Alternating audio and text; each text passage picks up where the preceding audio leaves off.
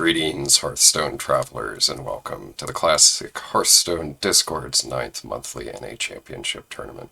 Today we've got an even 16 players competing for your amusement, and a shot at one of our fabulous prizes as well.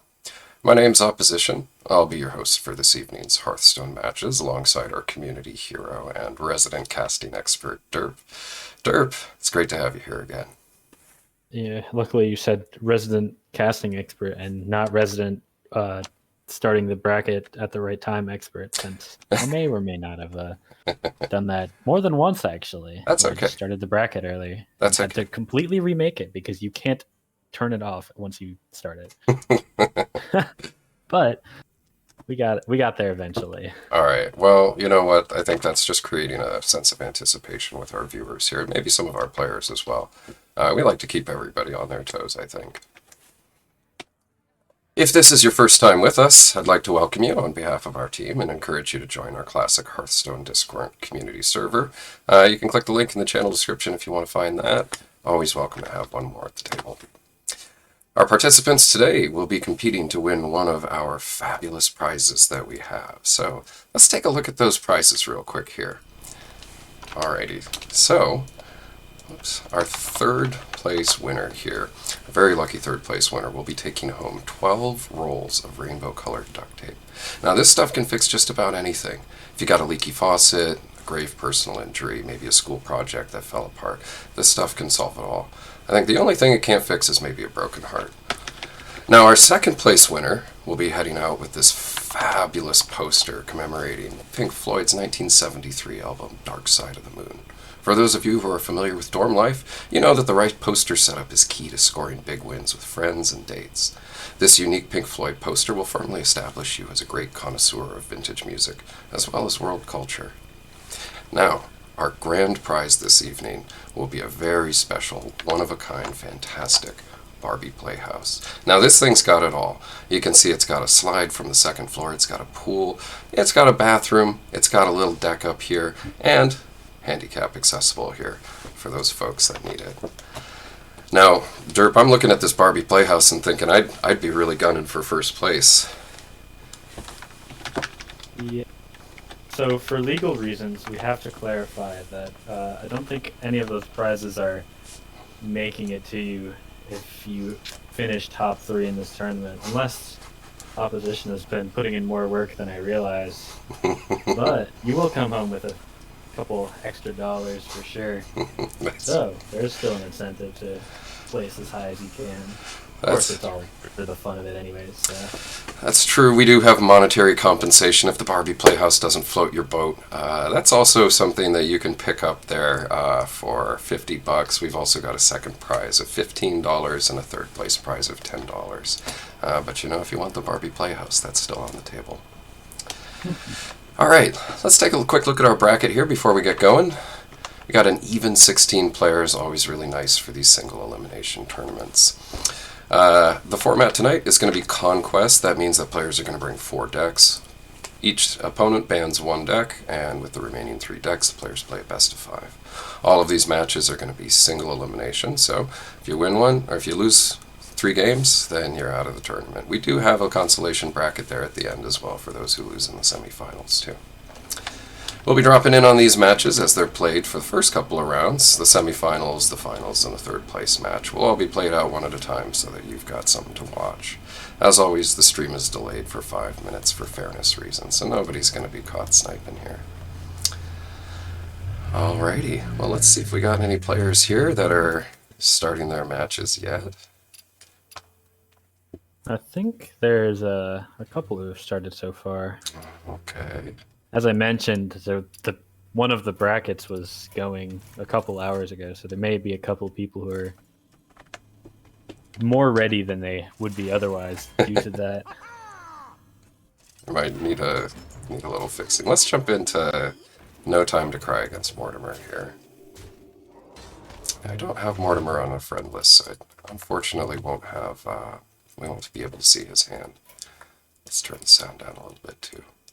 So the first thing I'm noticing here is a Sword of Justice, of which No Time to Cry is actually running 2. Yeah, that's a really interesting choice. I gotta say, I've been trying this out as well a little bit. Not recently, but maybe about a month ago or so. And I was finding that one Sword of Justice in this deck, it can be really strong. It helps against Zoo, helps control the board a little bit in the early stages of the game. And, worst case, you replace it with a True Silver on 4. Yeah, I kind of like the Blood Knight play here. I'm not 100% sure. Let me pull up the deck list to see if Mortimer's running any Divine Shield, taunts, potentially a Sunwalker or two. Looks like he is running one, actually. So Yeah. maybe wants to keep the Blood Knight for that. Yeah, we've seen a lot of Sunwalkers in these tournaments. It seems like Blood Knight is maybe one tech card that we've kind of overlooked a little bit. Don't see it too often. Some decks don't play any Divine Shield, so it can lose its value there. But like with Argent Squire being one of the best one-drops in the format, makes a lot of sense. Yeah, if you're playing an aggro deck in Classic, there's pretty much no reason not to be running an Argent Squire. We could actually see No Time to Cry pop his own Argent Squire for this big 6/6 Blood Knight if he wants. Yeah, absolutely. And Blood Knight in a deck that's playing 2 copies of Argent Protector also makes a lot of sense. Oh, that's a bummer. That's a bummer. Yeah, another funny interaction. Tinkmaster and Paladin can buff your little dudes into big dinosaurs, or he can turn them into the same size dudes, but they're much cuter now. Look at that little squirrel on the Yeah, left. I'd rather have a squirrel, honestly. Of course, of course. Yeah. I think we may be joined by the third co-com of the night, our own Hello, hello. Ambi. How are you Hey. doing? Pretty good. I'm here for Watchstone. Oh, it's so good to have you, Amber. Thanks for joining us tonight. No problem. Got a mid-range paladin versus mid-range druid. You'd call this mid-range paladin, right? Looking at the list. It's got got a Rag Rag in that. Tyrion. Yeah. This Rag's going to get some nice value, potentially. Well, 50-50, it gets nice value. It's only the normal Rag. It's not the golden or diamond, so the outcome is random and isn't just going to be the best. Looks like No Time to Cry is going to get lucky this time, though. Yeah, flipping the coin just right. No, Mortimer does have one BGH in the deck. Doesn't look like he has it in hand. So could actually be a bit problematic. If this Rag hits the Ancient of War or Ancient of Lore again, it's getting a lot of value. I mean, on the flip side, if it hits face, then combo is surely ending the game. Yeah, that's true. I guess not. You can clear it here. Yeah, it feels really bad to equality your own Ragnaros, though. We might just see No Time to Cry, leave it up to chance, to be honest. You really want to flip the whole game on a 50-50, though? Yeah, it's a really, really tough call.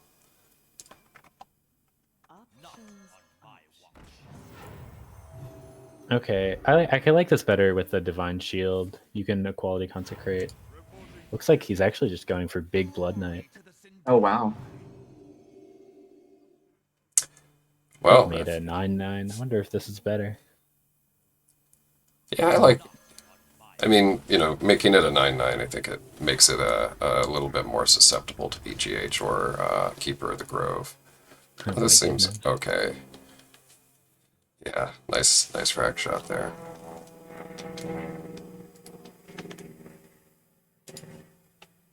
That was the sound of Mortimer flying away after watching what Ragnaros just did.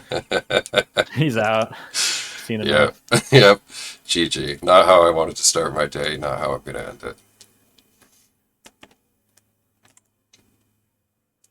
Yeah, we didn't quite see the first couple turns. I would assume Mortimer has at least one Innervate left. Of course, there is the possibility of combo Innervate a second Savage for 22. Yeah, I If you're in think the math. Yeah, if double combo, it doesn't look like there are any taunts in this deck at all except for Tyrion, so Swipe. yeah. Okay.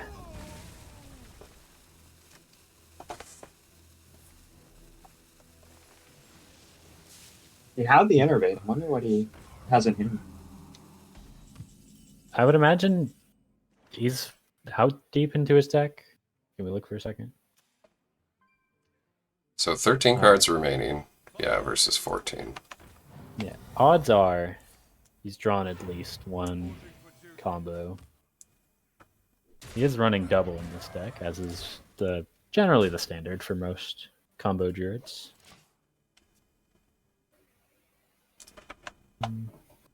Doesn't have a swipe. Already used both, which would be very good against this board, especially if you could spell power it up. Yeah. How do you even clear this? I think, if you've I got think you Force just. of Nature, maybe? I mean, maybe you don't, and you just. Do you have like any keepers or any way to deal two onto the base? 'Cause then you can just charge it all down.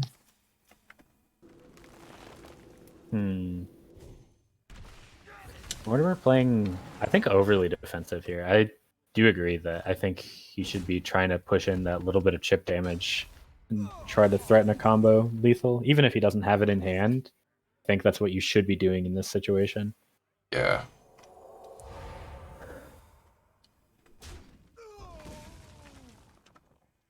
That said, No Time is sitting on very, very few cards here. Doesn't look like there's any way to reload in this deck either. So, kind of, I think maybe Mortimer's thinking, hey, if I can just, clear some stuff, even if I get down to like 5 HP, I might be able to survive with a taunt. Yeah, if he has Force of Nature, he can use that to clear off this board, and then looks like he's either doesn't have it or is still holding on to it. But that keeper also similarly got rid of the big threat, and now it's really just Tyrion or bust here for No Time to Cry. Yeah. That's Oh, turn too late Oh. there. Poor guy. Yeah. not going to get through the Shield Master, unfortunately. Or he will, but maybe not how you want to be using your Leroy, as it turns out. Yeah. I mean, a Druid of the Claw, maybe it's okay, but yeah, I mean, this pretty much guarantees that No Time is going to lose the board here as well with those whelps. And that's the most burst that we have in the deck for No Time. Gonna take Mortimer down to 7, but there's if these minions get cleared, there is. Well, you didn't no factor way. in the 7 of the 8 Avenging Wrath bolts hitting face. That's right. There are 2 4 copies. targets on board. Yeah. 5 even. Yeah. Looks like. I'll be back. I'm gonna go calculate the odds of that real quick. 50% happens or it doesn't. Yeah. Well said. Well said. Shit, I should have been taking math classes with you, Amber. This is the saddest sort of justice I've ever seen. The buff didn't even apply before the concede came through. It's conceded too quickly. Yeah. Alright, that'll be 1-0 for Mortimer here. Able to clear off that pretty scary Paladin board, just single target removal at a time. Yeah, the Paladin didn't really have a lot of big threats. He had the Blood Knight Ragnaros, didn't draw Tyrion, and eventually the Druid with all these mid-sized minions just kind of overwhelmed, and the Paladin had to trade off their good stuff, even with the lucky rag shots. Yeah, you'd think, if you're able to hit 2 Ancients of Lore with Ragnaros, those are kind of the biggest minions really that you're going to see most of the time, and yeah, it's crazy coming back from that. I suppose Mortimer did have a lot of resources in hand getting those 2 draws off. So, was able to find both copies of Swipe, the Keeper, Sen'jin, and Sunwalker, just taunt after taunt and some removal in there. I should have mentioned the bans for this series. Both players, unsurprisingly, banning away Miracle Rogue. We've got No Time to Cry's Violet Teacher checked in with, and Mortimer having a Gnomish Inventor actually for that turn 4 play. Neither one Oh, running wow. the weirdest Miracle Rogue list at the tournament. There's a couple other ones that I hope we get to talk about later.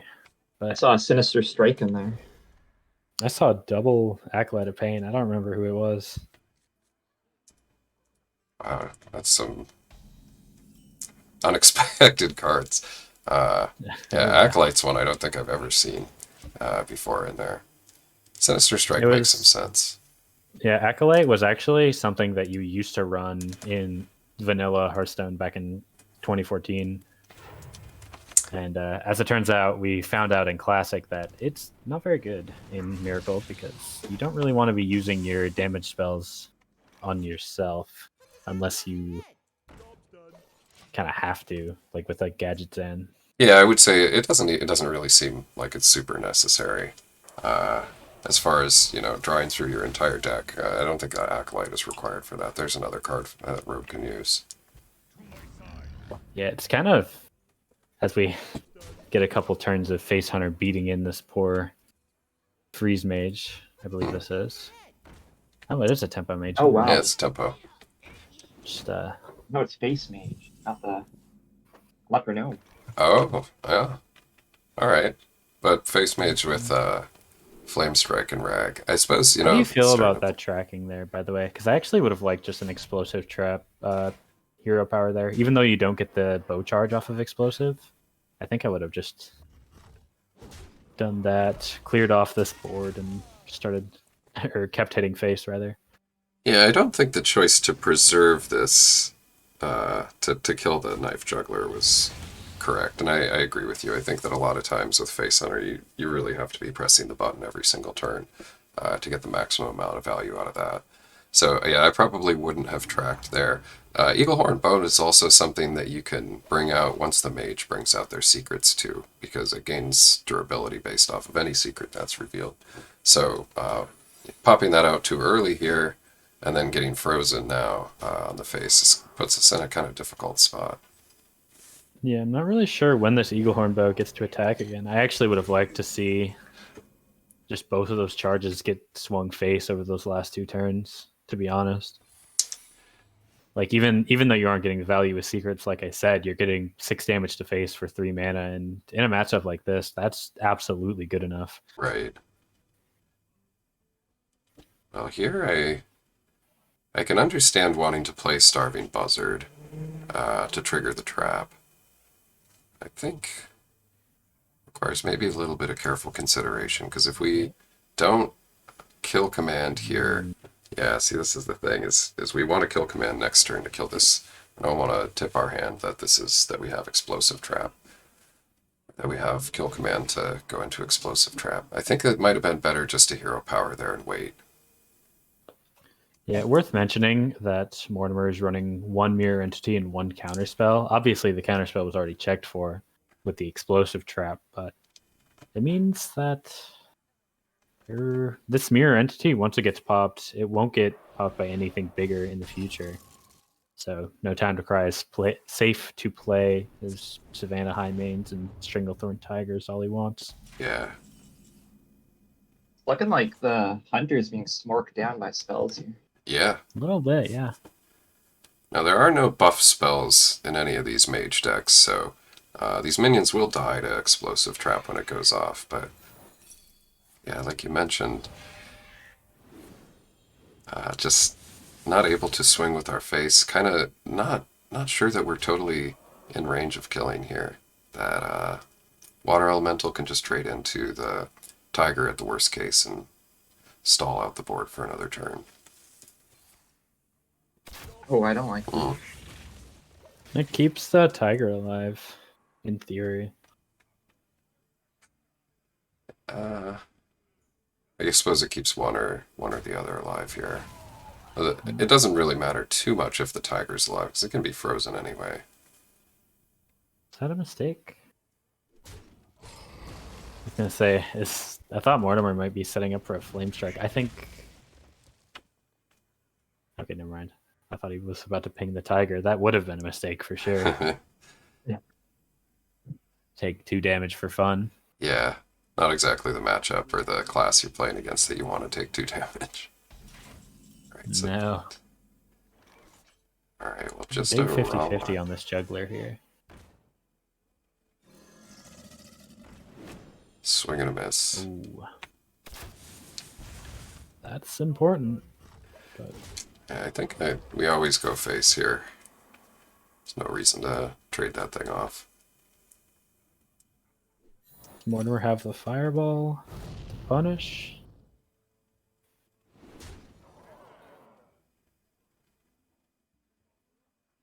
That's what we all wait in Yeah, silence. we're waiting with bated breath. We don't here. have the hand information, so it's hard to say. Is he slow rolling out? That's what it looks like to me.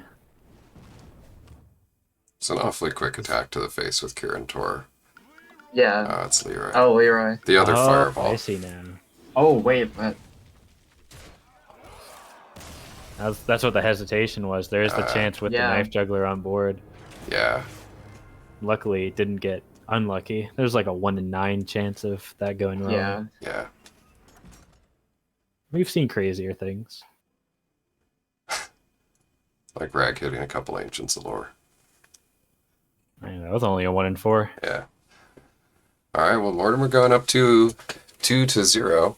Got that Warlock deck to win with still. And that is... Let's see what kind of Warlock we got here. Looks like a zoo. Zoolock. This is Big a fan. pretty strong field to play zoo into, actually. Have the mid-range hunter and the mid-range shaman. 2 decks that zoo is pretty favored into, although there's a double explosive trap in said hunter deck, so that definitely makes the matchup a lot worse. Yeah. With 2 copies of tracking there, too. And Juggler Unleash as well. I think as the hunter here, I'm not sure I'd keep tracking. I think we usually want to try and find Explosive Juggler, Unleash, and Bow. That's kind of how we beat the Zoolock. Yeah, I tend to just hard mull for Unleash and Explosive Trap against Zoo as a hunter running both. Yep, absolutely. Tracking's not unreasonable, and he does get the Explosive Trap. I would have been shocked if he took anything else. Yeah. Feels bad to lose Leroy, though. Yeah, it kind of does. It's not as relevant in this matchup. Once you win the board with the hunter deck, it's kind of like impossible to lose it back. Mortimer may not have the greatest hand. I don't know. We have our resident zoo expert, Ambi. Yeah. Do you normally coin double 1-drop like you see pretty much? Yeah, all the bots I do? would. I feel like him not coining another creature out is signaling that he has got no 1-drops in his hand. Seems it was actually signaling he's got a knife juggler and he wants to get some value off of it. I suppose, yeah. It's a little bit trickier of a play, but what do you want to juggle against? It's just Leper Gnome, right? I mean, he drew the void off the top, right? If he had I feel like if you had another 1-drop, you just coin it out anyways, because the extra juggle you're getting is equivalent to like a damage of just an extra minion on the board for Yeah, another turn. or less, right? Because if it's like Yeah. abusive or, something else, then yeah, exactly. Yeah. I mean, would you not have coined the juggler out turn 1? You think No, that's too risky I feel like against this that's deck? too risky. Yeah. I don't really know if this is a deck that you feel like that's risky against. There Well, aren't a lot of ways to deal 2 damage instantly. There's no arcane Right. shot. I do not agree with this. Yeah, I don't know. I didn't agree with the last turn either using the kill command on the taunt instead of the knife juggler. Yeah, I mean, I suppose it kind of gives away exactly what we're gonna do on this next turn I mean, there. you basically lose the game if the 4-mana like +1/+1 guy comes out. Yeah, Or Vargas. Yeah, if Argus comes out, you basically lost the game there. it was a tough Looks like- situation too if we didn't kill command the juggler and Shattered Sun Cleric comes down on it. Yeah, for sure. Looks like No Time to Cry is going to dodge the worst case scenario, at least. Not exactly in a great spot, though. This double high main hand is really clunky, and that draw does not help. No, not at all. Do you really have to be tapping there? I feel like you would want to have the 2 minions down there. I think Mortimer, he might have double discard in his hand. Yeah, I'm that would be a thinking. reason. One shot, one kill. He wants to. I forgot he runs Mortal Coil Wow. and Delvin Archer. Oh Yeah, wow. really anti-aggro.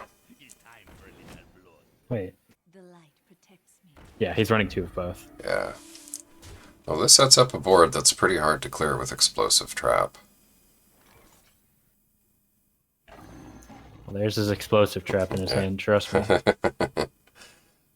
Yeah, it might have even been worthwhile to bluff it. I don't think in this situation that it really would be, because Mortimer will just attack in with the Elven Archer and freeze it, and then we're in an even worse spot than when we started. Maybe Mortimer's hand is worse than I thought it was. Doesn't look like it matters a lot, though. No, this is a highly durable board. Everything has enough health to, well, pretty much do Yeah. whatever need unleash here. The hope is you play Freezing Trap and hope Mortimer is a bot that doesn't know how to go through the secret. Yeah, Ooh. Something tells me that's not going to work. I think not. Quick 3-0. All right. Yeah, 3-0 of the reigning NA champion, actually. No Yeah. time to cry. The winner of NA Tournament 8. Yeah. Mortimer got to be happy about that. Off to a very strong start. All right. Let's see. What's the next one we want to jump into here? I think everything else should be going on. That was a very fast series. There was, It's yeah. like we only have one other series that was ended. It was Freaks over XX Faces. I believe that's Comac. Comac in the Discord? Yeah. Well, let's, great. Is this one of the Acolyte roads? Well, there is an Acolyte and there is a Rogue. Yeah, yeah. Looking pretty likely. Arcuous bringing out the tech. Very, very old school style Miracle Rogue, like I said, with the double Acolyte, single Cold Blood. Both things are a lot more common, in Miracle Rogue with a new deck than it is now. Yeah, it's funny. Some of these archetypes, they evolve and then some of them devolve back into my older ideas there. I mean, there's something to be said too about, playing things that your opponent hasn't played against or that they're unfamiliar with. And half of these tournaments, it's like, how much experience do you have in certain matchups to know how to play them? So I could see how, if you've played a lot of Acolyte Rogue and your opponent's never played against it, you might be evaluating your chances a little differently, making some mistakes against it.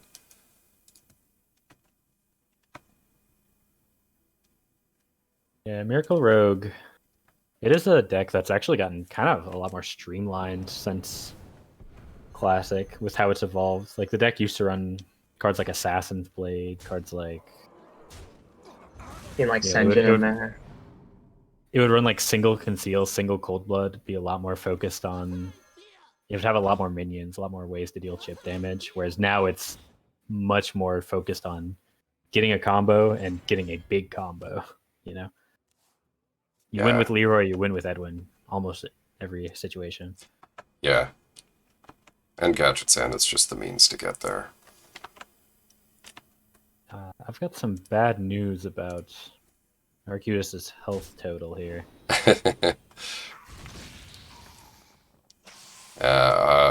Earthen Ring Farseer looks like it's one of the cards that's been, one copy's been cut to make room for this Acolyte, which is going to mean it's a lot harder to find a way here to draw into or get some healing. And with Mortal Strike in hand, there's really nothing we can do. There's no more draw. Yeah, if the Farseer was drawn alongside the Shadow Step, that could have actually just put the game out of reach right there, depending on what Carcelot actually draws. Yeah. But without it, yeah, it's a little bit doomed, sadly.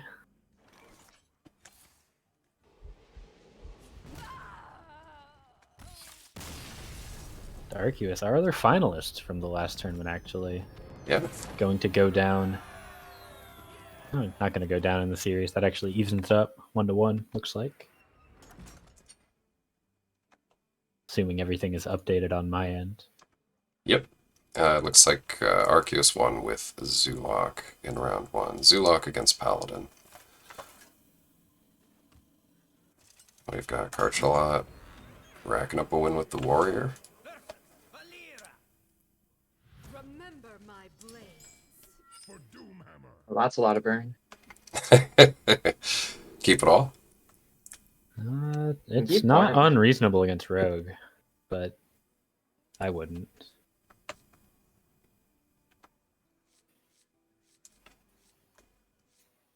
Honestly, I would consider keeping Doomhammer. I think this is one of the matchups Yeah. where Doomhammer is really getting full value.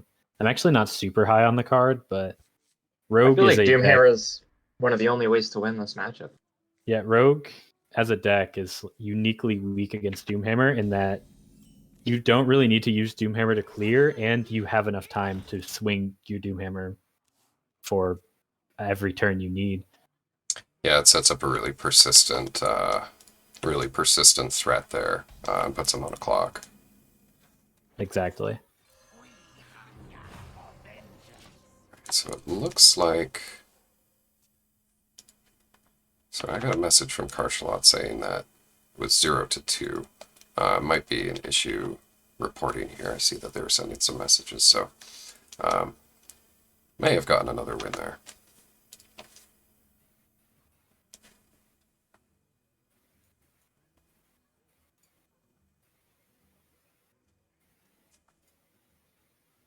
Pretty strong Shaman start here.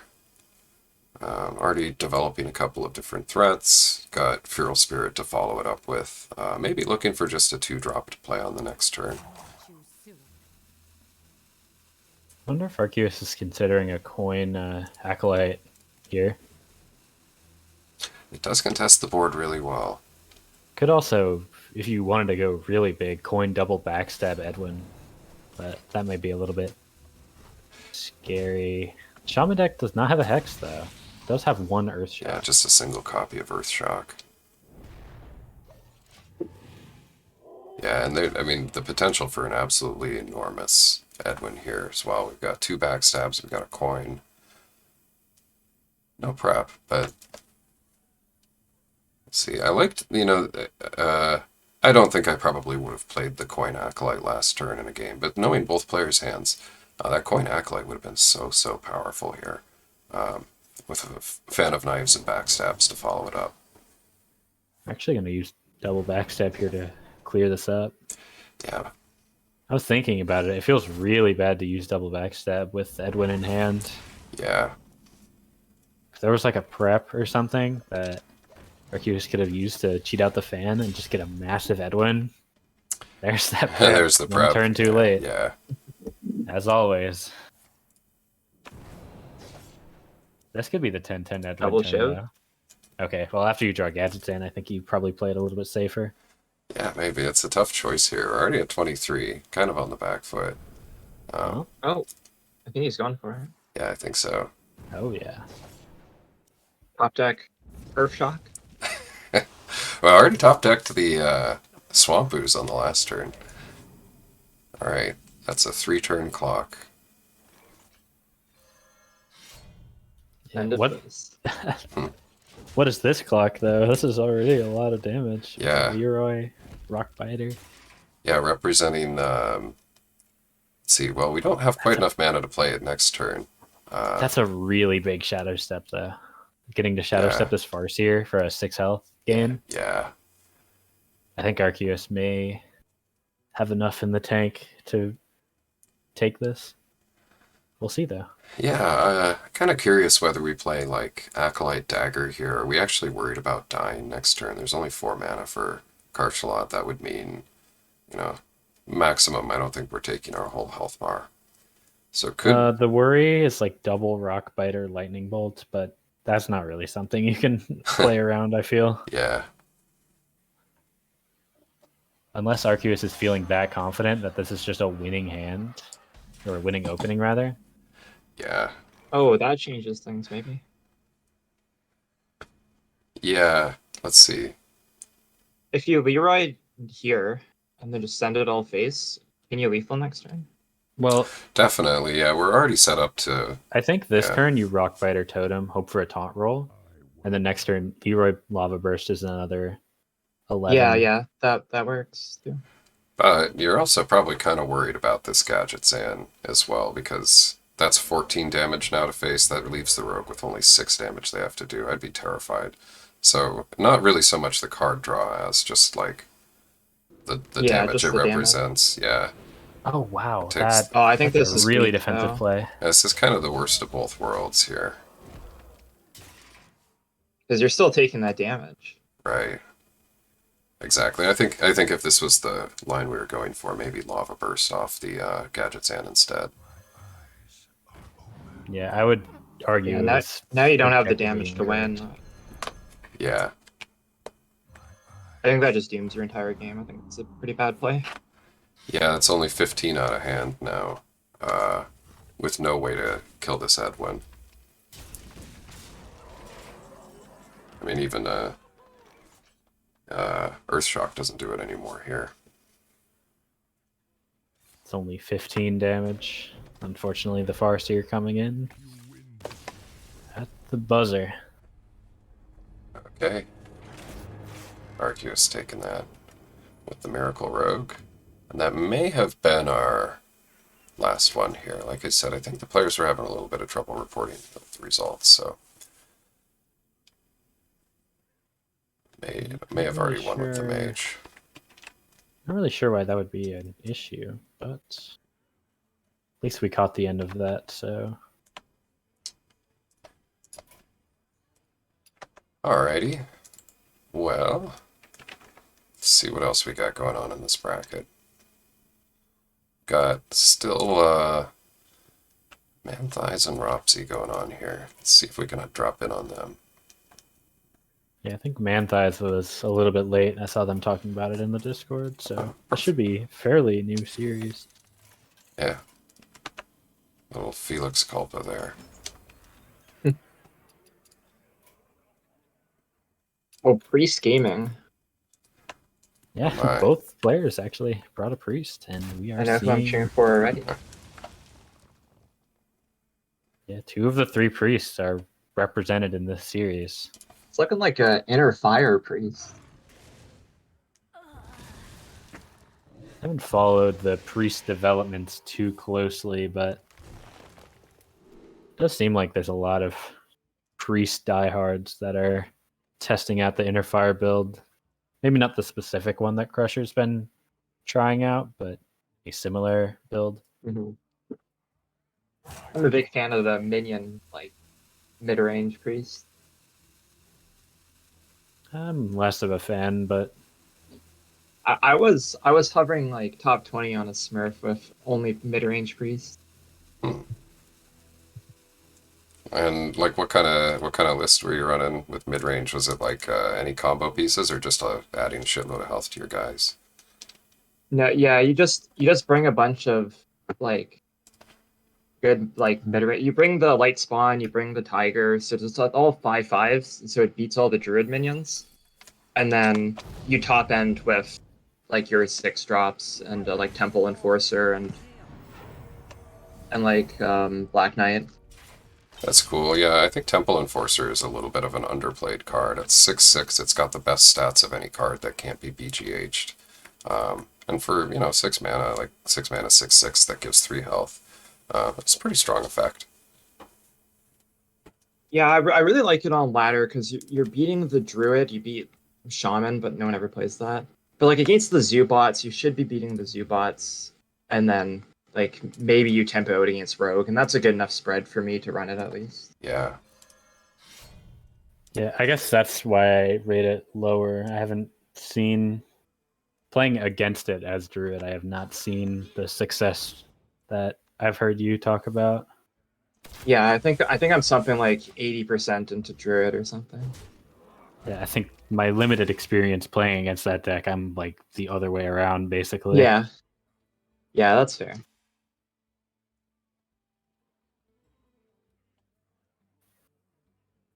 Not saying that you're playing against bad druid players, just that I'm the best druid player, of course.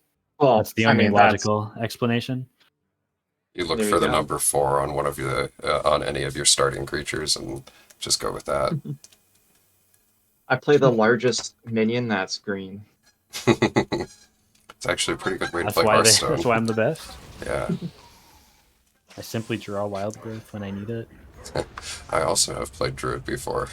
How can you tell? So you match up like the number down there with the thing you can play that's biggest. It's pretty cool. You might be seeing a 50-50 deadly shot here. It's scary. Robsy gonna go for Well, the then why safer would play. you play the Pyro though? Right. Good question. Right. I think he maybe was planning on doing the 50-50 and then chickened out. Well, That's fair. I can see that happening. yeah, because you can't play. Maybe he's thinking like freezing trap, and deadly shot would like kill the Harrison before we'd get the deadly shot off, but that doesn't work. I'm just sort of running out of steam here though. A little bit.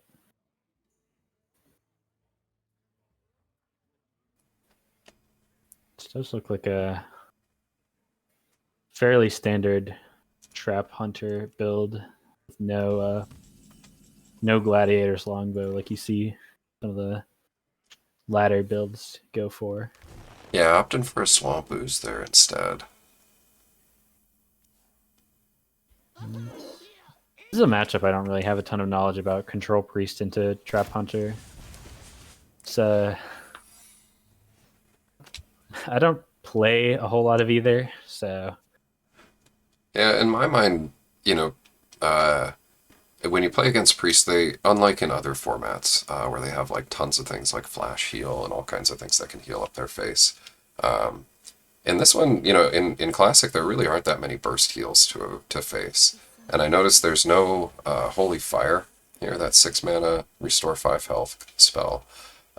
So I would think, from the hunter's perspective, it's going to be a really long game. But we just keep pressing the hero power, and eventually we will kind of chip down that face a little bit. yeah, I don't want to make too many assumptions because we didn't quite catch the beginning of this game. I think it's possible that Ropsy was a little bit too liberal with his card usage and is kind of paying the price here with no cards in hand and the priest still at plenty of health. I think so too, yeah. It's like really, the priest doesn't have a lot of great ways to, deal face damage to us. And if you look at the deck list, sure, there's the combo, that's about it. But we have time. I don't know about misdirection here. It's just going to misdirect 1 damage. I mean, I think Ropsy's just pressured into just playing whatever he can. Whatever he draws, he kind of just has to throw it.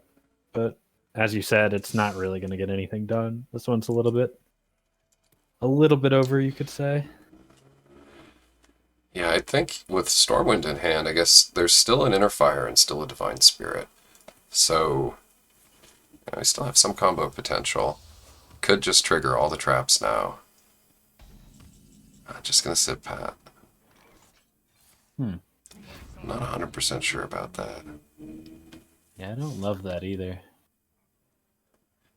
Might be thinking it's an explosive, but really we want to clear out freezing and misdirection as much as possible. We know one of these secrets is freezing or misdirection. Snipe has already been played this game. But if we want that Stormwind to work, kind of want to be clearing the secrets out.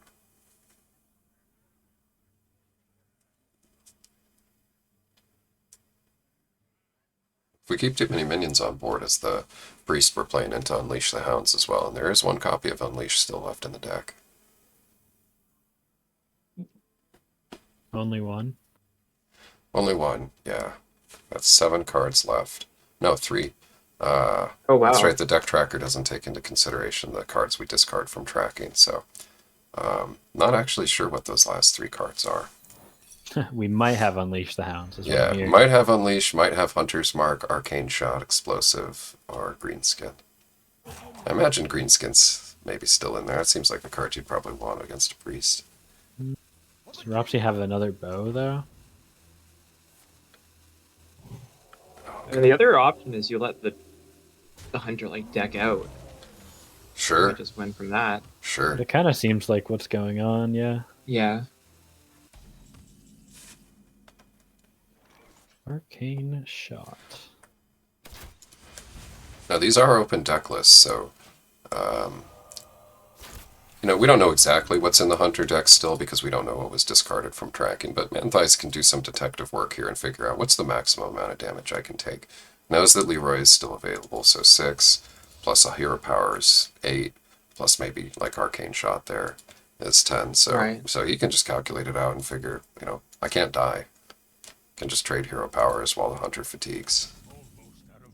Yeah. And he knows the Leroy's been sitting in hand for a long time. Right. And what else could it be? I wonder if you can empty your hand enough for this Cold Light Oracle, or if you even need to. That's probably what ends up finishing the game, honestly. Yeah. We can really just save Cold Light until the very end, right? It's just Yeah, you Yeah. just for use that lethal. to deal burst damage. Yeah, sitting on Alex in hand too. So really, really, really safe. Yeah, no The reason one to real attack. burst heal option in You class. should Alex the hunter. Maybe not the play. Honestly, if Manthias did do Oh, that, yeah. then probably would have gone well, given what we know. This is one sad Captain Greenskin. This is why I say if you're the captain, you got to lead the boat from the front. You don't just sit at the bottom of the deck. Be so far at the front, you go before the bow. Yeah, My hand is the rest of the cards are just clearing the way.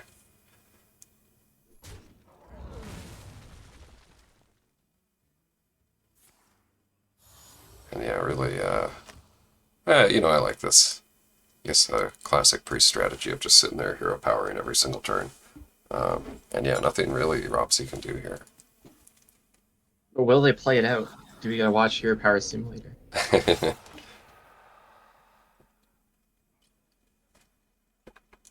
Yeah, Well, with 6 left in the Cold deck. Light Oracle yeah. was about to be lethal. 3-4, Yeah. and then the next draw would have been 5. Yeah, That equals 12, Right. I believe. I'm not the math expert here, though. That's pretty smartly played by the priest. I do like that. yeah. Kind of highlighting the sometimes multiple win conditions that priest can have. Just going to fatigue.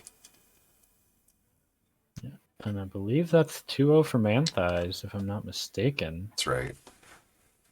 Got a warrior here. That's the last deck for Manthias to win with. So we've got our choice of Trap Hunter, Druid, or Priest against Warrior.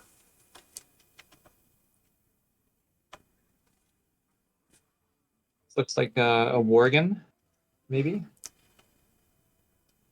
Yeah, let's take a quick peek at that. Yeah, it does look like it. That's a Worgen Warrior if I've ever seen one. So what do we want to play into Worgen Warrior? 1 Cold Light, 2 Calm Shout.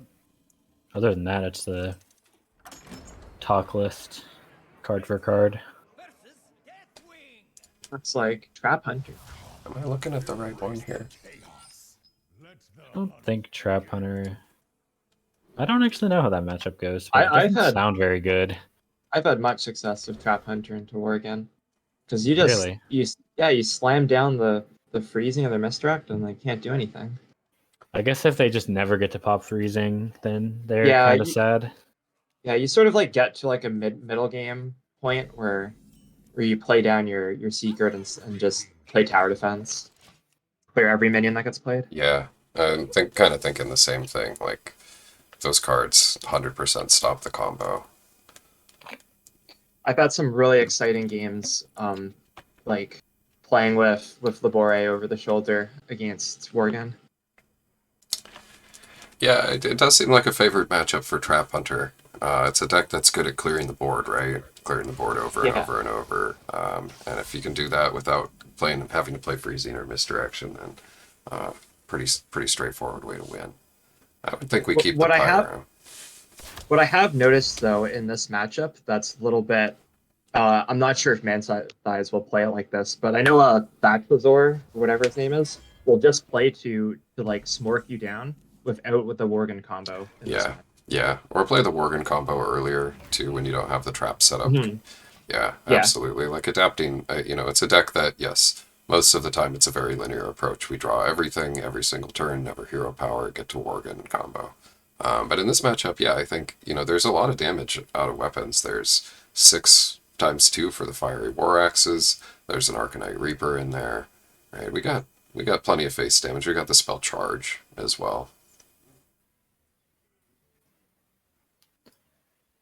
Talk is definitely uniquely aggressive with the deck, for sure. Yeah. I don't know how much he's playing Classic anymore. I know he was never really that big on the tournament. He was more of a ladder grinder, but definitely a very talented player. Yeah, absolutely. You're seeing a Gotta go with the War Slam Axe. Coin War Axe. I don't love that play. I suppose I don't it actually cycles. I don't think you're that pressured to clear this Leok that you need to be investing coin. Yeah. Coin Like you being could have good just with, played like yeah. a shield block into doing that next turn, and I don't feel like you're really that sad about it. Well, with Pyro and Commanding Shout already in hand, Coin gives us a helpful activation if we find Acolyte to play Pyro, Acolyte, Commanding Shout, Coin. I would have liked a hero power there rather than equipping the weapon. Yeah, I might have actually not minded picking up the Ooze there either. Really are. You definitely want to take the weapon. Yeah, I mean it's a lot. It's damage, but right, that's not really our goal here. It's damage. That's a nice draw. Yeah, that's a great draw. Doesn't Oh. swing into the Armor Smith. Oh baby, Going for his own Smork. who's smorking down who now? Yeah, this is a really dangerous idea here. Might see the Pyro Commanding Shout. Pyro, Com, Shout, Execute, gain a bunch of armor. Yeah. And maybe even Enrage this Armor Smith as well. I would do it. It's very dangerous to leave up an Armor Smith, especially if you're going face. It's like the one card that really can punish you for going face. Not too many other things that you really need to clear here, like Loot Warder. It's like But this you one, have to invest 4 damage into it, but it will give you more than 4 armor if you leave it up right? more often than not. I like Pyro Commanding Shout and Execute here. Could you actually just not use the execute? I guess there's no reason not to. Oh, that's an interesting play. It's a little scary. I mean, I tend to think, if we stuck an Armor Smith, we want to do everything that we can to take advantage of that as soon as possible, especially when we see the Smork coming down. I think if that's the line that Manthias wanted to go for, I probably would have used the Whirlwind over the Inner Rage. Yeah, maybe saving that for, like the Pyro Commanding Shout. I think maybe he's digging for an Acolyte here, if anything. Maybe. I'm surprised he didn't attack with the Armor Smith. Yeah, what's Worried about freezing, maybe. But I mean, we kind of freezing- want to proc the Yeah, freezing, this right? That's you the, want to pop this immediately. yeah, that's an important one to get out of there. Maybe he's The too only- scared of giving the second bow charge. I guess.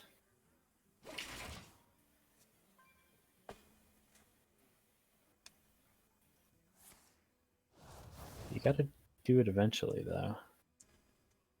Yeah, I kind of like the Acolyte or the Taskmaster here. I do feel like we kind of want to test that secret. At some point, we got to start drawing cards here too. At some point, you gotta start hitting face. You got a bunch of weapon charges. Yeah. There's a reason Talk has so many weapons in this deck. It's not Yeah. just to sit on them. Yeah.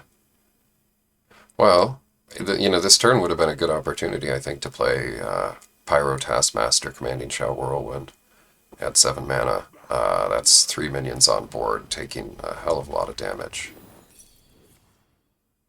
Well, after seeing that snipe, you're a lot less hesitant to start Yeah. attacking. I think now you probably just sit, though. It's another good draw. Yeah, more bows.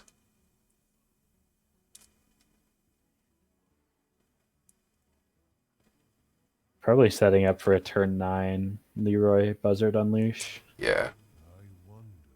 It's a healthy amount of cards. Raptios. Yeah, going for just a Hunter's Mark to clear it off here. Yeah, that makes sense, I think. Yeah, I don't think this is too bad. Not going to get amazing value out of our Pyromancer in general. We don't want to hit a huge board of things with an Armor Smith behind it. Right. I was a fan of hitting with the Vorax last turn. Would have given us a nice turn here to equip the Arcanite Reaper. Yeah, for sure. And actually, it's kind of funny, but if this Acolyte survives, it actually really messes up Propsy's next turn of Leroy Buzzard Unleash. Everything's just going to die except for the Leroy. That's true. I wouldn't expect Manthice to think, oh yeah, there's a three card draw combo coming in here, but if he does leave it up, there'd be some next level play. Oh, don't Whirlwind it. I'm not a fan of that. I feel like Whirlwind is one of your like big combo cards for like with your Acolytes and your Armor Smiths. I feel quite kind of weak trying to use it on a single Pyro. I feel the same way. I think that it's a 1-mana spell that's a huge combo activator for many other things, and like you mentioned, it's so good with Armor Smith. Being able to just at this stage when we have so much mana, being able to drop multiple minions in a turn, play Whirlwind, and just gain a shitload of armor. Would you Battle Rage for 1 here? There's not a hell of a lot else to do. I may consider holding on it's to fine. it. We're going to draw more cards with Battle Rage than we are with Commanding Shout, so might have preferred to cycle with Commanding Shout instead. It's reasonable. Got a nice card draw turn coming up, though. Pyro, Comp, Shout, Acolyte. Yeah. Yeah. Now, are there things that we actually want to discard in our deck here? I would think we'd want to play Tracking after we play Leroy Buzzard Unleash. Because the danger here is if we had Misdirection and Freezing Trap, both of those cards are really core to fighting the Worgen Warrior, stopping their combo. I actually didn't take the Misdirection action. That's Just wanted a different card altogether with the Flare. that's very interesting. So... yeah, I'm really surprised I didn't take a secret with a bow in play. Yeah. How much damage is this, by the way? We got 3, 4, 5, 10. 13? If you think just just Yeah, I'm counting 13 as well. Yeah, I think charge it's 13. Rampage the Pyro. Yeah, I think it's just 13.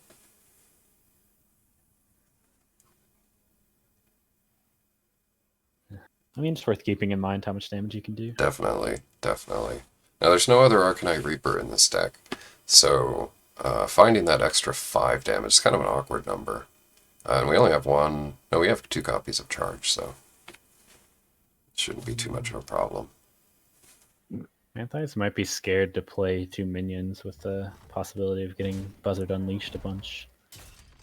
I wonder if that's why he's thinking about this turn so deeply. It's like he needs... I feel like you really want to draw, but... You have to play something. yeah.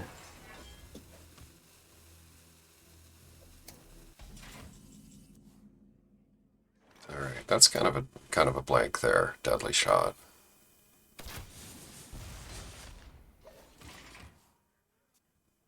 don't know. I feel like Leroy Buzzard Unleash would have been fine there. Kind of would like to just reload the hand. We really want to find Freezing Trap, right? And if we don't draw it off the top next turn, it's, not really going to be able to play it. This Leroy Unleash Buzzard combo costs 9, so even if we draw Freezing Trap, we won't be able to use it. Yeah, 13 HP is not a lot. You kind of want to be doing something before you get combo down. Right, because if it's a Worgen, right, well, we don't have Inner Rage in hand to activate it, but 3, 4, 5, still, oh, there it is. As soon as Inner Rage is found, or maybe even with just the Pyro here, can win on the next turn.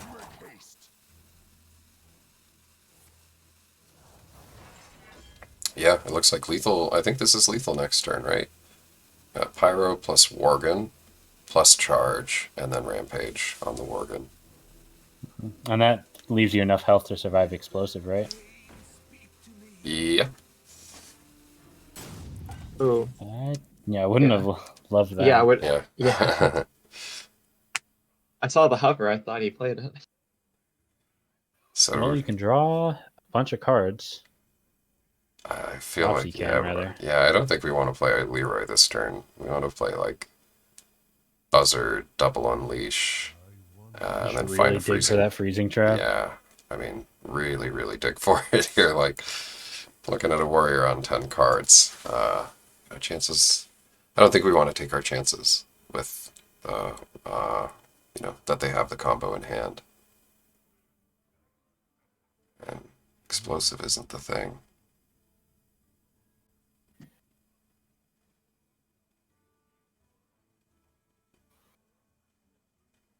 Not really sure what the consideration is here other than that. Maybe Kill Command plus Arcane Shot, but again, we don't have Freezing and we don't have Misdirection up, so it's not really helping us.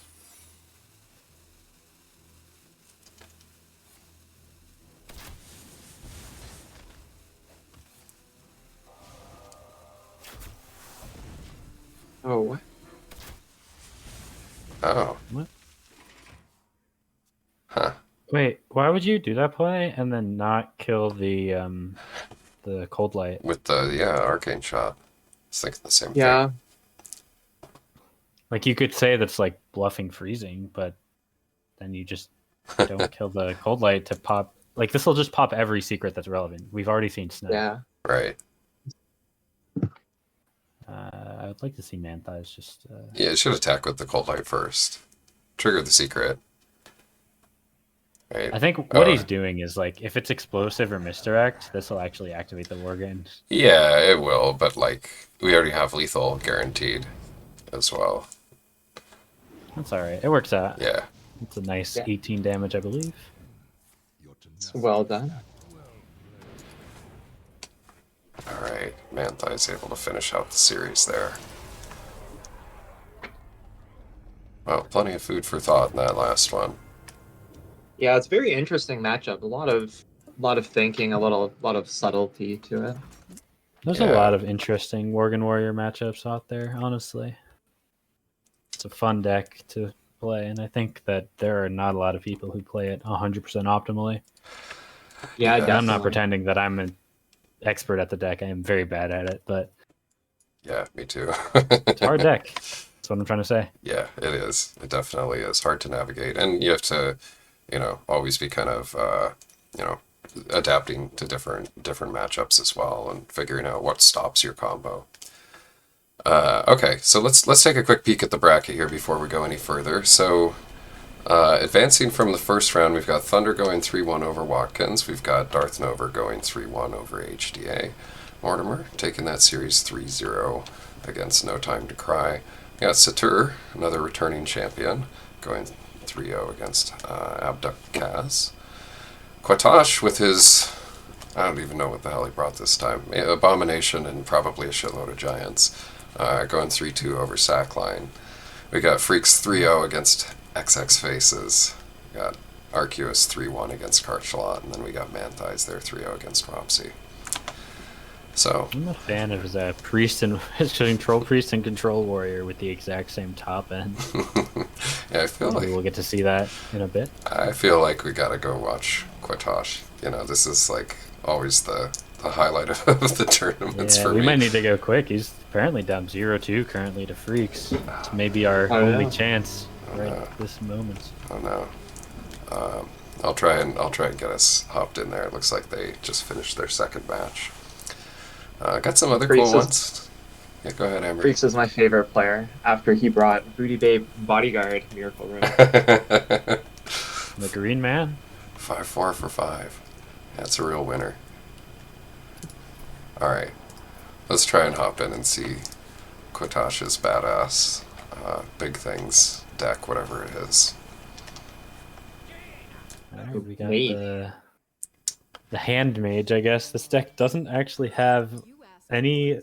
It's got Frostbolts, I guess. That's the only burn spell it has. Instead, has double Twilight Drake, double Mountain Molten Giant, double Abomination, as mentioned, and double Sunwalker. And double Sunfury Protector, actually. A lot of taunt givers wow. in this deck. This is a deck made for the beefiest boys. This deck kicks ass. If I ran up against this and lost to it on the ladder, I wouldn't even be mad. That's how Yeah. much I like this And deck. honestly, Freaks is into this and two other decks with a similar number of taunts. He's got a Miracle Rogue. This is non-trivial to get a win on. Like, Freaks may actually struggle here quite a bit into what Quatachi has left. And this is a single sap Miracle Rogue, which I do think is quite relevant into all these taunts. Yeah. And with it's Yeah, funny just because like- these two Jungle Panthers even might have trouble dealing with the Abomination as well. Just being, Abomination being a card that deals 2 damage, and Panther being a 2 health minion that has normally the value of being stealthed, but maybe not so much value here against A-bombs. Yeah, it looks like the Jungle Panthers are here replacing the Azure Drakes that you would normally see. Although, to be fair, you usually only see one Azure Drake in most rogue lists now. Yeah, it's kind of a cool adaptation, honestly. Probably like a little bit more useful in the mirror match. It is a little bit susceptible to SI and backstab, but still could be pretty good. I've seen some interesting experiments in Miracle Rogue. I think it was Squidward, who used to be in the Discord server, was trying out Thrallmar Farseer, the 3-mana 2/3 Wind Fury in Miracle. Never heard of that card. You'd conceal it and then you double Cold Blood it, and they would both get double value. It's insane, Wow. except I don't think I ever played against it, so I can't say how insane it actually was. Thrallmar Farseer.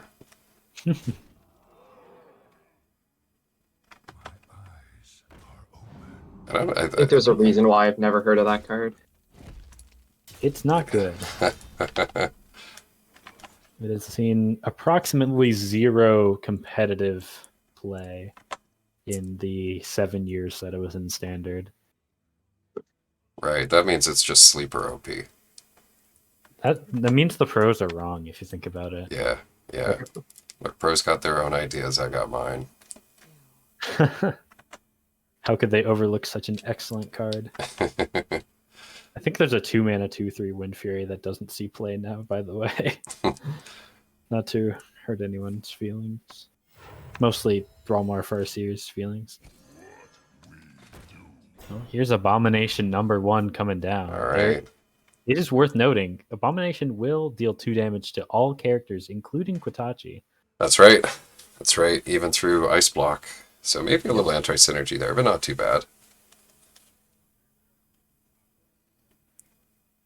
Of course, he did make the correct decision to play the golden one first. Yeah, too bad running a little low on dust here, not able to afford the golden A-bomb and the golden Sunwalker. I think the rest of the deck must be, because we've seen this fully golden before. Seems like a decent turn to just develop Ice Block and ping. Yeah, I don't love any of the other plays. Could play Doomsayer instead of Ice Block here. Hmm. What to do? What to do? I guess if you're worried about a Gadgetan, but I'm not really sure it's a winning play. It would have been the right play, as it turns out, as he shows up once again. Yeah, Rain well, Man. I mean, we have, if we played the Doomsayer last turn, we're going into this turn with the ability to proactively play Sunwalker, or just play Doomsayer and Ice Block, develop that, get another free turn there. Yeah, could have also seen the Twilight Drake as well. There were a lot of options coming into or coming out of a Doomsayer turn. Yeah, If you delay the Gadgetzan, you also have the option of potentially drawing into a Flame Strike, or at least having your opponent have to think about the Flame Strike to kill the stealth Gadgetzan. yeah, that's a really good point. With 2 copies of Flame Strike as well, I mean, you know, that's double the chances. It doesn't seem like it's too bad to just spend like 2 turns tempoing out waiting for that. The good news is the Frozen Gadgetzan will prevent freaks from using any cold bloods. I think cold blooding, even if you have like a sap, cold blooding the Gadgetzan would be a mistake. As we see, there is no cold blood in the hand. Yeah, sorry about not getting that hand up there. Totally forgot. But yeah, got a couple of spells. Got 2 Eviscerates, got a Shiv. Yeah, I wouldn't be surprised to just see like a double eviscerate face or something. Yeah, I don't love the conceal play, but I guess it's just another spell. yeah. Just trying to cycle Freaks. through, find Leroy. Well, it's got Leroy. Yeah, I guess the things that go with Leroy. Yep, that's what he's looking for. That's kind of an interesting choice to play the poison there. Might have been just gone for like double Eviscerate just to be mana efficient. I think he's keeping the eviscerates to get past the taunt in the future. I suppose that makes sense. There are a couple of those in the deck. A couple. And with, not finding the sap there, yeah, it makes even more sense to keep at least 1 Eviscerate in hand.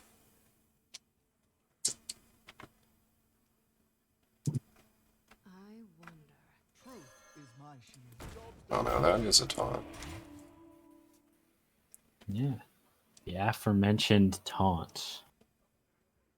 What we don't see is any good way to get rid of it. Don't think there's a lethal here. At least not one I can see. Honestly, I may have actually considered not using that second backstab for a situation like this.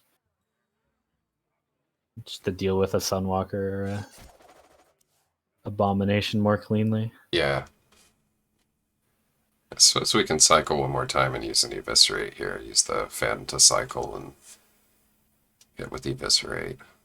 The Eviscerate just lines up so nicely with the Abomination too. It seems like one of those things we do kind of want to, cleanly remove things. Too soon. That's not too bad of a turn. No,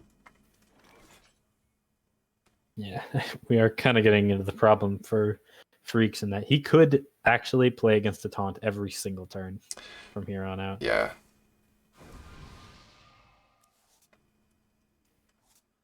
Well, Ooh. yeah, the Giant's looking pretty strong. Alex is a nice pickup here moving into turn 9, so even if we see some Leroy Shadow Step shenanigans, we have Alex to boop ourselves back up to 15 next turn. Yeah, I mean, you do pop the block here as Freaks. You notice this is Ice Block, right? I assume he's hit face. I see, I hit Couple face times. once with the dagger. Okay. So yeah, probably Leroy Cold Blood. It's actually a little awkward. What do you do after that? Because you want to get Kotachi to 1, obviously, or at least as low as possible. You could like Leroy Cold Blood. Swing with face and then eviscerate, I suppose. Yeah, I actually would have preferred using the Blade Flurry. Alright, and good choice here too to Shadow Step Leroy at the end.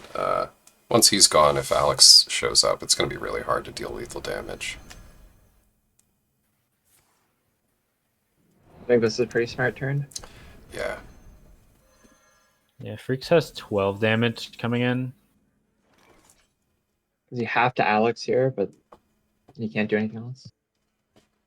Well, there is direct damage with SI left, so Ice Barrier's not going to do the trick. Yeah, also with Blade Flurry. Right. I wonder. So it's going to have to be Alex. There's no lethal next turn. Not in hand. No, we know both eviscerates are gone, so it would have to be Leroy, Shadow Step, and Cold Blood in order to win. But there's no way Well, we it's can only a stop. 2-mana Leroy, remember that. Yeah. What to do? So either a Cold Blood or a Shadow Step would actually win here for Freaks, assuming the Alex comes down. Yeah.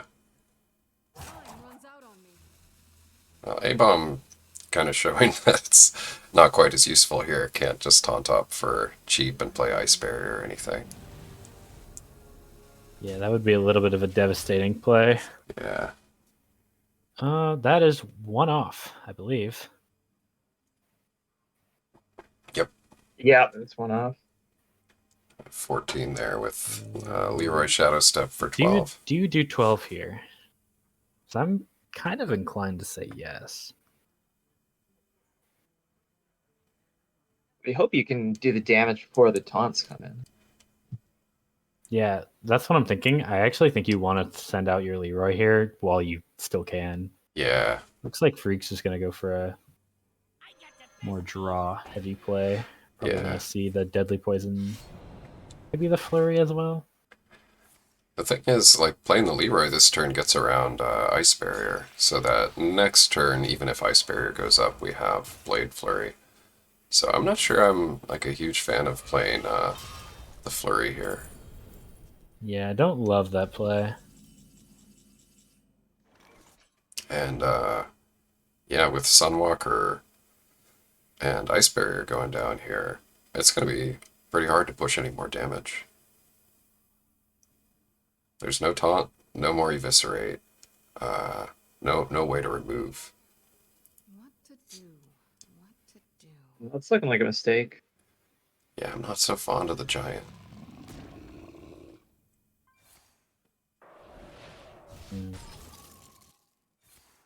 at this point, it's really like, you know, this may be mana efficient and I- everything, but Do not love not playing a taunt here for Kotachi, though. This actually, Shadow Step is lethal.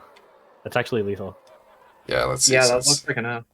Yeah. Yeah, Leroy Coldblood, Shadow Step. You have enough mana for Dagger. That's What does Freak exact do? 17 damage. so- Freaks is doing the math right now.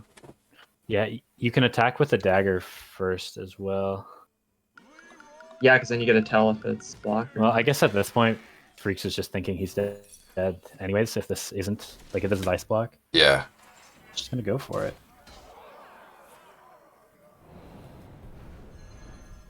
Yeah, I think maybe a little bit too hasty of a play there for Kotachi means that all the there is taunts, but just doesn't enough play it. yeah. damage. Well played.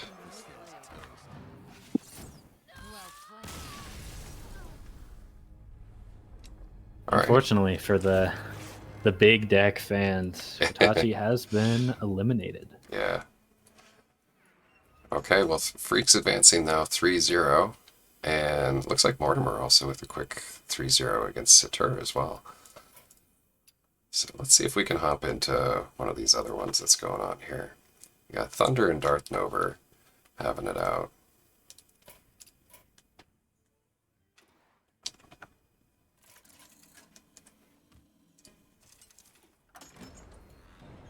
Wisely done. Under our number one seed. Oh. And this is how he dies to Leroy. Turns out he is not immune to Glad we got to see Roy that. Jenkins. Yeah, that was a good start to a game there. That'll be I believe that was 2-1 game already. 3, yeah. Yeah.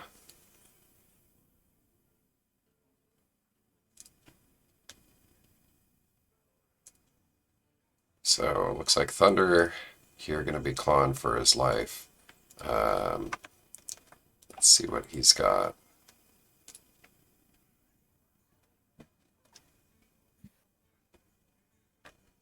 Well, he's still got his Druid left. I have a feeling we're going to be seeing that. Good call. Thrall versus Malfurion. It's a matchup we've seen quite a bit in these tournaments. We don't actually see that many Shaman players, but they tend to go far. I think it's a very powerful deck.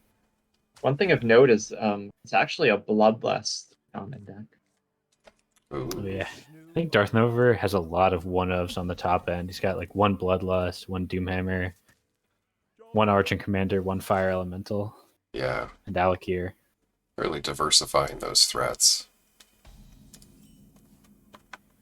The 1/2 of that he is running is the Double Wild Pyromancer, the Winterborn special. Yeah, I mean, I like that. Playing. I haven't seen them in a while either. I think he's been taking a break after his big move. Reasonable reason to take a break. Unlike everyone else, they're unreasonable. Yeah, you guys, once you're addicted, you gotta stay addicted.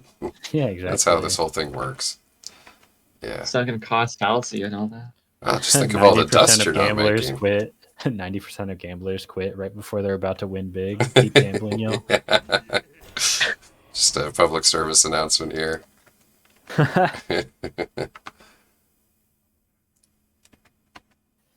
Well, this 5 health taunt actually is quite annoying for the total of 4 damage that could come this turn. Taunt totem definitely makes it a little bit better. Yeah, it helps a little bit secure this Manatide totem, get drawing. It's usually a matchup where the shaman just wants to win on card efficiency a lot of times.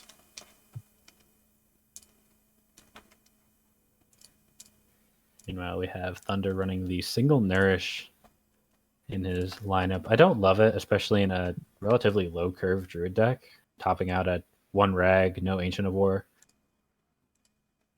But it would put him very ahead in mana if he chooses to use it. This is a really good play, though, with the spell-powered up Moonfire to deal with the Taunt Totem. Yeah, this has to feel good.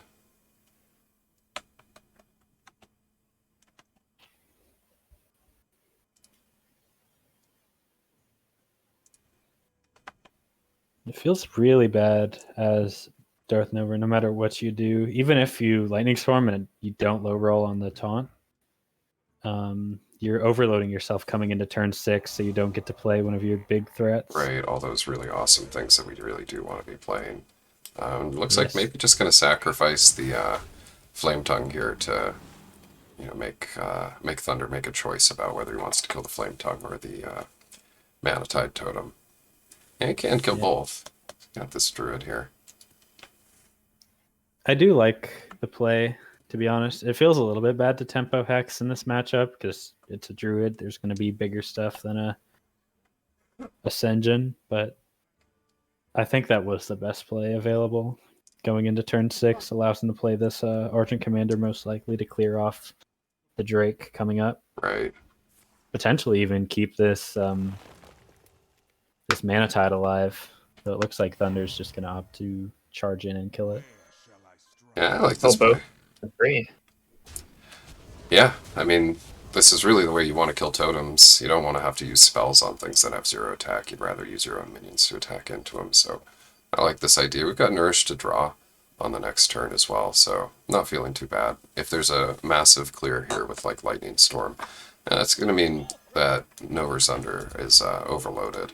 So drawing into with Nourish, getting to play Doomsayer, it's a pretty natural continuation.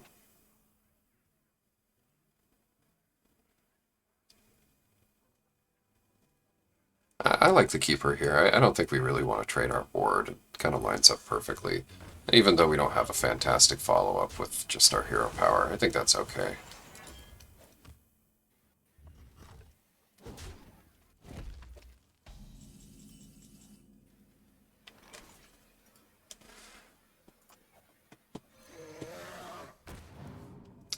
Nice turn here with Drake and a spell-powered lightning bolt.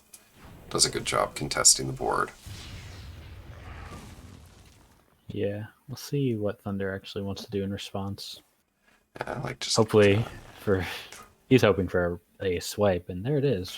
Yeah. First card off of ask and you shall the receive. nourish. I'm really excited for draw 6 next turn. Yeah, I'm just waiting on it here with Harrison. It's like, I almost wonder whether Thunder was, maybe hoping he wouldn't have to play the Nourish there to draw, just because he could play Harrison for 6. Yeah, at this point, Harrison probably going to overdraw. I almost wonder if you let the Doomhammer swing a couple more times and go for like a draw 4. I think so. It's an interesting decision using the Keeper of the Grove rather than the swipe. Potentially trying to clear off totems with a spell power swipe. I think that's the idea here, is that, at some point if the Shaman gets out of control with their board, swipe is the way we bring it back. Keeper is not a thing that's going to help us do that. And our board looks exactly the same whether we play swipe or whether we play Keeper. So got a single combo in hand here. It's going to be 18. Plus another force. Yeah.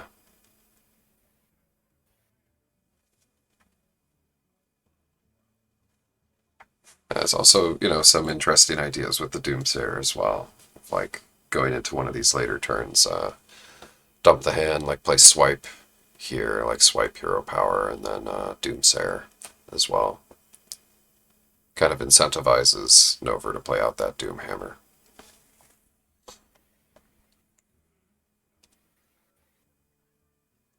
Might even be thinking about just swinging face here, like sending the swipe face, looking for a double combo to finish it off.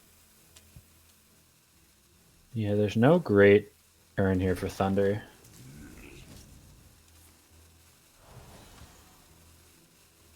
In a bad matchup, already down 2-1. This is not the position you want to be finding yourself in. That's a pretty weak turn. If Darth Nova like sees that, then he can play like really safe. Yeah, at the same time, there's Thunder's sitting on a lot of damage here. Got just one Force of Nature, or one Savage Roar away from double combo. And if he's able to just fire off this swipe at face, that's within lethal range, right? Yeah, but as soon as you like redevelop, then you can taunt up, and I don't know. Yeah. It might be fine. Well, with no Black Knight, definitely Alakir is a little bit of a problem here. No Black Knight and both Keeper of the Groves have been used. If you're Darth Nova, maybe you're thinking like the only way you lose is draw 6 from Doomhammer, because it looks like Thunder doesn't have much in the hand. Yeah, I think we're definitely putting Thunder on a second Force of Nature in hand here, having used the first one to clear there. I think it's more likely than not. And second Innervate. But a whole net full of those cards just haven't been played. Yeah. Like they've been sitting for a while.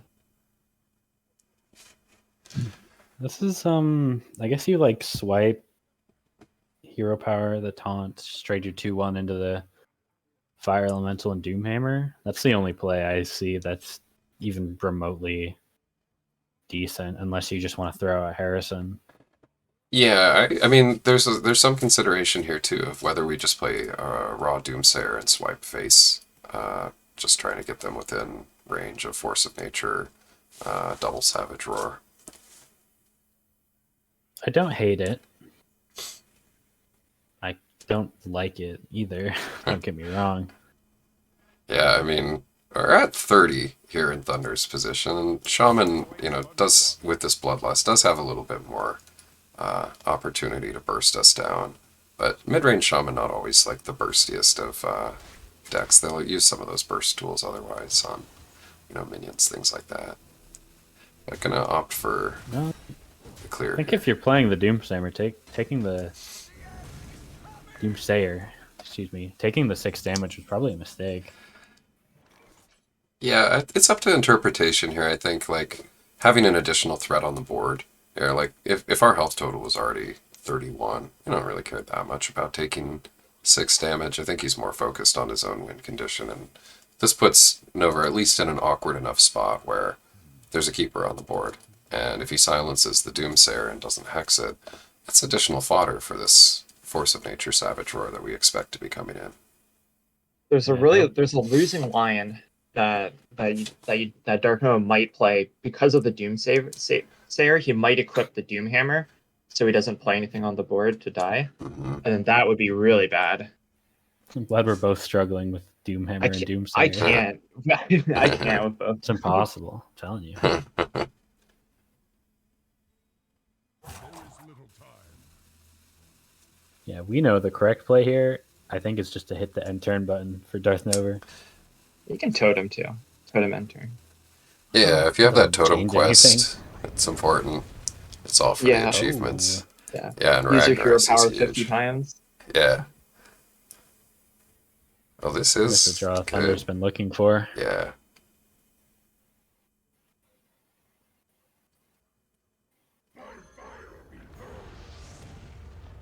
It's even a temptation to double innervate out a Harrison there for me. Just like focusing really hard on that win condition.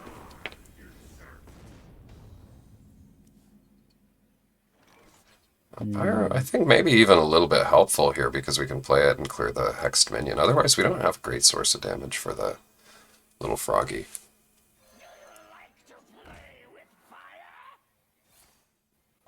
It's rough because you'd like to totem Defender off of that, but Yeah.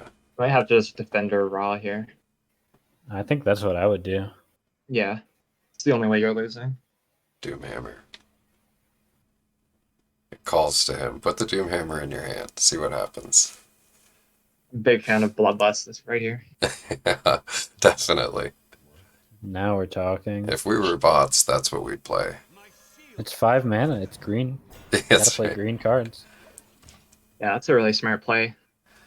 Yeah, I think so too.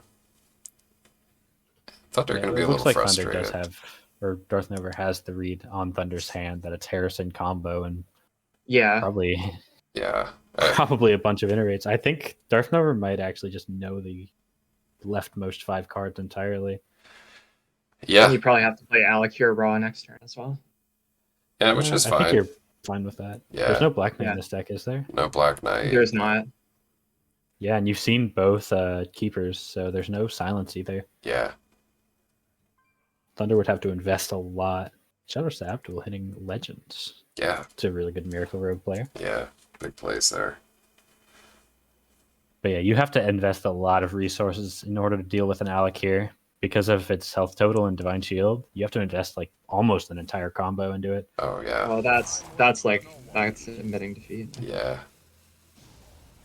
Yeah. Is there another swipe in the deck for Thunder? There is one more swipe. So gonna swing all face. Probably put down the Senjin, I think. Save the Harrison. Everything. Yeah, and keep in mind too, the Harrison was kept in the opening hand, so I think that's probably why Darth Nova has a good read on that card. Alright, well down to 4. And really got a 1 in 11 chance right now to draw that swipe. Got Thalnos to cycle, got a Azure Drake, and 2 Ancients of Lore. So actually, let's see. 1, 2, 3. Yeah. Got some possibilities. Well, with both innervates used, Ancient of Lore won't be enough. Yeah. Yeah, and we're gonna need to do it this turn. Oh, That's not enough either. That's And yeah.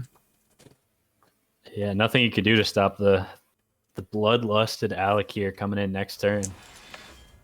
yeah, this card. Darth Nova can even play the Doomhammer as well if he Yeah. wants to Yeah, finally play that. show that he Doomhammer. had the read the whole time. Yeah, Show yeah, how smart he is.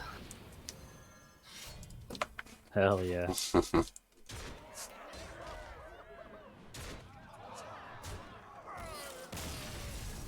Alright, Darth Nova's gonna take it there. 3-1 over Thunder. some really smart reads in that game. Yeah. Good games, well played by both. Looks like we can take another peek here at our bracket. And we've got 3 of those second round matches done now. We've got Darth Nova advancing over Thunder 3-1. He'll meet Mortimer in the semifinals. And Freaks advancing 3-0 over Quatashi Ichi'll put him in the semifinals as well. Still got Arceus against Manthias here. See if we can drop in on that game. I'm not sure if those players have started that match yet. It looks like they have. I'm Okay. seeing 1-1. Okay, perfect. Perfect. Yep. Then we will hop in there as soon as possible. Yeah, a lot of who I would call tournament favorites have been eliminated in the first couple of rounds. You know, HDA didn't make it past round 1. No Time to Cry. Yep. Thunder just lost. Satur and Katach also lost in round 2. So Basically, everybody who's won a tournament so far has lost. yeah, it's really just Arceus left, I believe, Yeah. out of our former tournament winners. Yeah, a couple of them multiple time winners as well. Satur racking up a couple of EU wins, Thunder racking up a couple of NA wins. No Time with 1 win here. Quatosh with an early win. And I think Tournament 1 or Tournament 2. Alright. Let's hop in here and take a look at what Arceus is up to. Might notice here from my friend list that I am indeed hard stuck bronze 7. So, anybody's got any tips to climb out, always welcome those. Oh, a zoo. You're right at home. Zoo into. Is I this love the Zoo. Worgen Warrior? Yep. Yeah, I think Now that's this is a terrible matchup for Zoo. So. I was going to say, this is very Worgen favored, especially with a Fiery War Axe opening. You're really crying Yeah, seeing that. like what do you even play here? It just dies to the War Axe. Yeah. I almost want to know what Arceus had in the mulligan. Nothing that Whatever wouldn't he die to had, a it flame. was not good. He didn't Yeah. get anything better, that's for sure. Yeah.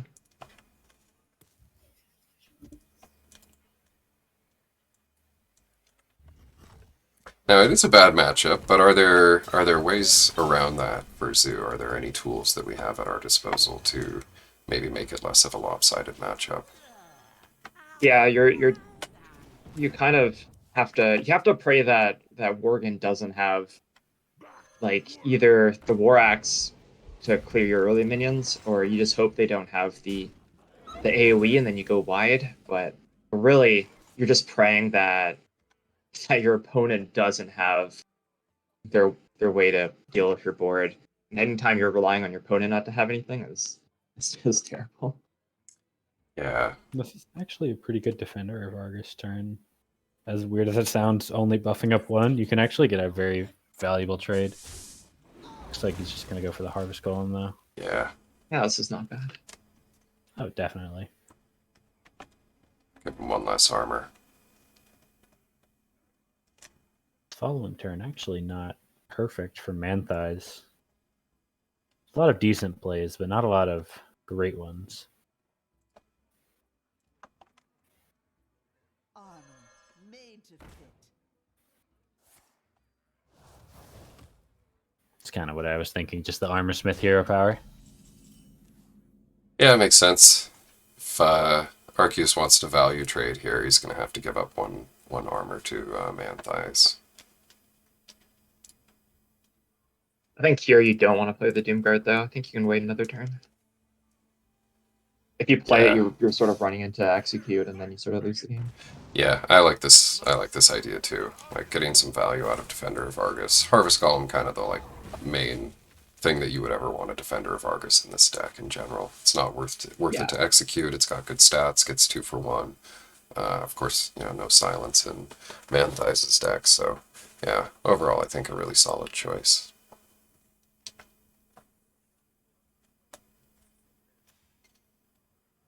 Gotta be some pyro line here. The story of every Worgen game. You got a Pyro in hand and like 6 spells. I'm sure there's a way to clear somehow.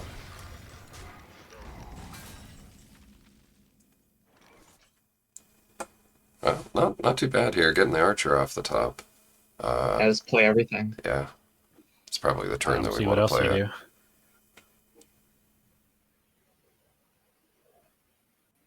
Well, probably carefully hover over the Elven Archer for a predetermined amount of time, then hover it on the board, play it, shoot your own face, then maybe carefully hover the Doom Guard for the exact same amount of time and then play it. That's true. I don't know. I think there was real consideration in the Elven Archer self-face play Yeah, there. yeah. 21's kind of the magic number there, right? Because if you divide it by 7, it's 3. And 3 is the number of games you need to win in order to advance to the next round. So yeah, maybe a missed opportunity there. I think this is just Acolyte Whirlwind Battle Rage if you don't draw Execute. Yep. I maybe wouldn't have been so... Okay. What I if thought you he just do draw instead Execute? played the Battle Rage. Alright, that's really bad for. It turns out if you do draw the Execute, it is quite good. Ooh, it was a in this nice trade situation. here though. Yeah, I also do want to point out, though, that Manthias is running out of cards, and like Battle Oh, Rage what for a 1 draw. isn't helping too much. Yeah, Doomguard, nice thing to see here. We've already seen one execute, Yeah. and the Cold Light is going to be very, very helpful here. Yeah, it feels bad to give two cards, but knowing that the Doomguard just got drawn, it's a little bit... Obviously, Manthias doesn't know that, but it makes Raise things a little bit better. Alchemist. What is this last? I think it's just tech against Freeze Mage. Probably a little worried Yeah, about that makes Doomsayers. Yeah. And of course, the extra 2 damage for Doomguard. Yeah. It looks like there's an owl in there as well. Yeah.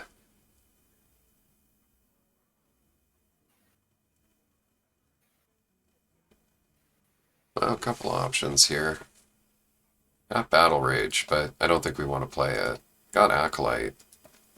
We're not getting the most value out of it. I feel like we almost want to play like Acolyte with our Pyro here and then Commanding Shatter Battle Rage. I don't really love any of these plays, to be honest. Yeah, it's got a bunch of nothing. Well, once a Worgen enters the hand, there'll be a bunch of damage. But until then, yeah, the question of whether to play the Acolyte or not here. I think it's a reasonable thing to do. I think that's what I would have done, just drop the Naked Acolyte. Yeah.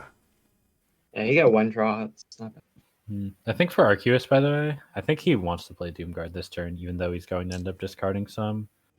Yeah, The question I is, think does so he too. want to play Harvest Golem and discard the other two?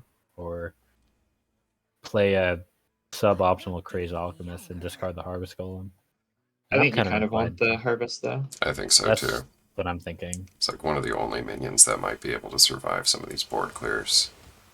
Oh, wow. Actually, getting the silence here is potentially non-trivial. I mean, Some good draws for Arceus this game. yeah. Setting up for a big Pyro clear, though.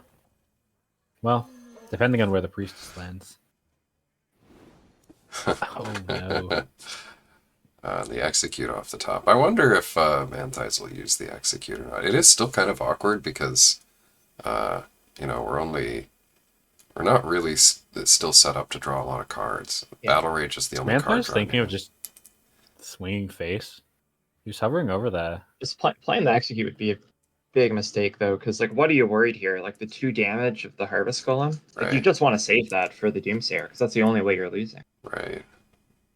I actually really like the idea of just playing playing the Arcanite Reaper and just swinging face. It's a little bit risky. You get pretty owned by taunts. That seems pretty reckless though.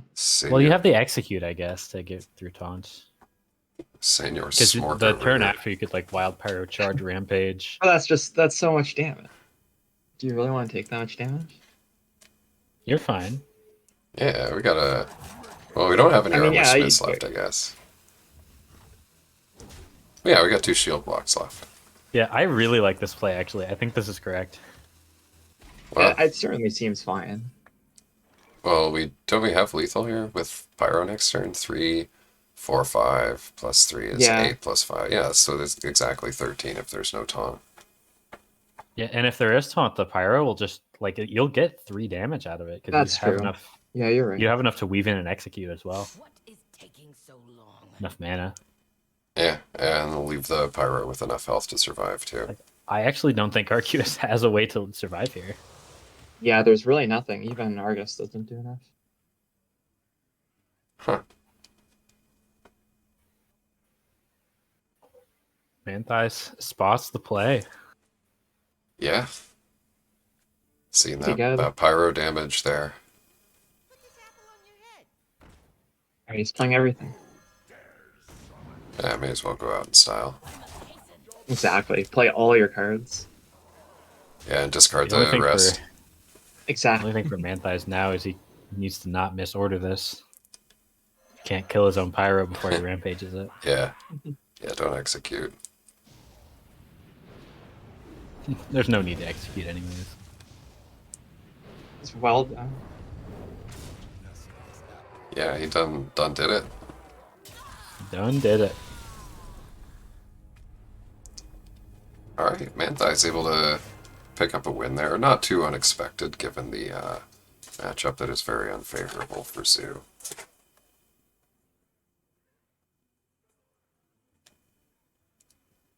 And so that'll mean he's got just his, let's see, Druid left. Is that Yep, correct? just the Druid. Okay.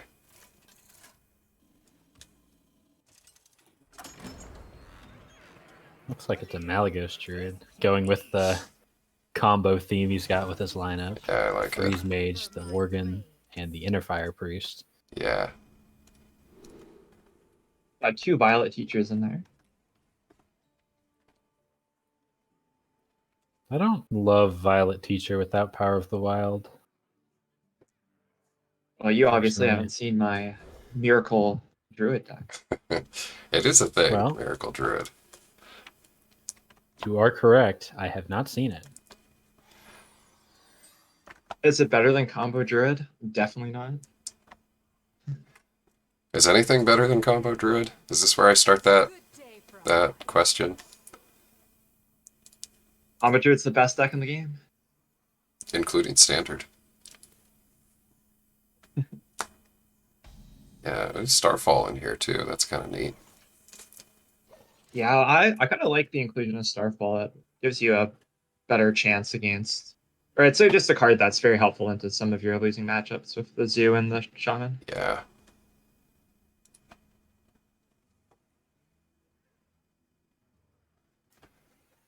Well, if I had to pick one deck that I needed to win a game with, it would probably be Miracle Rogue. So at least Arceus has that going for him here. Definitely.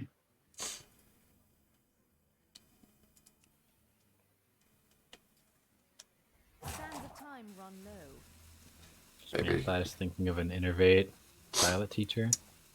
Yeah, it'd be, I mean, it seems like it, 3/5 body is fine, but we're out of spells after that. We don't have Wrath or Moonfire or anything like that. Just gonna opt for the hero power, and Arceus got a sap in the hand here as well. Yeah, I think we probably would have just seen the sap come down and Manthais would have been sad. Yeah, spending turn 3 crying in his hands. Many such cases against Rogue. Well, pretty reasonable starting hand here for Arceus, as long as he can make it to turn 5 here with the Gadget's Hand Coin Conceal. I think it's going to be pretty smooth sailing for him, even drawing the Fan of Knives here. Might be worth waiting, just because we got the prep in hand, but we can use prep on another spell also. Also against the potential Violet Teacher incoming. Yeah, that's a good point. So we actually do kind of want our AoEs there. But even so, the Violet Teacher, what do we innovate out of hero power? Well, that makes dealing with the Violet Teacher a little bit better. I think you're more inclined to just tempo sap it. We're I guess having there's 2 no in big hand, taunts. There's no big That's taunt a in good this play. lineup, so yeah. Yeah. you can afford to use sap for tempo. One turn closer to that Gadgets and Auctioneer. Alright, now Teacher, double Innervate, and then Nourish. Swipe face. Yeah, that seems like a pretty strong turn here, creating 4/1/1s, having, I don't know whether you Nourish for mana here or cards.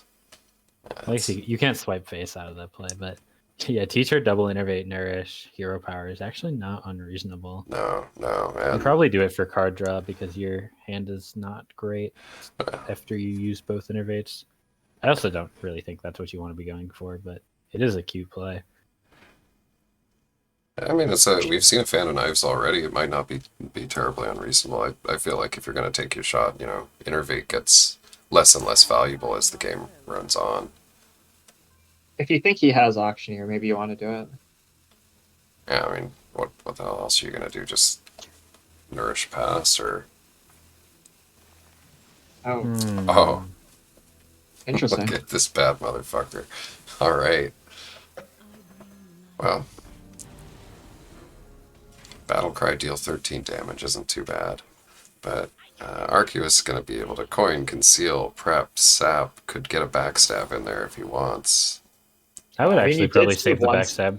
I would You too. did see one sap, but it was sort of tempoed out and sort of kind of implies that there's another one in hand, though. Yeah. Not necessarily. There could have just been no good answer in the hand, which there really wasn't. I guess there was like a Or Yeah, would it's you like then the wasn't Eviscerate, but no yeah. good way to combo it. maybe just tank the damage then? Yeah. I don't know. I mean, I can see the idea of getting your opponent low, and Manthice also, being up 2-1 in the series, can't afford to spend a game here just free rolling. Like, if there was no answer to Alex, maybe just win there. So I don't That's hate true. it within the context of the series either, but, it's just such, Yeah. it seems so consistent to just play the Teacher and double Innervate, and, you're summoning 1/1s out of the Innervates rather than just playing them to get a sappable target down. Now, this is kind of an awkward position. Yeah, you really want to keep pushing damage, but you don't really have the best hand to do so. That's right. I do something with the Teacher, maybe, or that guy. Yeah, I don't hate Keeper Hero Power Face, I don't either. but I don't really love any play here. Yeah, Nourish for mana is okay, I guess. Puts us on 9 Let's give next them- turn. Let's give them Savage Roar top deck potential. Yeah, Yeah, it might that's just a be good point. bluffing the combo, honestly. That's a good If you point. ask me. Play a bit inefficiently just to try to dig for his Farseer. I believe he has one in this deck. A lot of damage here for Arceus. Got 6, Yeah. 10, 14, 18, 19, 20, 21, plus prob- 4, 25. Yeah, there's definitely like a 2-turn lethal you set up here as Arceus, probably. Just say I hope he doesn't have combo. That's Yeah. an option. Well, That's kind of what I'm thinking here with the hand. yeah, I Maybe think you digging use for your cheap spells Farseers- first. Use like Backstab, Deadly Cold Blood to try to dig. But Yeah. if you don't find it, then you just send everything face. I would totally agree with that. I think we start with the backstab on our own Auctioneer. Every step closer we get to Earthen Ring means we get that Shadow Step used, and we have so much damage. We really don't need to use the first Shadow You Step. used to with do Leroy. something. Yeah. Don't have all day. Does he have enough time? That's where Nas Dormir comes in. Yeah, that's right. Thing.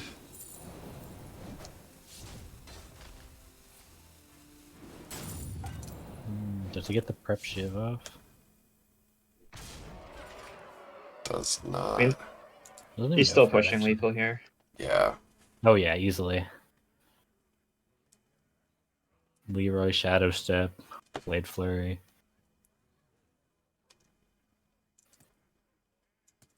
I'm starting to see some synergies with these rogue cards. And even this Gadgets and Auctioneer, though it's not a rogue card. Yeah, really crazy that there's all these cheap spells for Gadgetan. Somebody, Yeah. I think more people should be playing this deck. Yeah, it's kind of a sleeper deck. You just don't see it too often here. Pretty tough situation here for Manthai. It's really like no way to heal and clear in the same turn.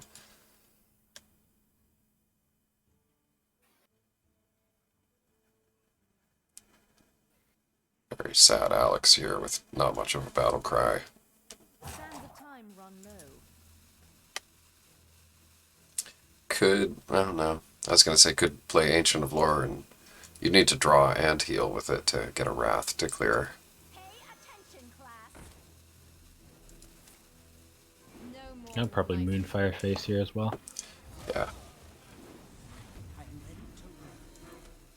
Doesn't end up making a difference, of course, but There's Yeah, only it's one just- copy of Savage Roar. I just noticed that, so greatly diminished odds of drawing that. Oh, wow, I didn't 1 even in realize that. 21. He's only running single combo in this deck. Yeah. 1 Force, 1 Roar. Hopefully Arceus sees that he is lethal here. Okay. I'm pretty sure. Double, triple check the math. Got plenty of time. It's 75 seconds to count. Yes.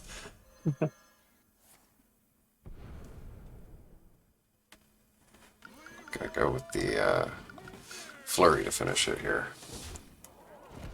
Alright, so Arceus staying alive. I believe that ties the series up 2-2 here. All down to the last game. Yeah, let's see. So Arceus got Druid left. It's gonna be a Druid mirror. I think it's Warlock versus Druid. Yeah, though, Arceus' is it? Druid got banned. He's Okay, yeah. got a zoo, it looks like. So zoo into Mali Druid. Yeah, it's Probably not- more favored into zoo than other Druid builds because he's got those Yeah. Moonfires, but it is zoo into Druid. We've That's true. how the matchup is supposed to go quite a few times, I imagine. Yeah, it's not that simple. There's an Argent Squire, Moonfires. There's a Harvest Golem in there. Starfall. A lot of stuff. There's also, 2 taunts. There's a lot of expensive cards. The Alex and Yeah. Malygos. If you draw those early, you're kind of Yeah. sitting on a brick for a while. Could go so well or so bad.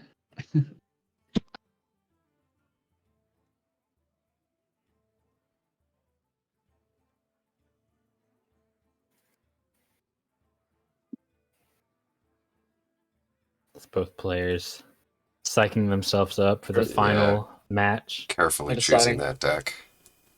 making sure you don't Deciding how to misclick. play. That's right. I mean, it's a mental game, right? You don't want to just jump into a match if you're like freaking out or you're super tilted. You want to calm down a little bit. Yeah. Strange, because I keep seeing people tilt Q up on the ladder all the time. Yeah, tell me how that goes for them. Usually, Yeah, rank 1.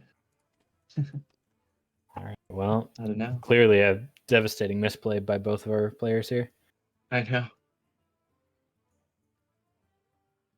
I heard if you want to get rank 1, you just got to queue up 16 hours a day. And Okay. Yeah.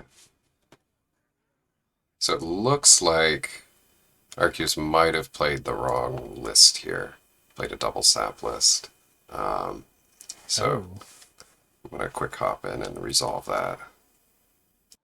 that is Yeah, a sounds problem, good. isn't it? yeah, because the Alex play was definitely contingent on single zap.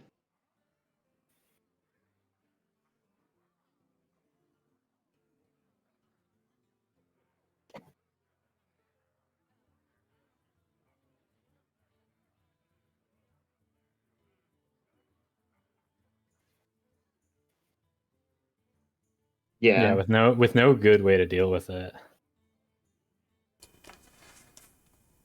yeah, So- because that's with single sap, that's probably game winning. Because if you're using like 2 eviscerates to clear that off while you're at like 15 HP, that's pretty bad. right. Maybe not game winning, but you definitely a losing situation for the rogue.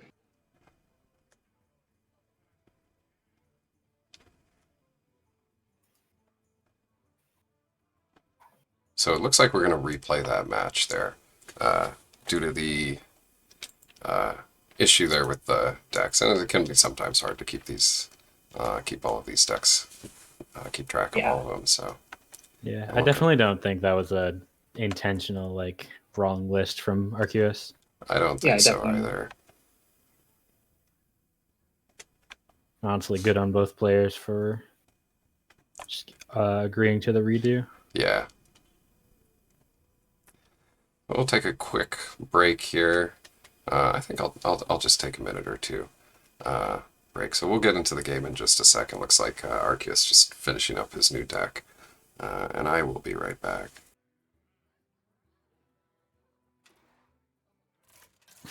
And the match starts with They're cooking the popcorn right perfect timing. there. All right, Rogue versus Druid. Class is in session. Remember. Getting Round deja two. Oh my gosh. Opposition Everything all fell right? over. He knocked over everything in his kitchen. Yeah. He walked into his kitchen. Leroy was waiting for him to deal 6 damage. LeBron James. The whelps won't save him now.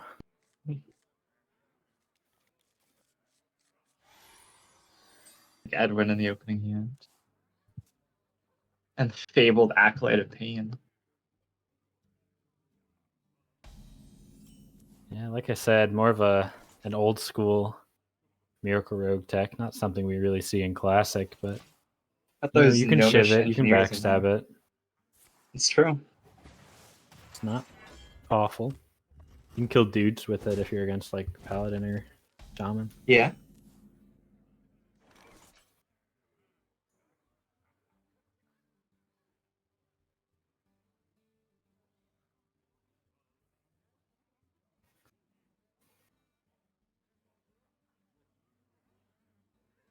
You can coin it out on an empty board. I'll coin out of the Edwin. That's probably better, as it turns Edwin's out. good play here. Yeah, one turn late on the wild growth, but I think you probably play here anyways for Manthias. Yeah, I feel like that's your best play here. Turns out 3 mana wild growth. Still not a bad card. I mean, this is fine too, and then if we I can don't trade like it it. nicely. I don't think it's as good as just the Wild Grove, but I think it's actively worse. I think you really want to get this Yeah. wild growth down, because if you don't do it this turn, like look at the mana. Yeah, You if have you're not 2 playing it 5 now, mana cards in your hand. Like if you're not playing it now, you're never playing it. Or you're if you're playing it not when playing it it's now, like what does way your too next late. turn look like? You're like wild growth passing or something. Yeah, no, you're right. That's pretty bad. But Manthias finds the Wild Grove. Turns out Wild Grove is a good card. Turns out you probably just naked Acolyte here as Arceus, to be honest. Yeah. I wonder. Which honestly isn't the worst play. And then you can shiv it or something next turn. I wonder if you even bother. Looks like Arceus actually wants to get more pressure down, but it's kind of why Acolyte fell out of play. Like, you're already seeing why it's not super useful. Yeah, I think he thinks Manthias' hand's a little bit weak. Like, my thought there is, I don't want to keep being super critical, but if you're not playing Acolyte there, I'm not really sure why you're putting it in your deck. Well, I don't know why it's in the deck, so I mean, that's fair. One of life's great mysteries.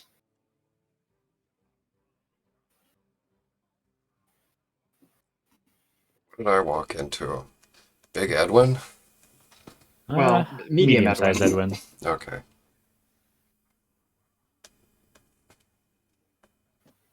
Well, looks like a pretty decent position here for Arceus.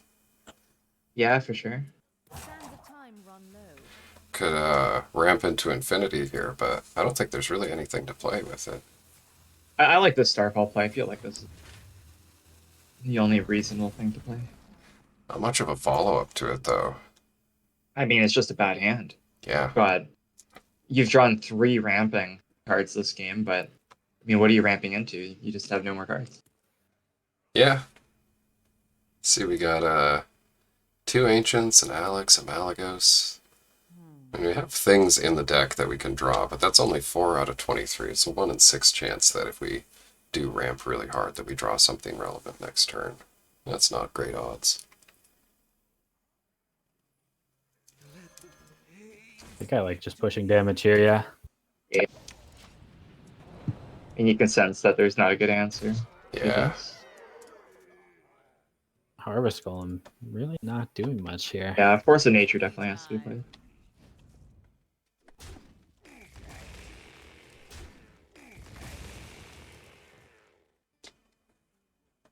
You could just go face.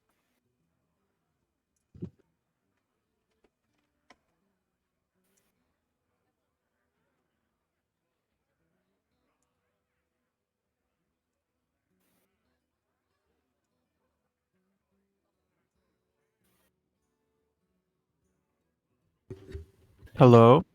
Hello. Hello. We are joined by yet another member of the party we got going here at Labore Sangre. Welcome to No such thing as too many casters. Sure.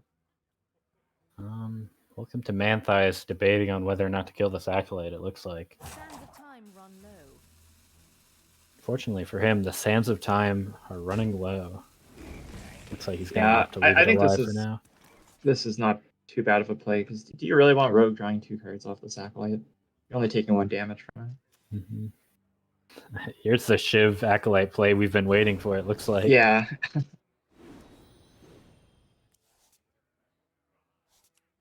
Not really the draws you're looking for, though.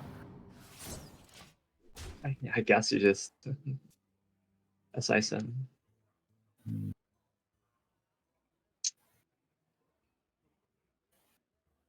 We're sort of running out of HP as the druid. That's not too good. Yeah, you can double 3-drop here.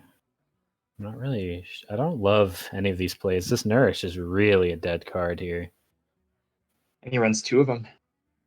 I think he only runs 1, right? Really?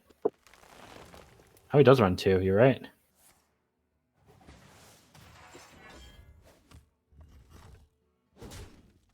I guess he's setting up for Alex next turn. Yep. Oh, well, Green Man's here.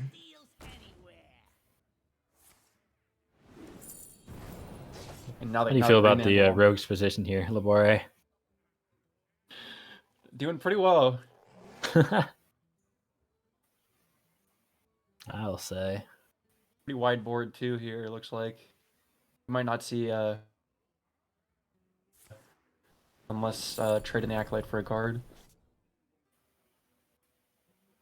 Yeah, I may be tempted to trade the acolyte in here and just get the eviscerate face. Especially if those draws. No, No? I don't love Looking for the that. conceal. Yeah, I guess it just was giving himself the highest chance to draw conceal. Sadly for Manthias, doesn't really have a way to deal with this auctioneer outside of like a Moonfire Keeper hero power. Thank You for could hero keep her power to in this. silence, but you're taking a lot of damage if you do that. I mean, even if you're attacking with the hero power, 4 damage with 18 left is pretty bad. I mean, we know what Arceus has though. Like, I'd probably lose you the game. Mm-hmm. It's actually not quite lethal for Arceus because there's no dagger out. This is only 17 damage from hand this turn. Right. Cold Blood or a Shadow Step draw would be enough, but one Cold kinda- Blood's already used. Thighs was already under 15 HP, just so that Manthias could Moonfire, but Sands of time run low. wouldn't make sense at this life total. Just the fun play.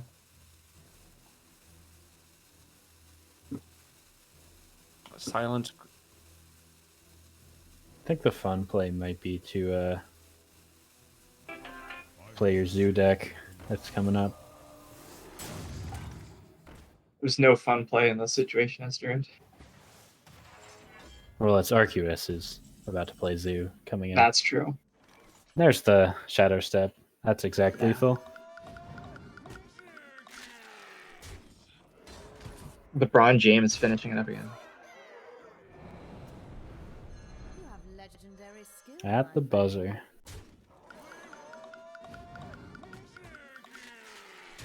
A niche tech card over there.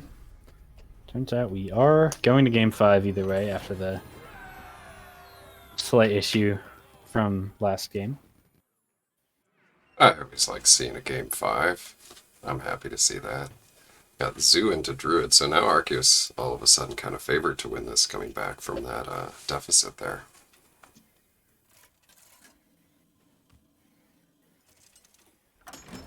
Yeah, we were hyping up the Zoo into Druid. There's a lot of ways this matchup can go, and A lot of good Oops. cards into Zoo on the Druid side. yeah. I was briefly talking about this in the Discord somewhat recently. I actually don't think you keep Farseer into Zoo. I don't think so either. It doesn't really do anything. It's a 3/3. You get 3 health back, but it just dies to basically anything. I mean, And yeah, it like doesn't- Zoo has so many buffs. Like they're going to be able to kill it with one minion. Yeah, just an abusive sergeant on like an Argent Squire or a Void Walker or something just deals with it, and Yeah. the 3 health that you gain back isn't really that impactful. Do you keep Wrath? You know, some people have talked I about keep that. Wrath. I think Wrath is Yeah. good enough. I think so. You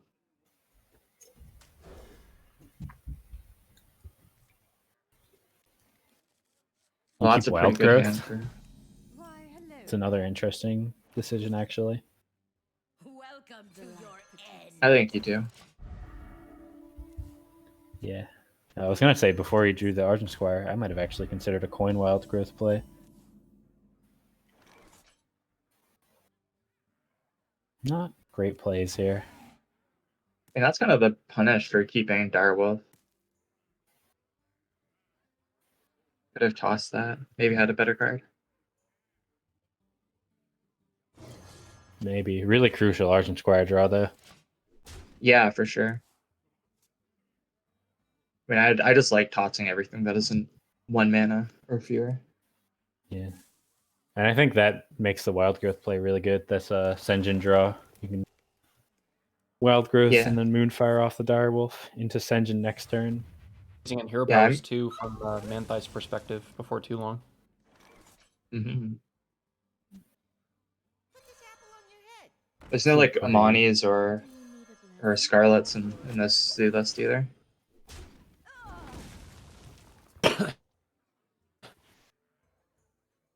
Yeah, opting for the Harvest Golems instead. Yeah. And while the Iron Beak Owl is sometimes crucial in this matchup, this Druid list just doesn't have a lot of taunts to be silencing. There's no like Ancient of War that you're silencing to get through.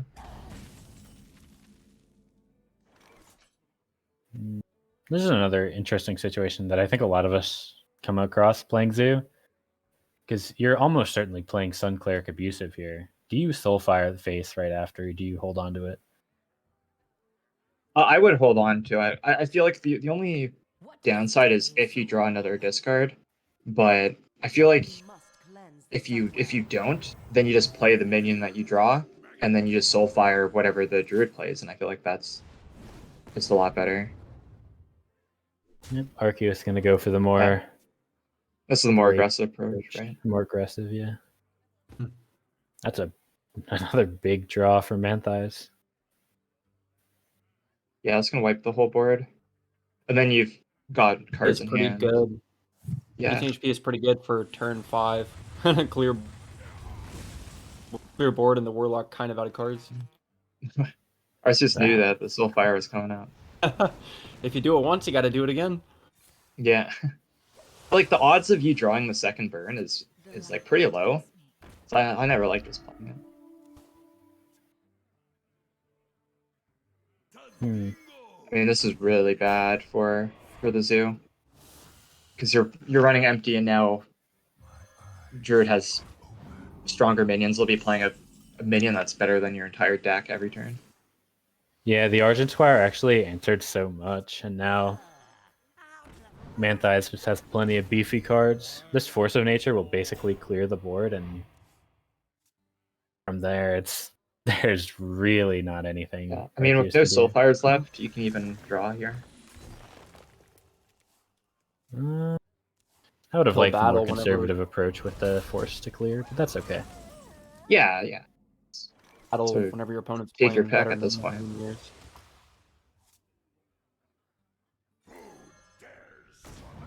Doom Guard's there, but not quite enough. Now the Force of Nature should come down. I actually kind of like Double Keeper. Oh, true. I did not even notice that top deck. Honestly, I would Double Keeper and then just send these 2 minions face. I'm not worried Yeah, about the Argent Squire. It's not going to get anything done. Yeah, the game's basically over here. There's very few losing lines.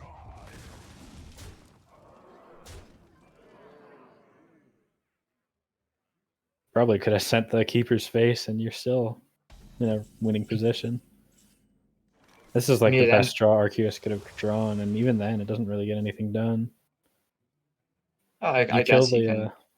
Yeah, kill the lore. well, the Argus works kills too. the Farseer, but that still just dies to Force of Nature. That's Gotta it. play Malagos here. You might be right. Sadly, Mantha is going to be boring and just win the game. What a Yeah, nerd. You have let Am I me right, guys? go, my friend. I respect it. flex card, Yeah. flex position. I mean, really key to this matchup was actually the one of tech cards that Manthias was running with the Argent Squire and the Starfall. That's pretty cool to see. Right. It's a nail in the coffin. Yeah. So Mantha is able to clinch it there, going up 3-2 in that series. Those are a good, entertaining series. We even got an extra game out of it. Best of 6. Yeah, big shout out to Manthias too for showing good sportsmanship there and allowing Arceus to replay the game, not putting up a fuss. Every once in a while we pick the wrong deck, forgot what we submitted. Really nice to give his opponent the benefit of the doubt there. So let's look in on our bracket and see where we're at. Make this a little bigger. So our first semifinals match we've got here, Darth Nova against Mortimer. Both players advancing past some very strong opposition, multiple-time tournament champions. So should be an exciting match there. We've also got Freaks here in the bottom bracket, advancing past Quatash and I Shield. don't want to hustle you too much, but I think the our first semis might actually have started. I think Darth Nova and Mortimer might be queuing up right now, so we might want to just jump right into that. Alrighty. Your wish is my command.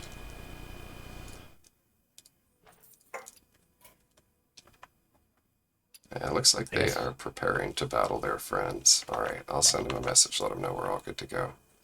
Yeah, while that's happening, y'all, Amber and Labore, want to talk about the deck list we got going in?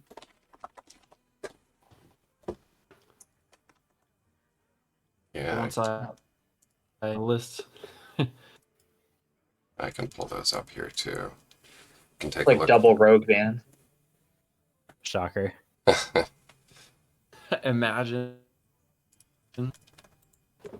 Yeah, a lot of times in these tournaments we definitely see players opting for either a anti-druid or an anti-rogue kind of setup.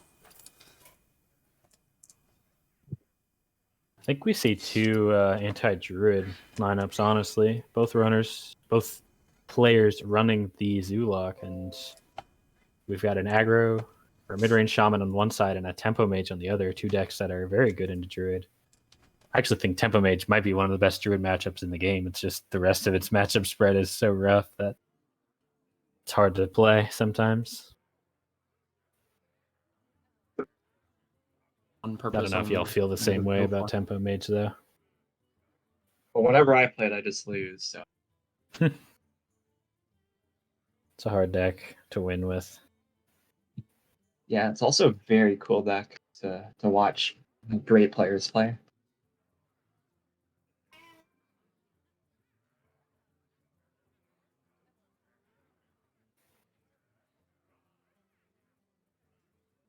Yeah, I'm looking through. There's nothing super noteworthy to point out other than that. So we really just have the those two Yeah, these decks. are pretty. We've got the one mirror entity, one counterspell tempo mage versus the one fire elemental, one argent commander shaman.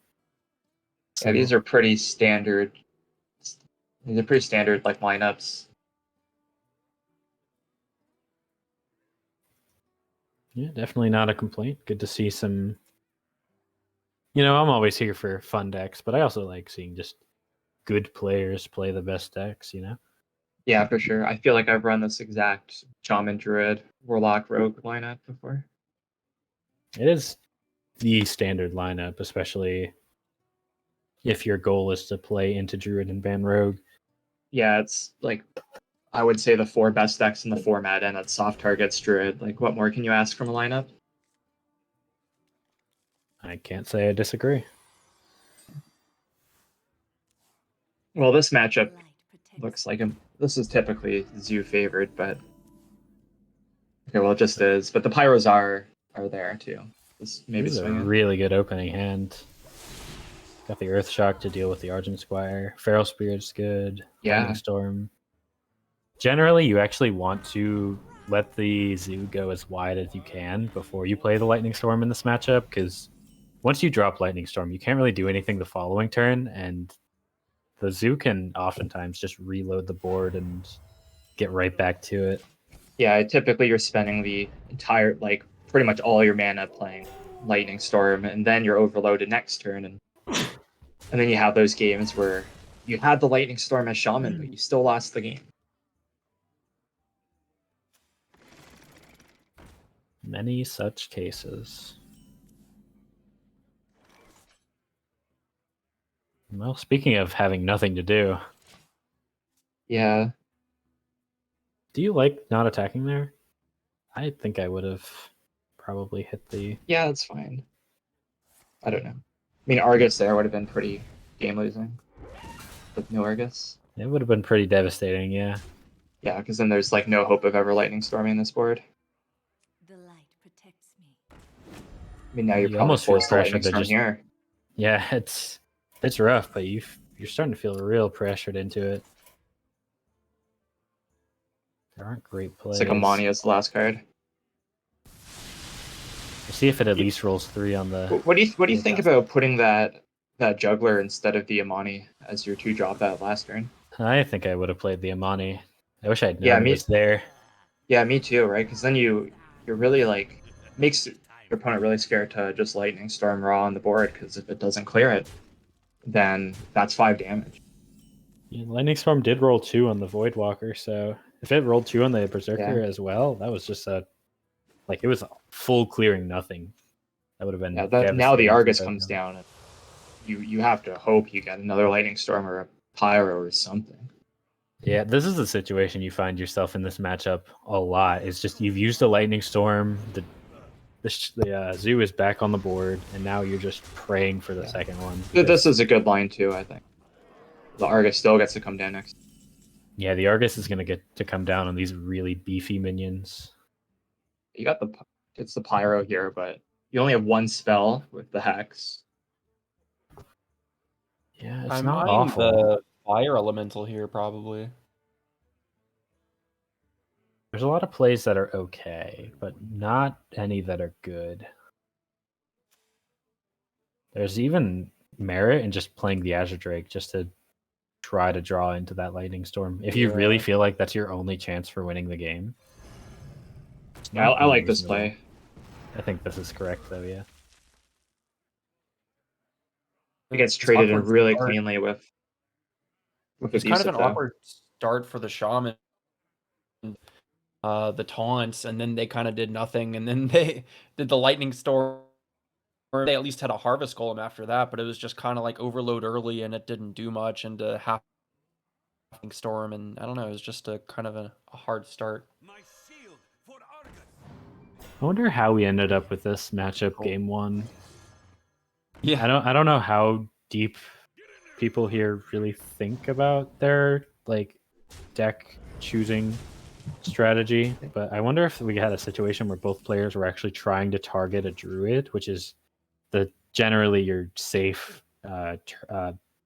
game 1 pick, and so I mean, but I feel like Druid would be so weak to play into an opponent that's like list is like all 3 decks are losing for the Druid. I'm more well, of yeah, a but fan of just both players are in the same situation, right? So that's true. I'm more of a fan of just leading with a deck that I know beats all 3 of my opponent's options.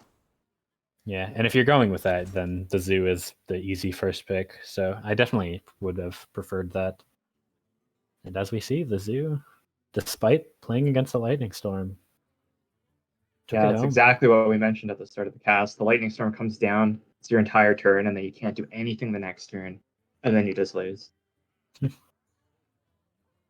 Yeah, a little bit unlucky with the lightning storm, but it only ended up mattering with 1 minion, and then there were another 3 minions on board right after. Yeah. Wave, clearing the first wave, and then there's another wave of zoo minions, and then Yeah. Warlock hero power, pretty crazy. I understand why people hate playing into Zoo. It feels like there's nothing you can do. You've made all the right choices and just lost. I must protect the wild.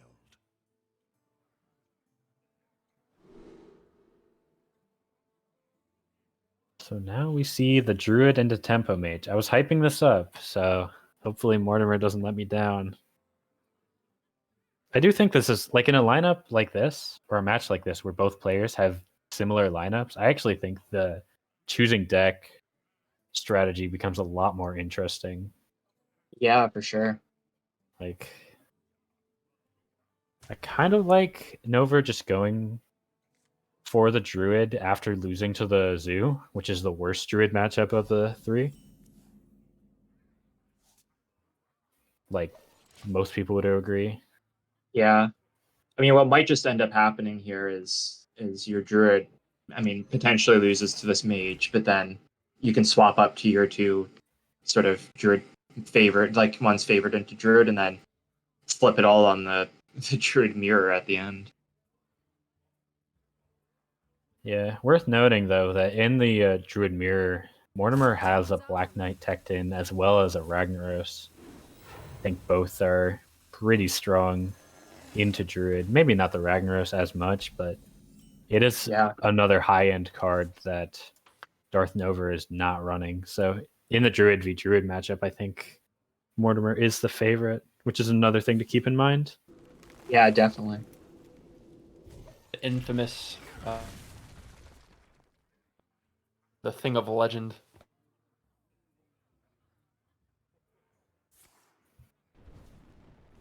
Also double Yeti, double Senjin. You know, odds of you just the 4-drop slot is got more bodies. I will say I actually didn't love the Mana Worm play that Mortimer went for. There really wasn't a great follow-up. There was a Frostbolt face potential, but Mortimer didn't go for it, and now it's got this Mana Worm that he isn't really ramping up, so getting those 2 minions on the board sounds really good, but didn't really get that much benefit off of it, and just ended up burning the coin for what ends up being a pretty inefficient early curve.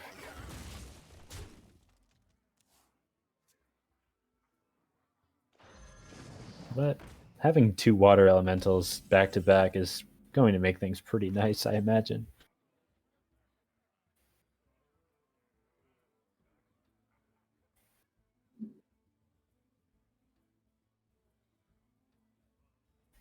And no easy way to get rid of these water elementals.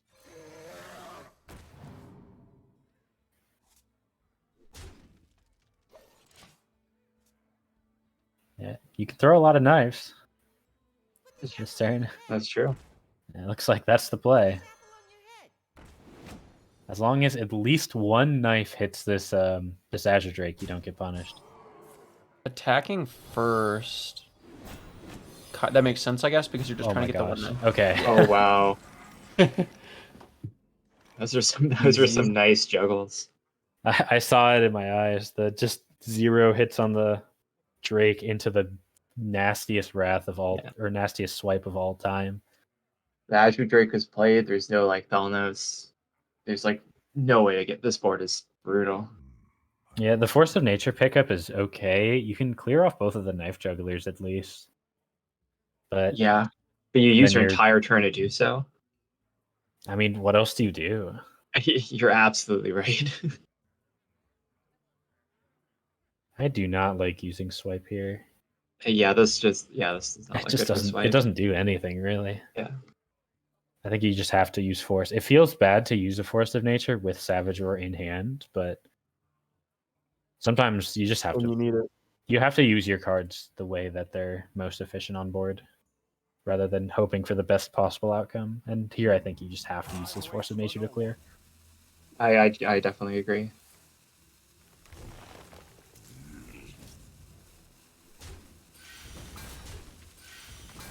Feels like the mage has the tools to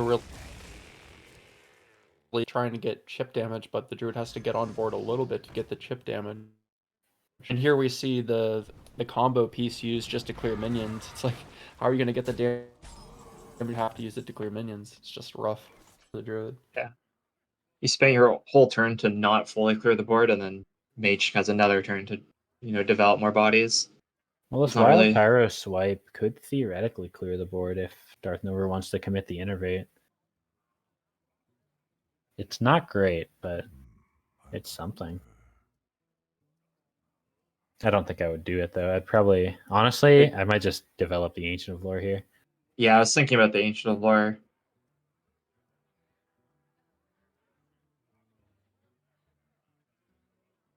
I mean, Mortimer also does have the answer to the Ancient of Lore too. It's kind of all it sucks.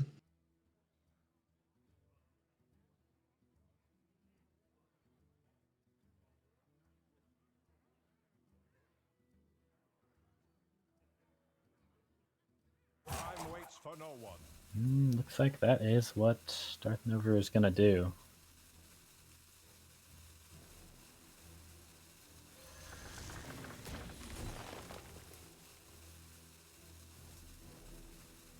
Not bad pickups, except maybe the Harrison. Yeah, not good pickups. Not good pickups.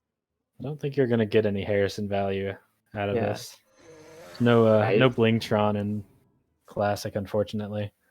Yeah, just freeze this guy. It's looking all over but the crying, though, to be honest. Well, this Argent Commander is nice. You can efficiently deal with the Drake. There's still that swipe Pyro play. Actually, is there like a Pyro Force play that can work? Yeah, you actually you Pyro Force. You hit the Yeah, 3/6 that twice clears. and the 4/4 once, and then Innervate Hero Power, and the Innervate kills everything. If you feel pressured enough that you have to deal with this board, that's how you do it. Right. Yeah, and that does make sense, but that just feels. I still feel like that's not even a situation that you're too happy with the outcome. I mean, you're not happy, but you're also not dead. That's true. You got to decide whether you want to be happy or dead. That's a pretty That's cool it. line. It is. I did not see this line at Spellican. Yeah, I was thinking of some as well. It took me a second. Now Darth Nova, he has to decide if he wants to go for it. He can swipe as well, but it doesn't clear off the Azure Drake. So you're just tanking the Yeah, he gets the Harvest Golem developed at least. How much burn does this? Oh, speaking of burn, I was just thinking like Ooh. you're taking away, but I mean you can save the combo. You have. I think you just play the whole hand. I would loot Hoarder over Ping here. Yeah, me too. You want that draw? The combo's not quite lethal. It's only 18 damage. You might Yeah, have to there's, close the nature. This list that Mortimer is running does not run Ice Lances. It's double Frostbolt, double Fireball, double Arcane Missiles. We've already seen a Frostbolt and a Fireball. I believe we've only seen one Frostbolt. Might have a little issue getting that last 5 damage then, maybe. Yeah, it's something that Tempo Mage kind of struggles with sometimes. You are not, you do this a lot where you just kind of run out of steam and suddenly your 1 damage hero power isn't quite enough. So this I mirror like this image play. Yeah. is really good. We might actually have to see the Savage Roar committed from Darth Nova to actually kill the Kirin Tor using Savage Roar and Argent Commander. Yeah, that's definitely the play, I think. Or definitely a good play. You can Yeah, also 'cause it- just heal up before, maybe, I don't know. He could heal up. Could also Azure Drake hope for a Wrath, but if you whiff, you're at 1 health. No, And if I like the there's any Savage Roar damage play. He's got one. Mortimer's got one card. It's been in his hand for a while. If there's any more damage, he would have played it.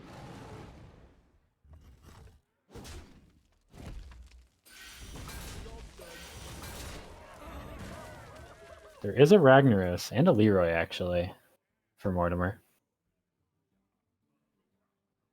I don't like using Flame Strike here. I see the logic behind it, just trying to get all 3 Arcane Missiles face. I don't think that's good enough, to be honest. But maybe I'm wrong, and he just needs to be pushing as much damage as he can. I mean, we know that the lore is in hand, but really, what's the damage breakpoint you're trying to get to with the Arcane Missiles face? I mean, you're just trying to do as much damage as you can, so when you draw more, then it's enough. I think I would have healed there. Yeah, well, Anyway. what are you playing here now? Guess you. Where shall I strike? I mean, even Leper Gnome draw is lethal now. I don't like that. Yeah, if he healed, he would have actually survived. Like, Yeah, heal plus hero power would have put him at 8 health, and the fireball plus ping is only 7. that's tough. Tough way to lose. Yeah. Obviously, like, there's a possibility that the mage would have just drawn more burn the next turn because the mage wasn't going to die. But that's the play that would have extended the game long enough, is healing yourself. Yeah, because then you have the 5/5 on the board. Your hero power still cancels out the mage. I don't know. It would have forced mage to have to draw into a second burn, which I think is good for you. Yeah. So that's 2-0 to Mortimer. And he's got 2 bad druid matchups, but as mentioned, he does have the favored druid in the mirror.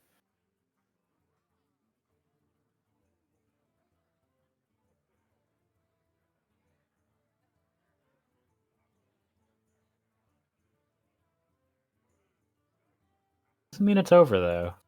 It does not. Very, very likely this series does go the full distance, and then there are specific cards that win the druid mirror, but it's not guaranteed that those specific cards will show up.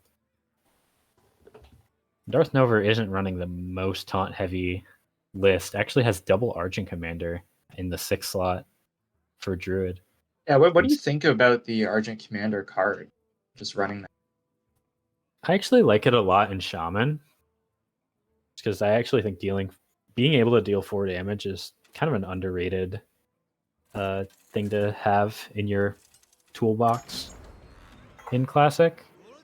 Plus, it Right. it has nice synergy with like Flame Tongue Totem or Rock Biter Weapon, because you can just deal with a big threat and not die because of the Divine Shield. Yeah, for sure. I don't really like it in Druid. I'm not gonna lie to you. I think that the other options are like either Sunwalker or Legendaries. I think both are generally better. You do have Savage Roar to enable it, but I don't feel like that's enough. And you already have Swipe for 4 damage. Yeah, Swipe no, and Druid. I tend to agree there. That's my thoughts, at least.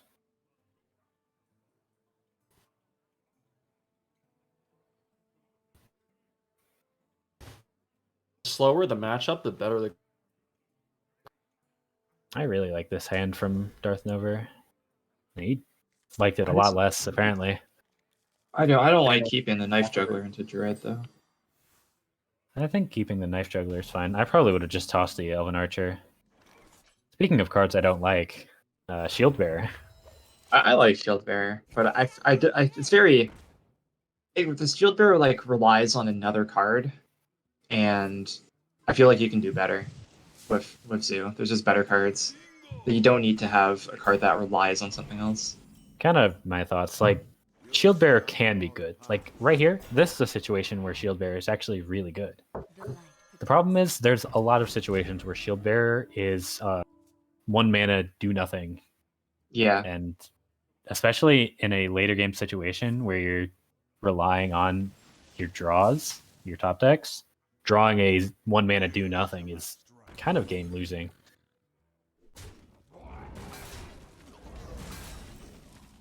Love those trades either, but I guess he did what he had to do to kill the knife juggler.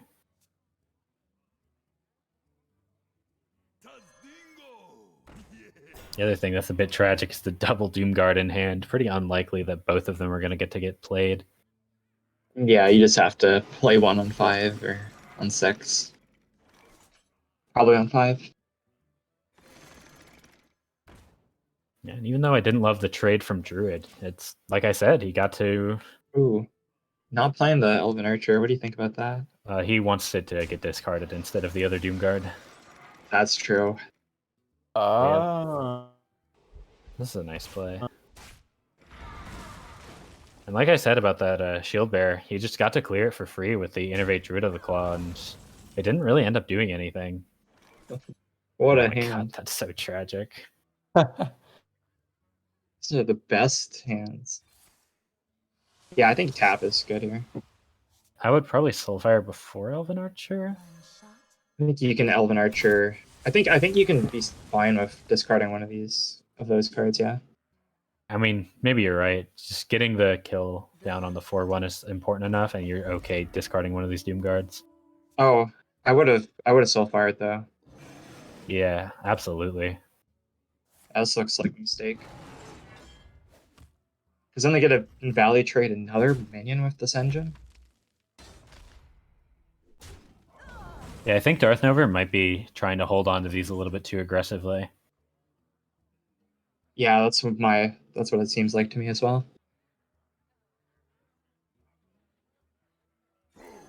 So you're really just gonna hope the Soulfire doesn't get Oh discarded? wow.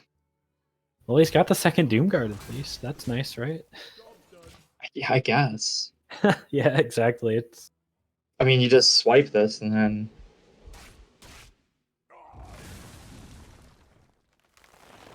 yeah, it feels bad for Mortimer, but I don't actually Not think bad. it puts The him in that position's- bad of a The situation. position's not bad for either player. Would you have played the Flame Imp over tapping here? No, I would have just. Actually, no, I might have played the Flame Imp. But that does put you pretty low. Like, do you really want to be at 14? Oh wow, he's not even gonna I play guess it do you out. really want to play the game? I assume he saw the sweat or the wrath that Mortimer drew, and that's why he conceded, and it just didn't Yeah, it probably showed up quite in the deck register tracker. on the Yeah. restream. Wow. But Quick yeah, freezing. once that Doomguard got wrath, there's really no coming back. Yeah, definitely. So we got a 3-0 actually for Mortimer. It looks like. That's kind of cheering for Darth Nova there. I was looking at the bracket and played against some really tough opponents. Yeah, I mean, not that Mortimer has played against easy opponents. No time to That's cry. true. and Mortimer's Sator have also both, played against. Yeah, both both won players multiple played tournaments. against only tournament champions. That's tough. Tough road, and both were able to make it all the way to the top 4. Really impressive Yeah. stuff. Really shows like all the players who are on the top 4 are really good. You got to be really good to win one of these, as it turns out. It's lucky. Yeah, I mean, Health. there's only Hey. one tournament champion in the VC right now. I'm saying there's only one player in the world who's got a 100% win rate in these tournaments, and That's true. got him right here producing the stream right now. Opposition. Yeah. Yeah, not everybody can get lucky one day out of the year, one day out of their life. You're the undisputed best player in North America for that month. That's right. That's right. Yeah. Happy to do any mental gymnastics you want to do to pump up my ego here. All right, let's take a really quick look at the bracket here, guys. We got 3-0 for Mortimer here in the first semifinals match, so he'll be advancing to the finals. Darth Nova will be able to have a shot there in the third place match at that wonderful rainbow-colored duct tape set that we're offering. Got Freaks and Man-Thighs coming up here. I believe at least Freaks is bringing Priest, right? He always brings Priest. So maybe we see a little bit of Priest action. Otherwise, going to get that match started here shortly. I suppose we could also take a quick peek at the deck lists as those players are getting up and running as well. So let's start off, we'll take a look at Freaks' list. He is not running Priest this time. So he's got Druid, he's got Paladin, he's got Rogue and Warlock. So this Druid has 2 Acidic Swamp Oozes. You don't see that every day. It's also got a Gnomish Inventor in it. How are we feeling about those? I don't like Gnomish Inventor. I think every time I bring up this card, I talk about how much I don't like it. It's a terrible card. I think it's about the line. fifth or sixth best 4-drop that you could add into Druid. Alright. Looks like the jury's not even out on that one. How about this Paladin deck? Looks like an aggressive list here. Got 2 copies of Novice Engineer, only 1 copy of Arcane Golem, and Blessing of Wisdom. What's that all about? Not a lot of card draw, I guess. I'm also not the biggest fan of Novice Engineer. It is a guaranteed card, and I guess it just replaces your hero power when you want to use it. But I don't know if you really need to thin your deck in a deck like this. Still, it's an aggro paladin. It can do a lot of funny things. Unfortunately, no Mukla, though. That's the real tragedy. Yeah, strange choice not to bring Mukla. I feel like this is one of the best cases, probably the best deck in which to bring Mukla, because we directly benefit off of giving our opponent cards, right? We have Divine Favor that can help us turn those bananas into whatever kind of burst damage we want. So, yeah, a little bit different of a list here, but he's been successful with it so far. And then we got Jungle Panther Rogue. Looks like that's replacing... what? A copy of Earthen Ring and maybe a copy of Sap here to put those in there. How do you guys feel about these Jungle Panthers?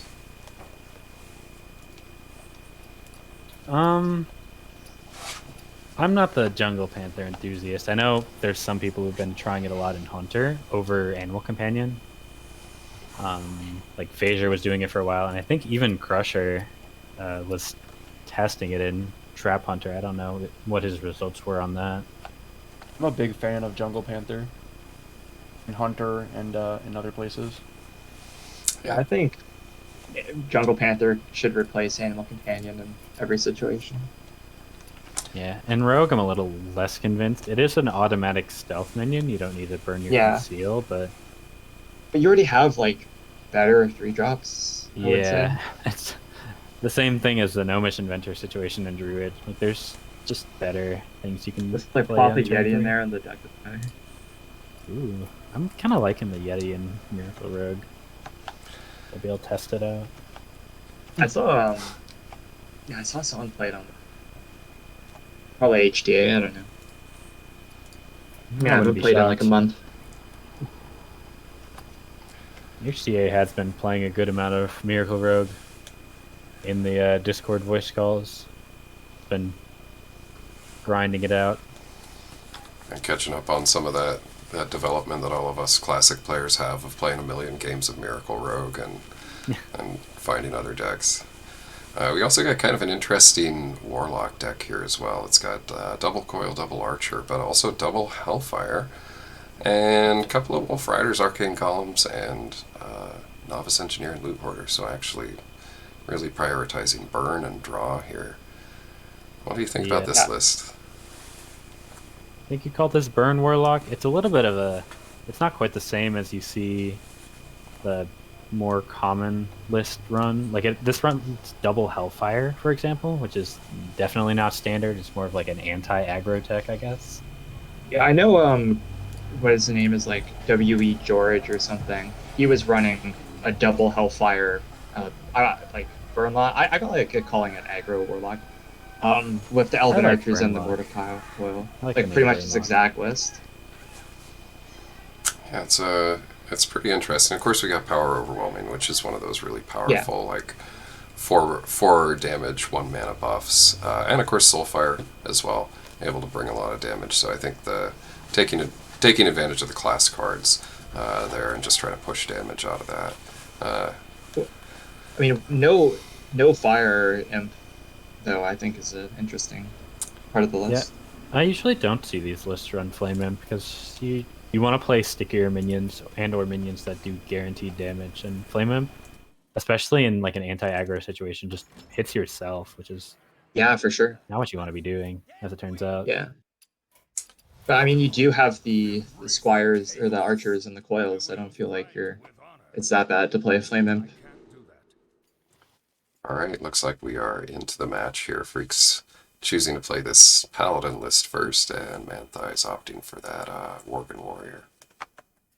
Yeah, we've talked about Manthai's list a bit as well earlier. It is 4 combo decks with the Inner Fire Priest, the Worgen Warrior, the Malygos Druid, and the Freeze Mage. Fortunately, the Mali Druid is going to be banned, so we've got all 3. Maybe the 3 like pure combo decks if you want to subscribe to that kind of deck classification. But he's going to win with a lot of burst damage, or he is not going to win, basically. That's not entirely true. Inner Fire Priest can actually win in other ways, but the other 2 are... We're going to see a lot of bursts coming in, basically.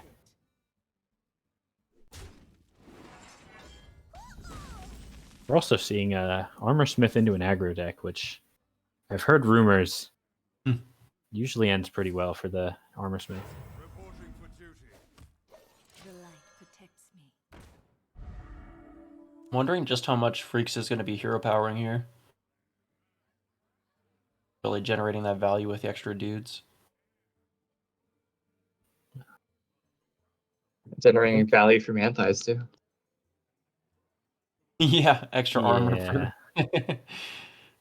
He wants to get the Knife Juggler, Argent Protector next turn, I think. Which is why we didn't see either of those cards get played this turn.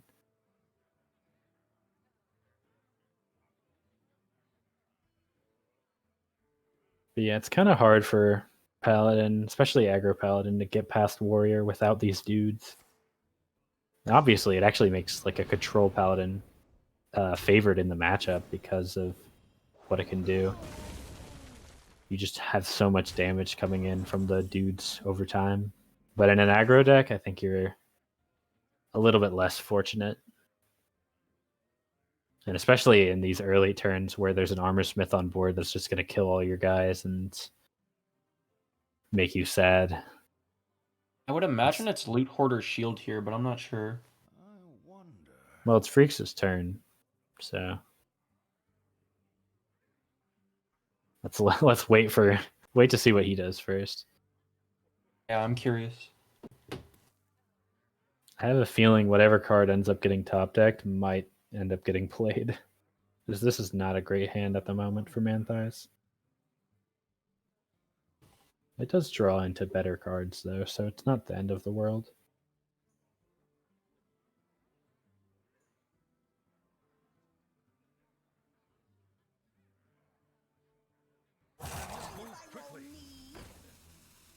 I don't love this. I see what the logic was.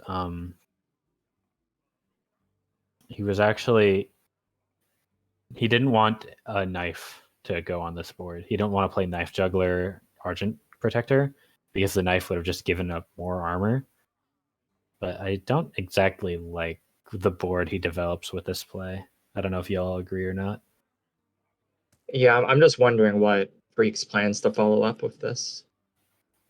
Like next turn, you probably develop the last couple minions in your hand, and then the turn after that, What are you doing? I may have actually considered like a whirlwind blood mage play there. I don't know. You could have like traded the armor smith in blood mage whirlwind to clear, get another 5 damage face. I think that's You really probably wanna- what I would have done. Do you really want to trade the armor smith in there though? Because if you just go face, doesn't Freaks have to trade his loot hoarder into your armor smith anyways? So you're just missing out on the damage for no reason. Yeah, maybe.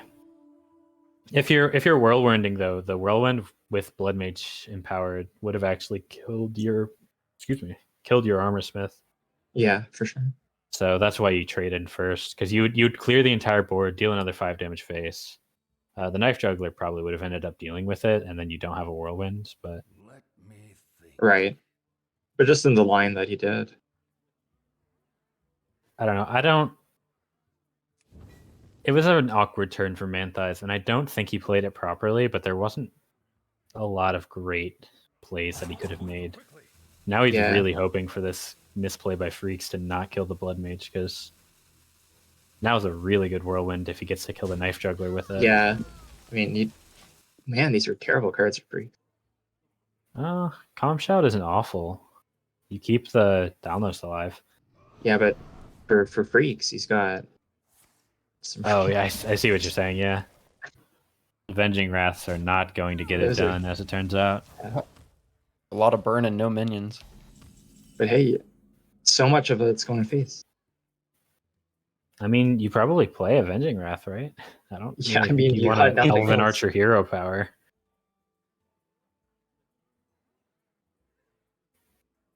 I mean, you might even have to Avenging Wrath like 2 turns in a row. It's possible, yeah. Let me think. I mean, this is the situation where it's like, why am I running 2 Avenging Wraths in my deck? Yeah, I know Oppo, a big proponent of only running one. I think a lot of other players who have put a lot of time into aggro paladin, like really trying to optimize the list, Yeah. are generally running one as well. I wonder. Yeah, and I mean, I've been testing running 0. I sometimes find that even better. It's good burn. It works with equality. I Yeah, think in for sure. this situation with a warrior on just 3 cards, it was just hero power, and Elven Archer. I want to save Avenging Wrath for a situation in which it's really useful, and we already know that there are no whirlwinds left in Manthi's deck, so if we can just build up a couple of those like 1/1s on the board, they're not that easy to deal with. I would have preferred the Archer here though, because it answers Taskmaster. Yeah, that looks like. I think that's one of the worst lines.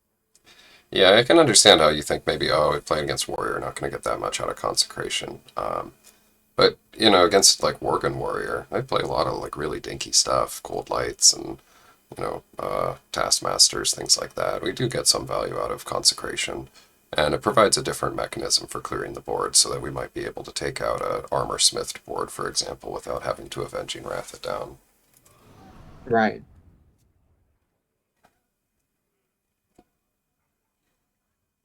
But it's going to hurt not having 2 copies of Divine Favor here. It's a card that's absolutely awful against some decks, against aggro decks or, good players that'll just kind of play around it. But it's still, I think, just a very necessary card in the deck as well. I suppose if you're going to make the choice not to put Mukla in there, and that can be alright, but we're not, I think, with Aggro Paladin, we're not looking to trickle in our draws with Novice Engineer. We're looking for, like, empty that hand, draw yourself, a handful of new cards with Divine Favor, and hopefully you draw the second Divine Favor with that.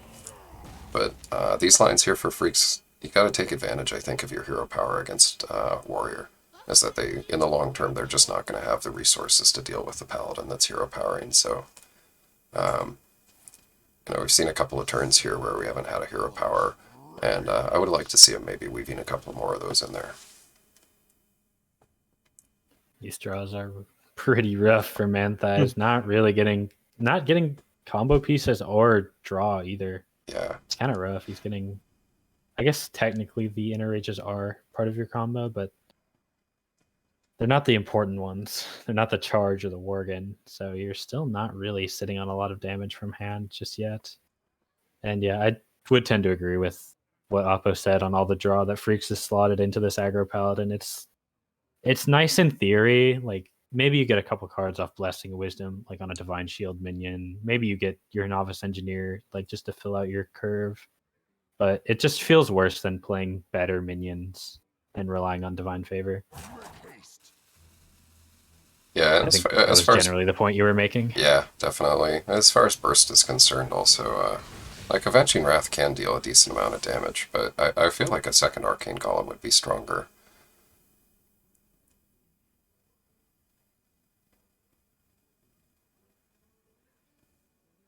What do you do in this situation as Manthias, by the way?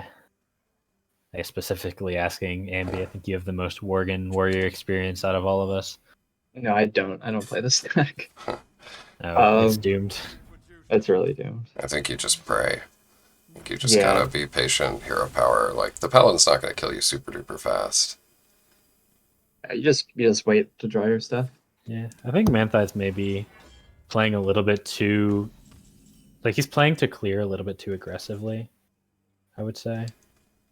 And now he's in a situation where he's used all his Yeah. clears, and suddenly I he's think not safe. I think the one thing that people who playing Worgen Warrior like make the biggest mistake is just not being patient enough with, like, if you want to use your whirlwinds and your clearing, you really want to use it with your acolyte and with your armor smith. I see a lot of games against where I play against a Worgen player, and everything will get played separately. The armor smiths will be played down solo, the acolytes will be played down solo, and when they use the clears, it's not comboed together. And then Yeah. that's the big difference between like a good Worgen player and just some of these players that I see on the ladder. I'm not saying Manthias isn't, a really good Worgen player. It's just you really want to be seeing those combos together. Yeah, I think typically Worgen Warrior is one of those decks your primary concern should be, like, I have too many cards in my hand and I can't draw, this turn or something. It shouldn't be, I don't have enough cards in my hand. It's one of those decks you really just want to draw through your deck by turn 10 and kill somebody. But now seeing this kind of stymied, we're going into turn 10, and there's still 12 cards left in the deck. So if we have another dud off the top that isn't Cold Light Oracle, something like Execute, that's kind of scary to deal with. Freak's actually just debating if he wants to consecrate for 2 face damage. And honestly, I don't hate it. Probably not correct, though. The only thing that it is good for is getting Divine Favor and then playing something next turn. Otherwise, every other card that we draw in the deck we can play and Hero Power next turn.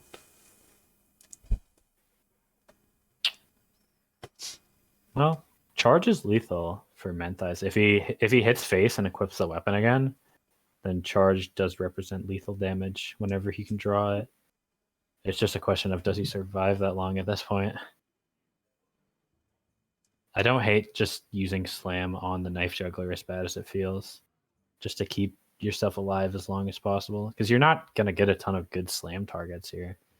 It's possible.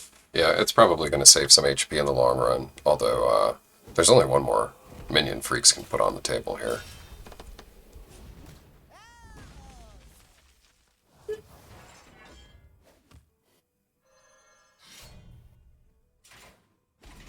Oh, there's only one charge in the deck, and right now it's a Blood 1 in Mage. 11 I chance. forgot. Yeah, Blood Mage. Get that 9 damage Avenging Wrath. Well, sadly, they've both been used. Get the 3 damage consecration. Yeah. Big money. This is why you run Budge Mage.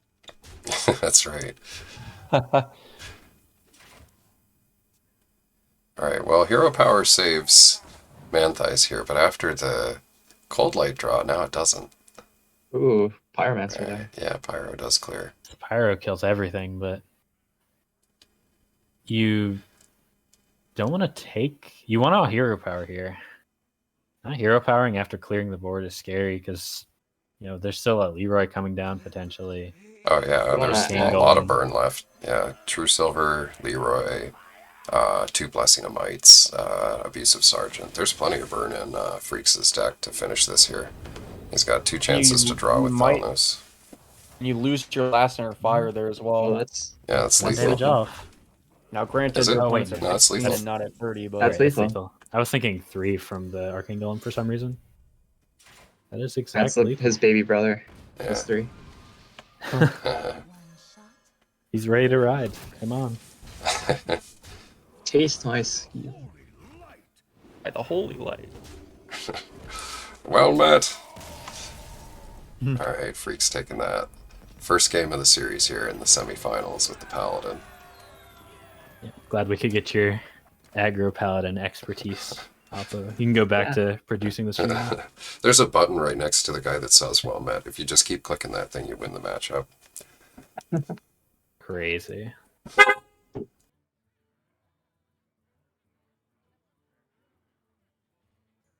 That It's was like opposition's gotta drive home now. he's going home. Yeah, I'm getting the fuck out of here. Good luck. Many such cases.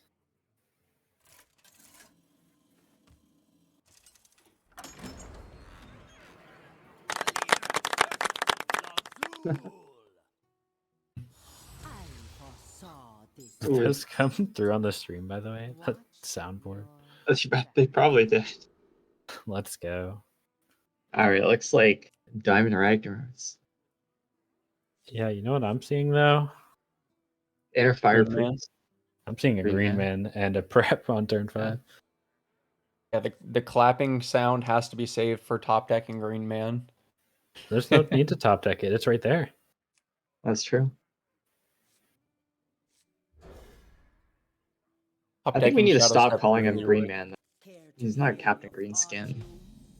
He's not a captain at all. He's just Green Man. Oh, that's another one.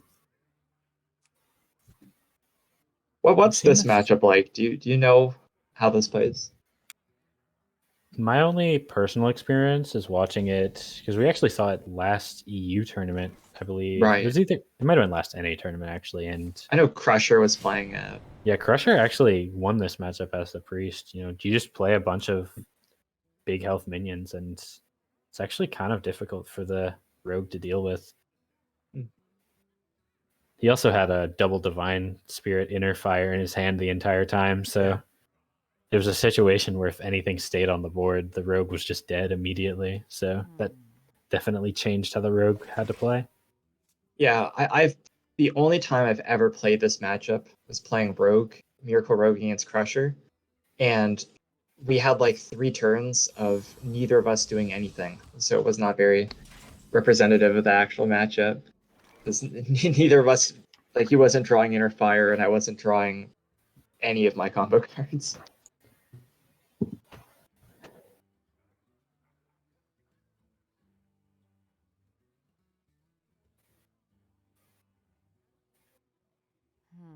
Well, I'm thinking you just throw out the Blood Mage here. Yeah, I think that's a good play.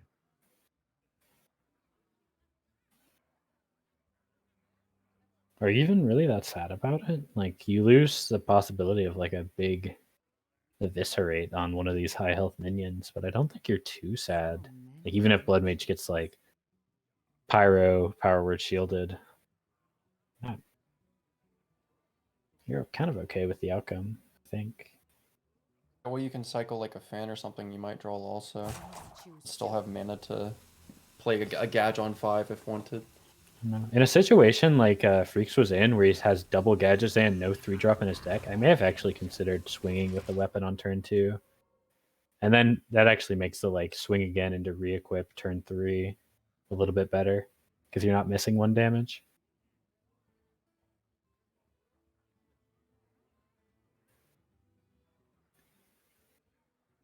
Well, this gets really fun though, because then he can do the big backstab.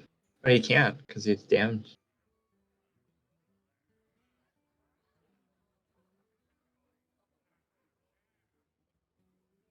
Like the Pyro Clear or the Blade Master, leave a damaged minion. So Yeah. backstab isn't really playable. I at know, all. it's so sad.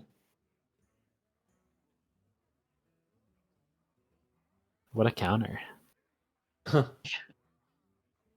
Injured Blade Master, hard counter his Rogue. Put it in all your decks now. injured Blade Master stocks are at an all-time high. Yeah. I think I definitely would have swung turn 3 there, by the way. Now I would have actually as well. Now 'Cause you're actually definitely missing 1 damage. It's not a huge deal, but it also isn't a nothing deal. It does matter.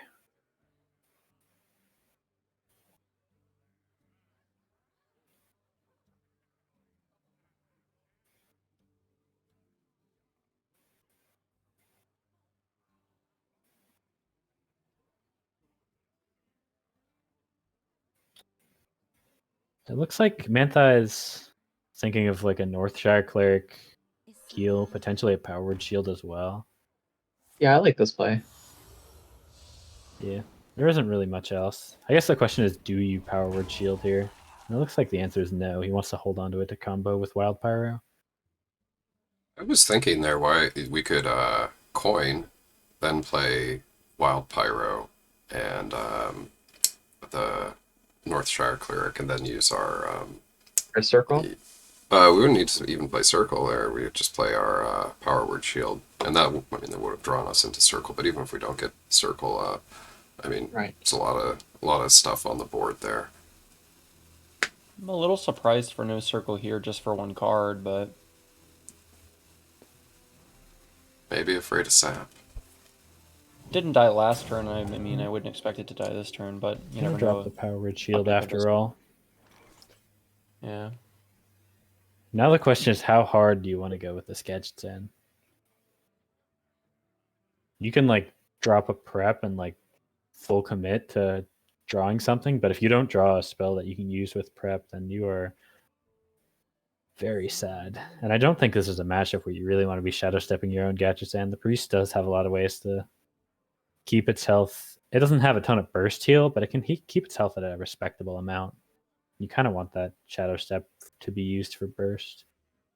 Not playing the Circle of Healing played very well around Sap. Like, the only thing I can see here is like Gadsend prep Sap backstab the Northshire. But then Well, you you replay backstab this first. 4-7 instead of a 4-6. Yeah, of course. But then you Wait. replay this a 4-7 instead of a 4-6. Choose soon. You have to consider though, this priest actually isn't running any of the like that holy fire. It's only and no earthen ring Farseer. It's only the hero power and holy nova that's healing phase. That's an interesting play. For a second there, I thought that Freaks was considering Leroying the minion. That'd be tossing. Yeah, Just that's a what I little was bit. worried about. I think this is a fine, just Holy Nova, honestly. Yeah, that's what I was looking at because it just cleanly deals with that. You draw 1, you heal up to full on the. Which is kind of my problem with the Jungle Panther. It's kind of just dies to a lot of things. I've never been a huge fan of it. I do like it in Trap Hunter though, for what it's worth. Yeah, I feel like in Hunter you're putting on enough pressure that if your opponent really is trying to kill the stealth minion, then you're sort of doing something wrong. But Miracle Rogue is a little bit slower. You're playing the Panther raw on the board, and they're not really. They've got time to kill it. Yeah, I would be surprised if Manthas decides not to, but it looks like he's just gonna push damage. Don't love it, but Jungle Panther is a really good alternative to Eaglehorn Bow in a lot of scenarios where you are going to take the minion damage, but at least you'll get the trade if you don't have Bow. Well, looks all like the right, big what are we play. getting? See what's in the box here. That's a good draw. The Phantom Knives, you can prep that out. Yep. Who Conceals another really good card.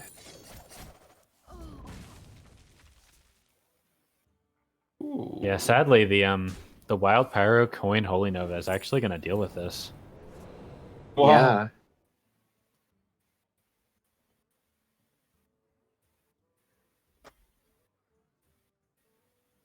Saving the Holy Nova really worked out, I guess. Yeah, I mean that does use 2 different board clears. So if the second Gadgetzan gets concealed, then you are in a lot of trouble. But Choose soon. you know it keeps your board alive and deals with the auctioneer.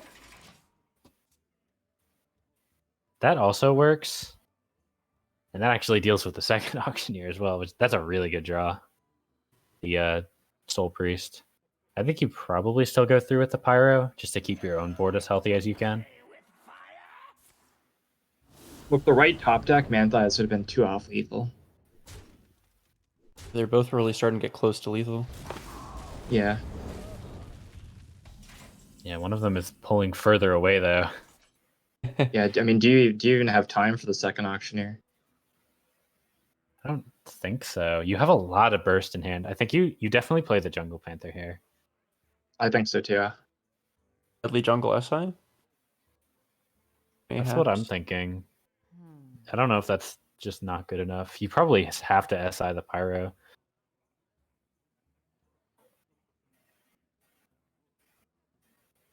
That leaves you very open to an inner fire lethal. But you haven't seen inner fire yet, so maybe you're more inclined to do so.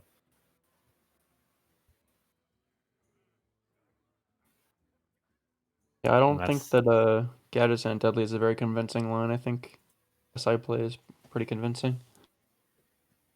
yeah, you're definitely not playing Gadgetzan. I like the Panther SI. Soon. Just wondering what they're thinking about here. Just thinking about.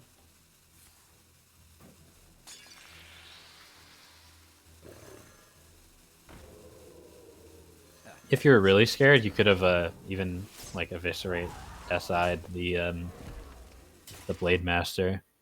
Right.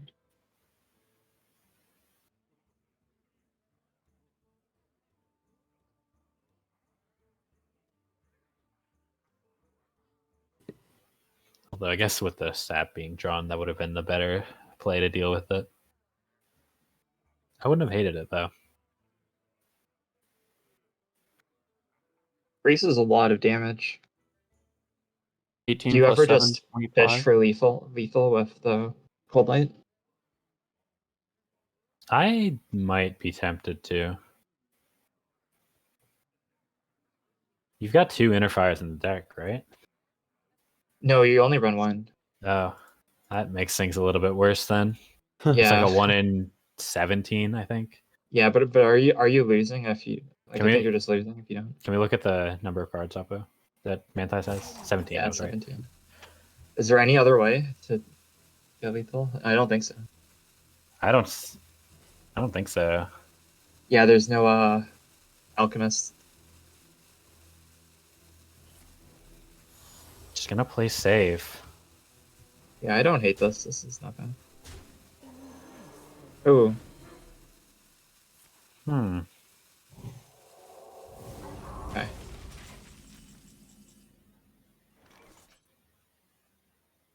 That Ooh, how much is damage is this?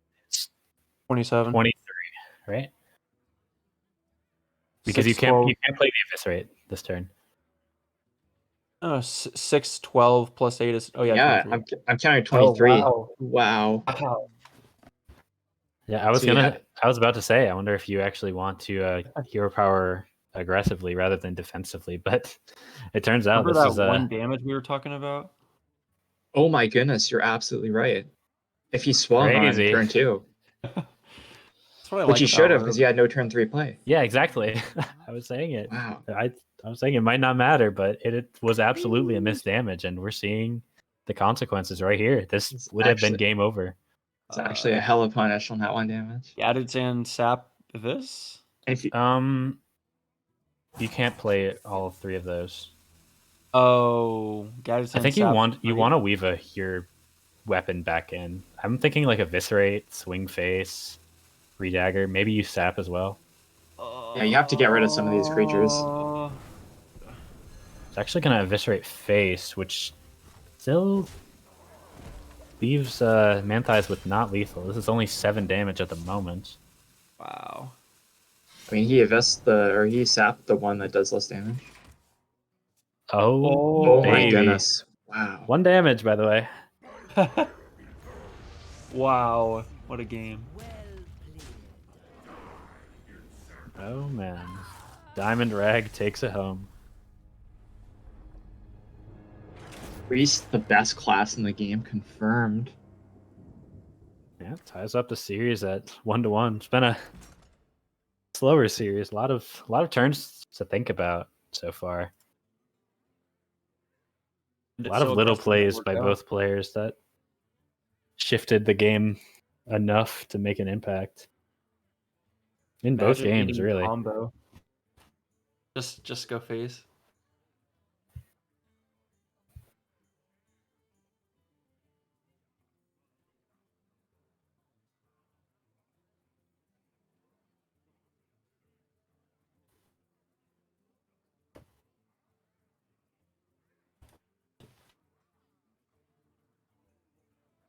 Well, the Paladin and the Priest both got a win.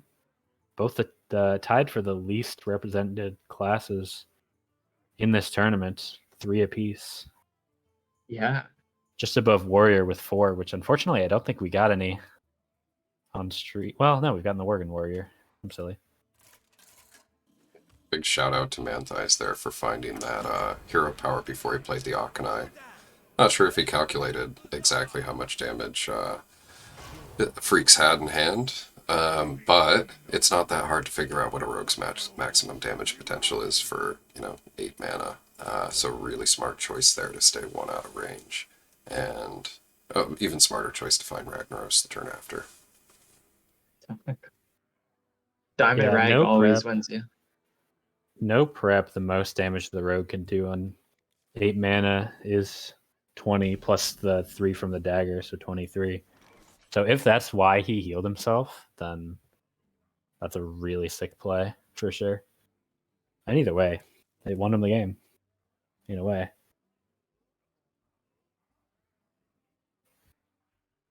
I think it's just Squire here. You like Squire over Leper Gnome? Yeah. I don't know. The light protects me. The Squire can't immediately die.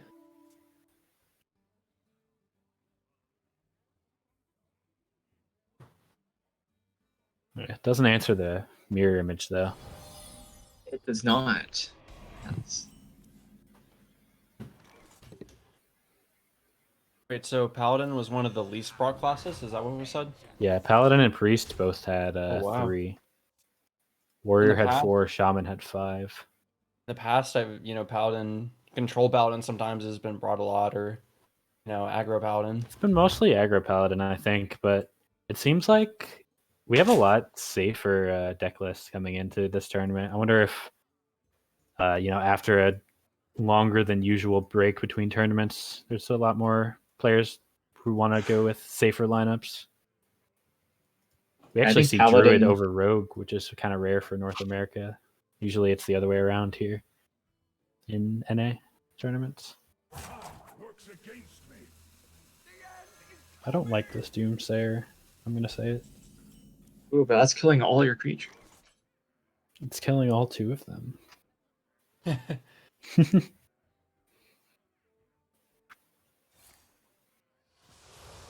mean, typically we think of Doomsayer as like you want to develop something after it, but I'm not really sure what Manthias is gonna. Maybe just play.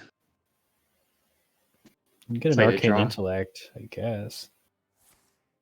I don't know. This feels kind of weak. Yeah, I don't love it, but we'll see what happens. Freaks also doesn't have a perfect play coming up. He probably just Wolf Rider. I'm not sure if the Leper Gnome was better than Voidwalker. I guess you're not worried about anything attacking into the Wolf Rider. Yeah, you know that mage is using up their ping on the Wolf Rider, so your Leper Gnome might be able to squeeze in that extra damage. Yeah, maybe this just is the turn you play Leper Gnome because it doesn't get pinged. I don't have as much experience with this version of Warlock, the Burn Lock. I've played a little bit of it, but not enough to be comfortable. It does squeeze in 1 more damage, but one of the little niche features of this Warlock deck is the ability to Archer or Coil our Leper Gnome when our board is frozen and we have no damage to do that last one damage after we pop the block. So I wouldn't mind playing the Voidwalker though, even though we're going to lose 1 damage this turn. We do set ourselves up with like a really Yeah. neat tool, which we may very well need in the later part of the game. Yeah, that's true. But you do have so many chargers, and that you're probably okay with like running that risk of not being able to kill your own leper later on. Yeah, definitely. The number of charge minions and also just the Hellfires in here do mitigate some of that. I mean, just having double Hellfire here kind of sucks, but Yeah, definitely not the matchup you want to have 2 Hellfires teched into. So many possibilities. Mortal Coil is alright. You might be forced to just throw down Arcane Golem early, but this is really not a deck you want to be giving extra mana to. yeah, for sure. Yeah, I think you just coil first and see what you got. Oh, absolutely. Draw first. That's You an gotta alternative way to draw.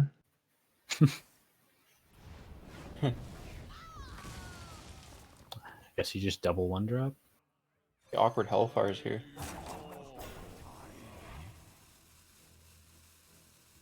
I mean, you've seen a Doomsayer. There's not a great way to actually deal with these unless the second one was drawn.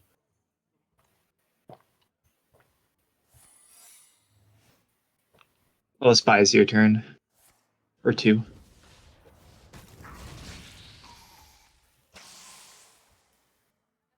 Hmm. Yeah, this matchup's pretty good for Mage, so I would imagine you don't really apply as much minion pressure as other aggro decks with yours, so the mage can kind of just deal with the few threatening things that you do play and then just stall out. I'm actually not the biggest fan of freeze mage into aggro. I don't know what y'all's thoughts are, but I think this is one of the better aggro matchups as the freeze mage. yeah, for sure.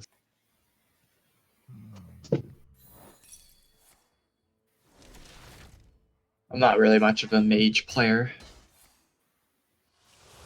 Yeah, I was trying out a tempo mage for a while, and kind of came to the conclusion that it loses to Zoo and it loses a control warrior, and there are a lot of Zoo bots and control warrior bots on the ladder. That's true. Yeah, it's kind of rough to force Freeze Mage for too long on the ladder, like you said. Well, I was talking about tempo mage, but it turns out freeze mage at least beats Zoo. Yeah, I play. Tempo mage loses to both. Yeah. Like maybe there's a list that you can play that beats control warrior. I have not had success with the matchup. Oh, I saw a notification on the bottom for my best friend WE George, who plays the double Hellfire Zoo or Aggro Zoo. Yeah, he opened Inza. I don't know what card that is. I don't know what he's doing. I don't even think that's in standard anymore. I think that's like a Rasicon card. Yeah, he's buying wild packs.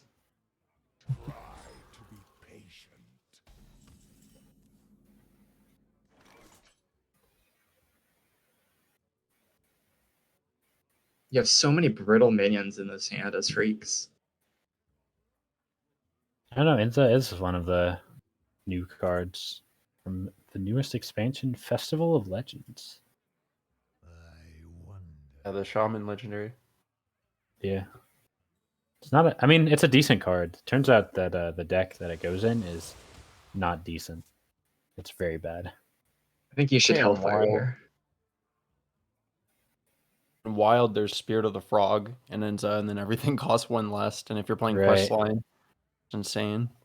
Yeah, Overload Shaman in standard does not quite have enough. It's kind of just a pile of okay cards that loses to coherent decks. Better decks. Yeah. Should probably be talking about this game more, but sadly there have not been a whole lot of interesting decisions. It's kind of just Freaks desperately trying to find enough damage against a freeze mage with 10 cards in hand. Doesn't actually have a clear for this. Well, he does have quite a bit of damage in hand, but it can't all get played at once. Yeah, the double Hellfire, as we have been saying for a while. It's very It will be awkward. it will be played eventually for damage. Eventually. And then yeah, the all these chargers just have 1 HP and just die.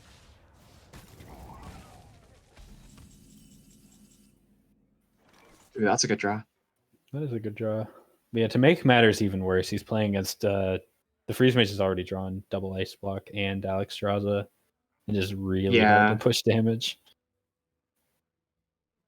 I mean, Zeus or this like aggro warlocks is gonna push all the burn in the deck to get this mage down to pop the block, and then Alex is gonna come and you're not gonna have 15 more damage from hand. Yeah, honestly, we're not too far off from Tony ending the game. You've got a Ice Lance Frostbolt coin. You could do that on turn 9. I hope you like my invention. Just send a 7 damage face, generate 2 fireballs, and then that plus the hero power will actually be lethal. So if you can survive for that long. This Warlock does not have any healing.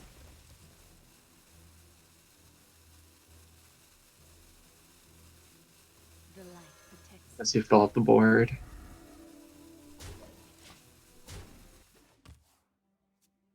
There's the board clear. Yeah, that's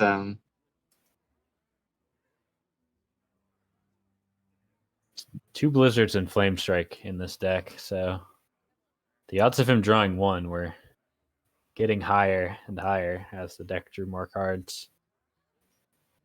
About halfway in, drawing 1. It's going to happen eventually. yeah. I'm really not sure what you can even do here as Freaks after you lose this board. You can double Hellfire and die to burn, I think. You can, that's for sure. Yeah, I don't it's- recommend it, but It is a play you are allowed to do. Put it that way. you do have the mana for that play. Double Hellfire, still fire your own face. Ooh. You might be onto something.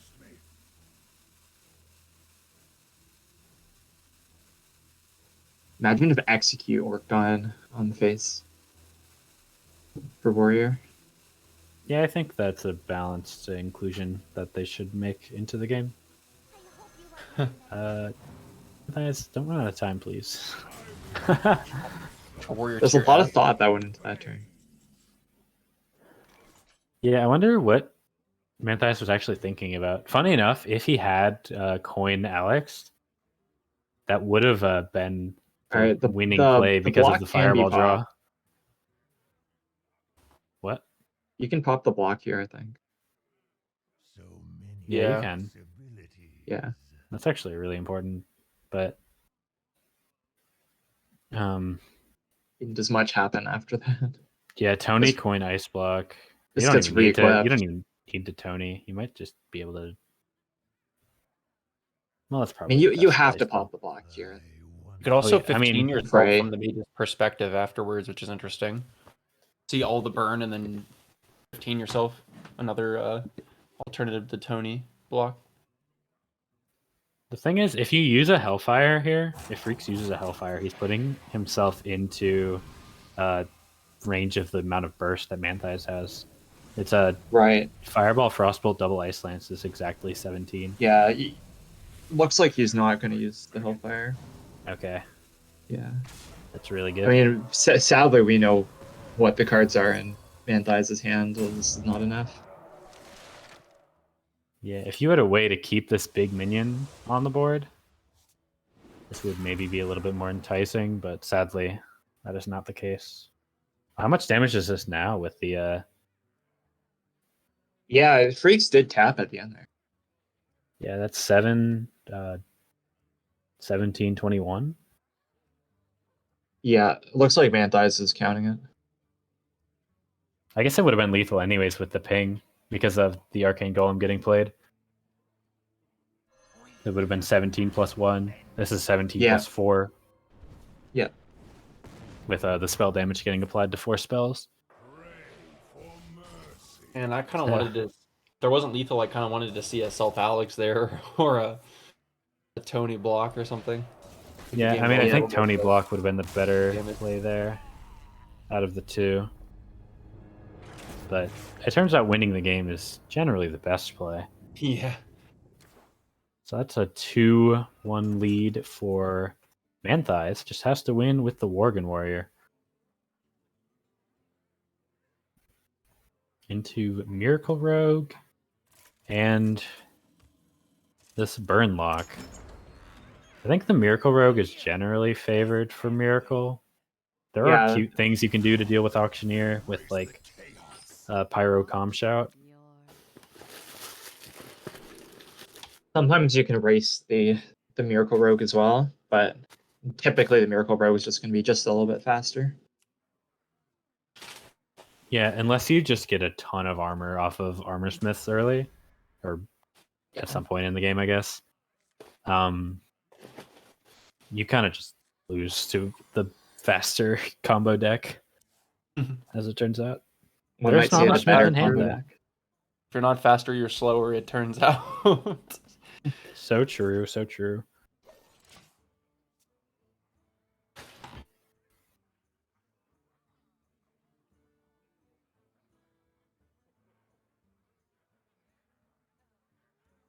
Armor made to fit.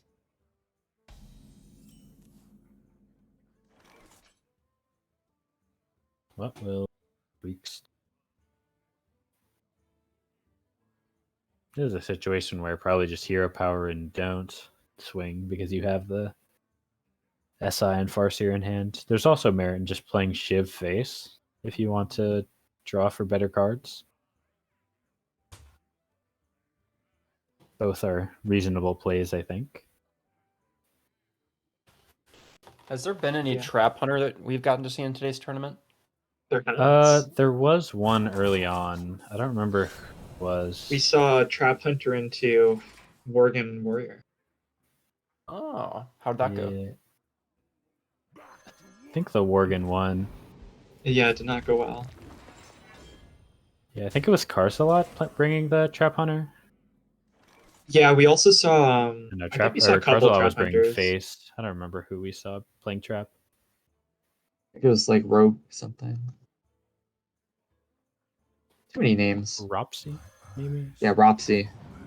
Yeah, that's who it was. He had a crazy druid list. I wasn't really paying attention to it. He's got all the big dragons, Alexstrasza and Onyxia in druid. Where's Kind of sad we didn't get to Nozdormu? see that. Where's Nozdormu? Well, okay, he didn't have all the big dragons, but he did have more than one. Okay, That's yeah, it's good enough. come on, you got to take what you can get sometimes. I might To make consider us- rampaging this Armor Smith, by the way. Yeah, that's an option. Looks like it'll be done. I would have probably hit face if I was doing that, but that's okay. Yeah, because now it dies to, SI and Shiv. Yeah, there isn't a great clear for it. You kind of have to like SI coin Shiv, and it feels bad to coin Yeah, with or you Gadgetzan can- in hand. Or you can smack it with the face, but I think you definitely want to kill this without taking damage. yeah, I agree. But what was likely going to happen was the Earthen was likely going to trade into the Armor Smith anyways, so I don't see why you would ever trade that there. Yeah, I mean, maybe you're worried about like a cold blood trade. What I actually would have liked was a Pyro Rampage and then using the Cruel Taskmaster to trade into the Farseer and then having a 6/5 to hit face. Right. Yeah, but I mean, if your opponent's cold blooding into one of your minions as the Worgen, I think you're fine with that.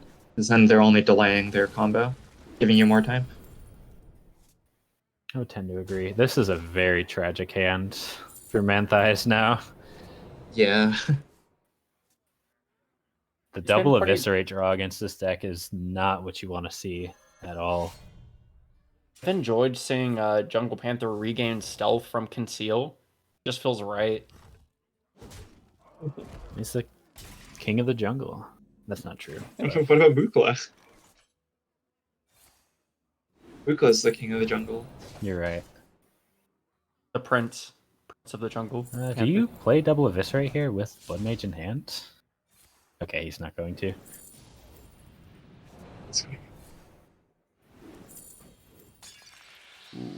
Oh, this is so much damage.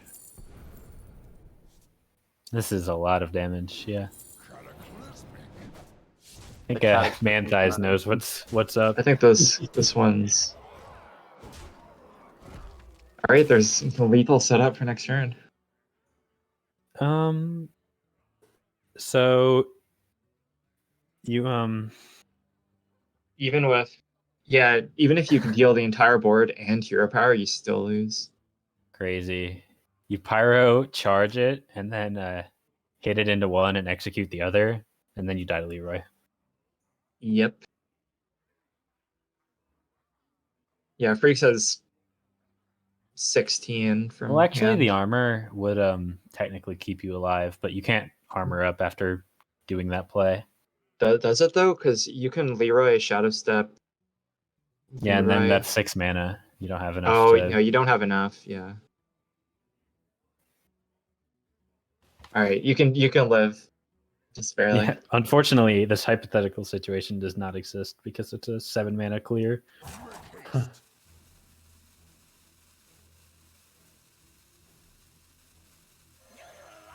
I mean, you have to do this. Yeah.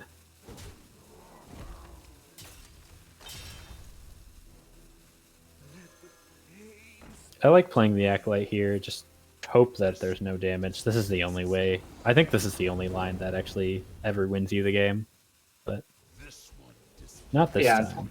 Unfortunately, we know all the cards.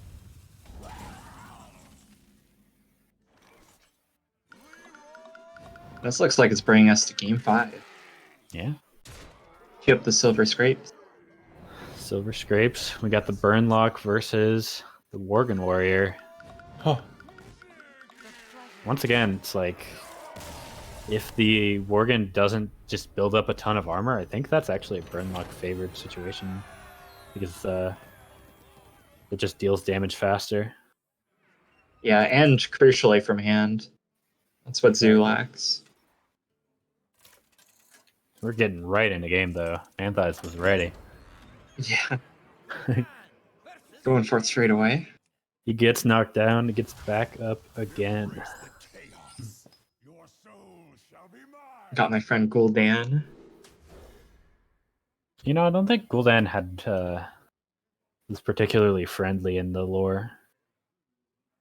Yeah, I I mean, think he may have done a little bit of dooming multiple different races at once with what he A little malicious. did in Warcraft 1. Yeah. But, you well, then know, we should have gone with Nemzi then. I'm a big fan of Nemzi. I think Nemzi is even more evil, actually. Yeah, well, I really like the Nemzi skins. Should make more of them. I don't know. I see the Nemzi skins a lot. So maybe I'm just not. They've lost their luster. I've seen them so many I've times. seen memes about people complaining about them making another Nimsy skin instead of a different one. Yeah. There can never be Not too many opposed, Nemzi but- skins though.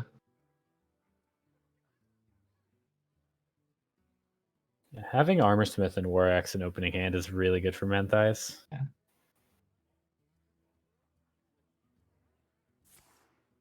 It's actually going to go ahead and War Axe right away. I'm not sure if that's correct, but it's not bad for sure. Yeah, I think that's fine. Then you can go into, and you have no Pyro in hand. Yeah, no Pyro, no Whirlwind. And then here, Armor made to yeah, this looks like a really strong opening.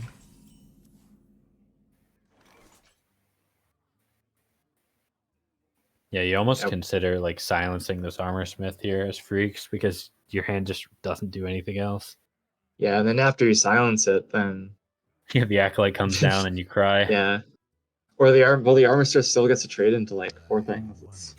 It's really not the best. Not the best indeed.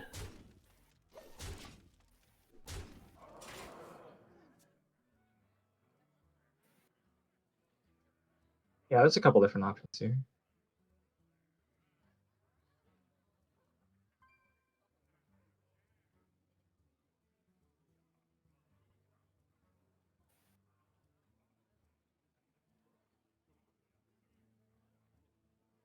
I kind of like Naked Acolyte here.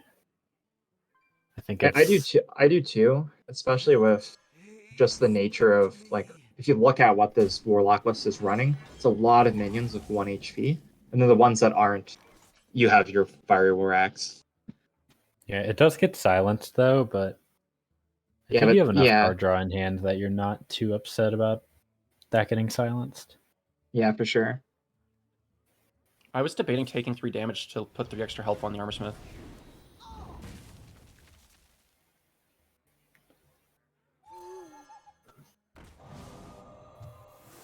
Yeah, you silence this, but then it's still a 1/3 body. It trades into 2 things. Yep. Probably Loot Hoarder Taskmaster. The Loot Hoarder does die. Oh, wow. Oh, looks like no Taskmaster. No, what? Then why didn't you I Taskmaster the think other one Manthi's and played a bump the little bit other? too fast. Oh my god. He's gonna rampage the acolyte and get revenge on it being silenced, and then Yeah. change the mind. It's pretty good Hellfire, actually. At what point do you not Taskmaster that turn to like hide the misplay and just rampage Loot Hoarder? I actually love plays like that where someone like silences something and then you like buff it up. Just feels like you're getting revenge. Yeah. Alright, this isn't that bad. Yeah, the shield block is really nice here, especially after you already got like 3 armor from the armorsmith. Mm-hmm. We're putting a lot of health for this burn lock to get through.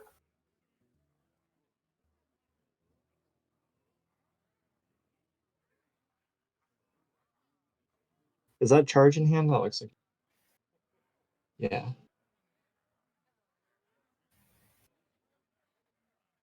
I wonder what's the consideration here.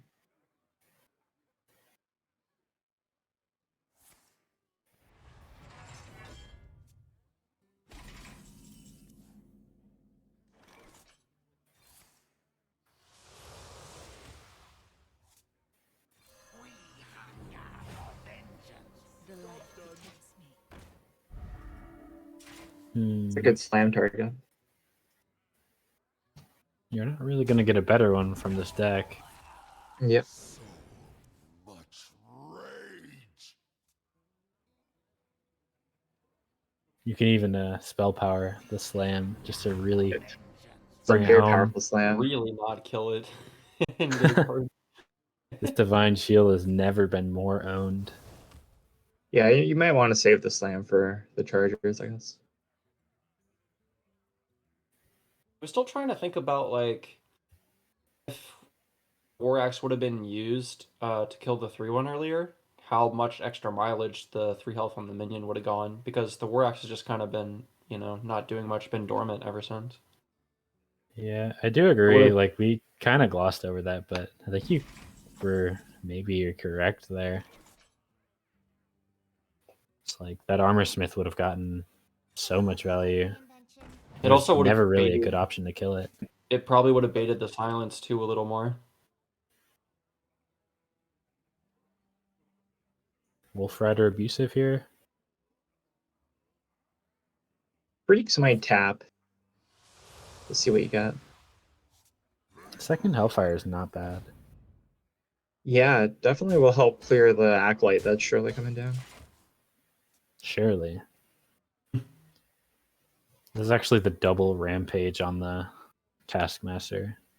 The cruelest of them all. Exactly.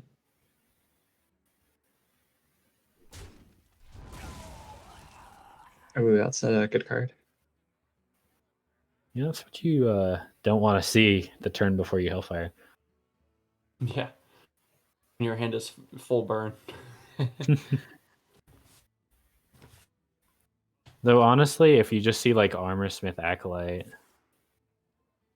and Manthias doesn't full clear your board, and you can just like ping off the Armor Smith for Hellfiring, it's not too bad. What you can do is you can bump your Arcane Golem into the Armor Smith. Because it does cleanly trade it off, and then you still have the body on the board. And that really sucks, but I feel like that's the only way you're really going to deal with it at this point. Yeah. Manthias is already at the point where he's just looking for that Worgen, by the way. He's got every other combo piece in his hand. Mm-hmm. Outside of the second Inner Rage, which is not going to be needed to deal enough damage.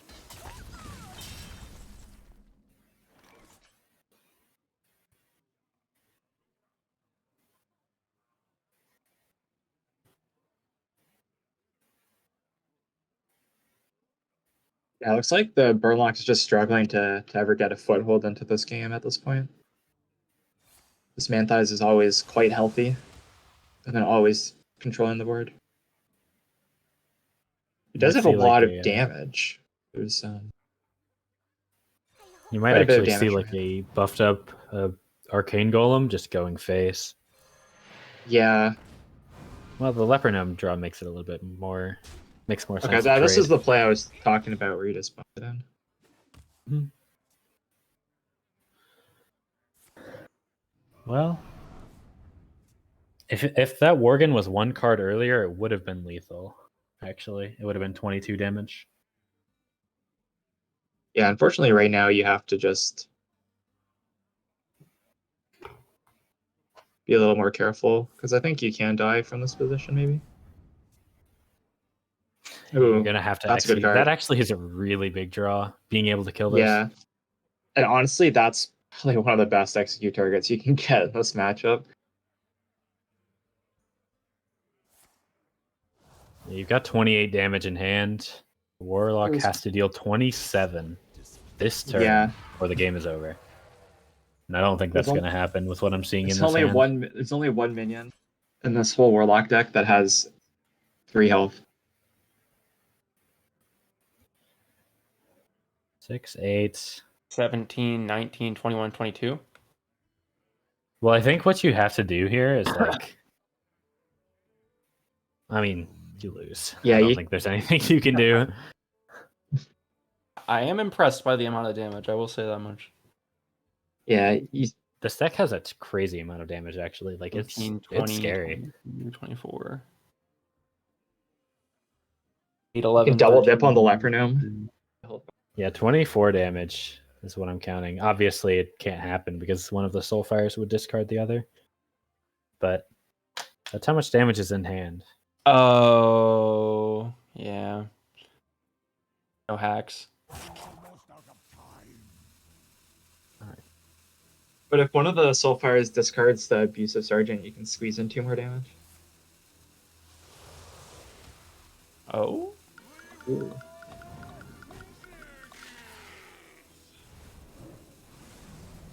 How much damage is this now? I want to say 1 off, but I don't know anymore. Yeah, not enough. Oh. Oh my god, Yeah, it would have been 2 off. Oh, it was 2 off. That's crazy that it was that close though. Yeah, it's a lot of damage. Like a couple Speaking cards. of a lot of damage. Yeah, this is also a lot of damage. Like a couple cards differently, and the Zoo has lethal there. Oh, 32. No, you have to hit with the 2 whelps. You get the negative 15. A tragic misplay. Yeah. But it's good for your this, quest. Manthias has made it to the finals where he will face off against Mortimer. I forgot the name for a second. My apologies to him. Yeah, that will be our finals match. And first, we will see the third place match between Freaks and Darth Nover for the third place prize, $10, and whatever the opposition was talking about at the beginning of the stream. Oh yeah, should I run through the Something prizes about a Barbie again? doll house. Yeah, let's I kind run. of missed it. Not gonna lie. Yeah, I feel like we should probably run through those prizes again. I've just realized that I've been calling Darth Nover like 4 different versions of his name all wrong. That's how it I've goes done sometimes. a Darth Nova, a Dark Nova. My bad. We pride ourselves on attention to detail here at the Classic Hearthstone Discord community. Well, as you were mentioning, we've got Mortimer here in the finals, and now Manthai is also advancing to the finals. So we'll play our third place match first here between Darth Nover and Freaks. Looks like both of them are on right now.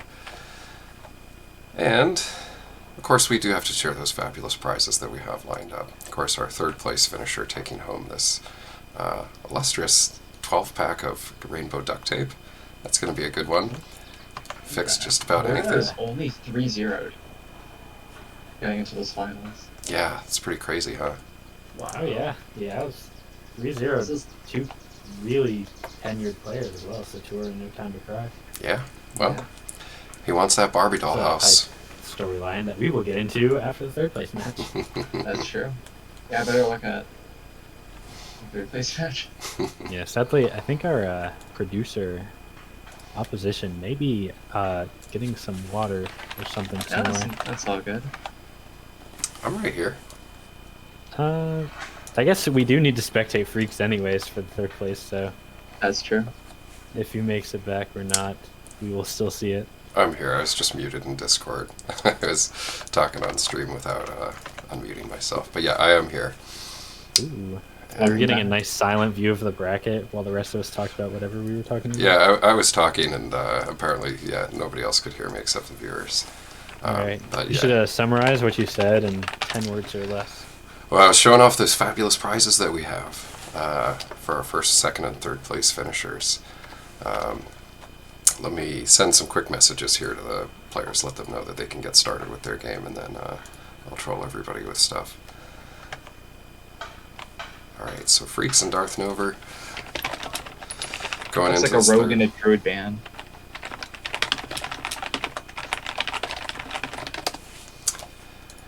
Yeah, Interesting to see Freaks ban the Druid, actually. I guess he's got a very aggressive lineup, and Druid tends to be pretty good against full aggro decks that aren't Zoo. That don't go wide on board, more specifically. yeah, we can take a quick peek at the deck list that the players are bringing here. So, Darth Nover, let's bring those up.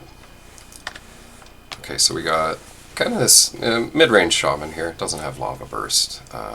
Playing a couple interesting tech choices here, kind of splitting up the 6-drop and 5-drop slot with a single copy of Bloodlust. An Argent Commander in there. Got a single copy of Fire Elemental. I kind of like that idea. Sometimes our hand feels really clogged with 2 Fire Elementals. I don't know how you all feel when you're playing mid-range shaman, but that might be a good adaptation here that I like. Also got the mid-range Druid. Nothing too special or out of the ordinary here, just a pretty standard list. Another very standard list here on the Zoolock, and finishing it off with yet another standard list of Miracle Rogue. So Darth Nover bringing mostly conventional picks here. Looks a lot like an EU list that we would see where they don't ban Druid and try to target it.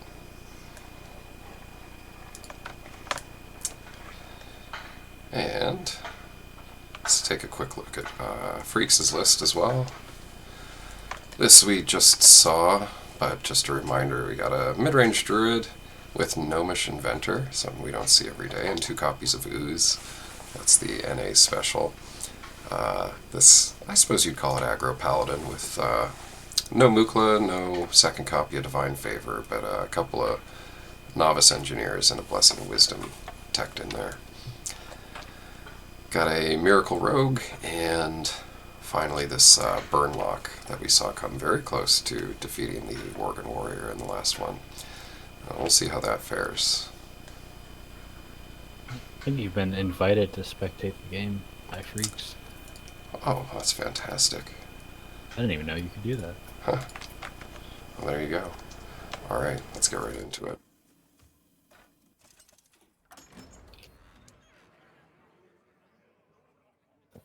I'm out here dropping in uninvited to all my spectator events.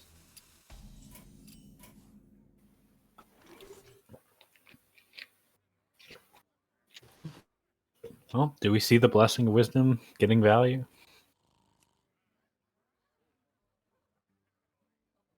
What do you think, y'all?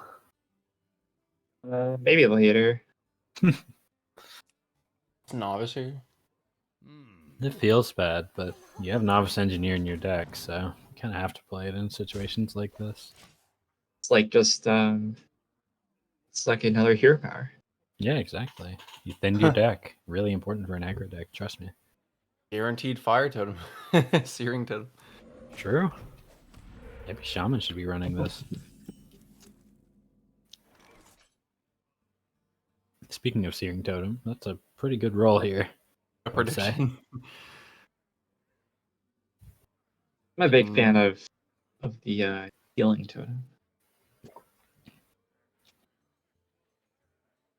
Is it gnome button, blessing button? Well, you can get the draw first, so you can figure out what you draw.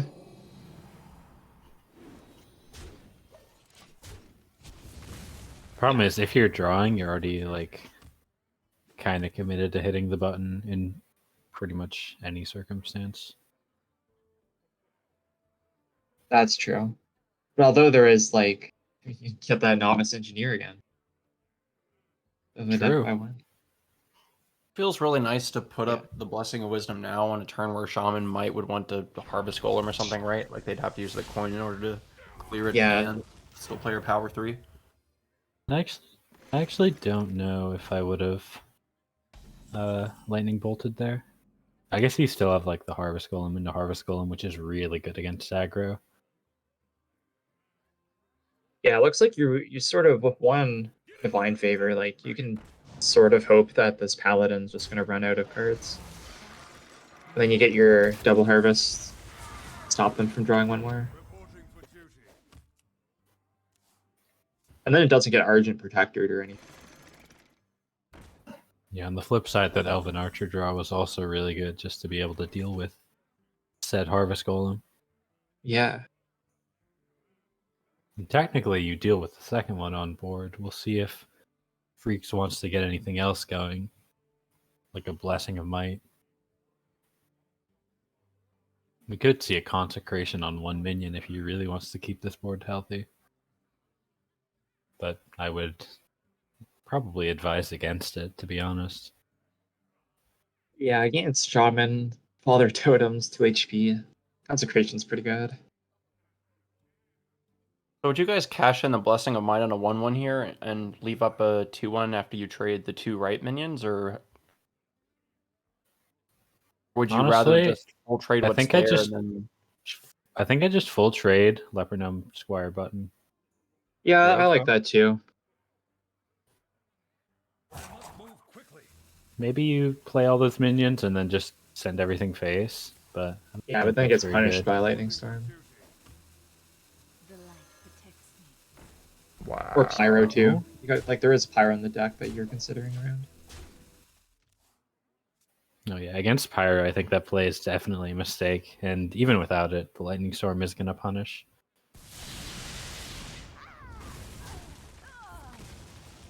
Do we see a Healing Totem?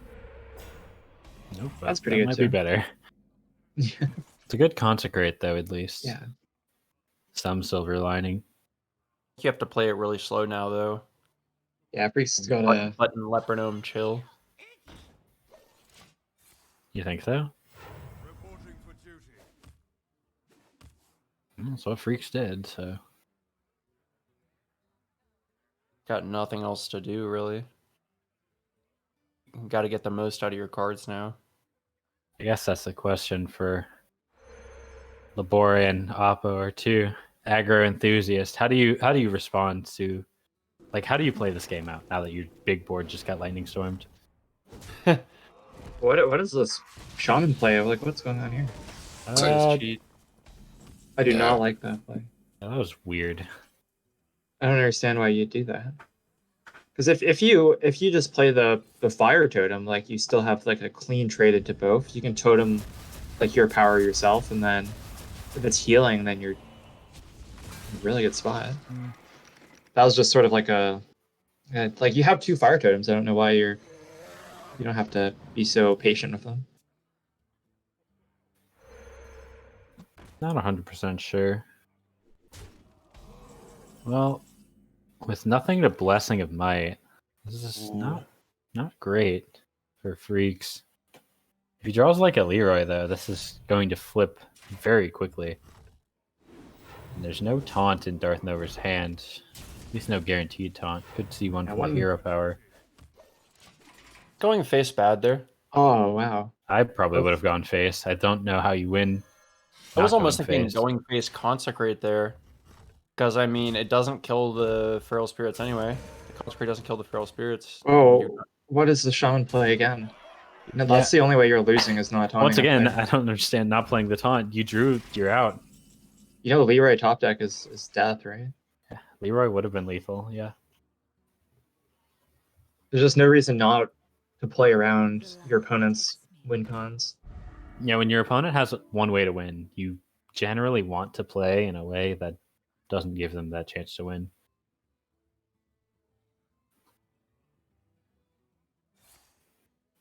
But fortunately for Darth Nover, he is not going to face a Leroy top deck, and it looks like he's outlasted the Shaman, or the Shaman has outlasted the Paladin, rather.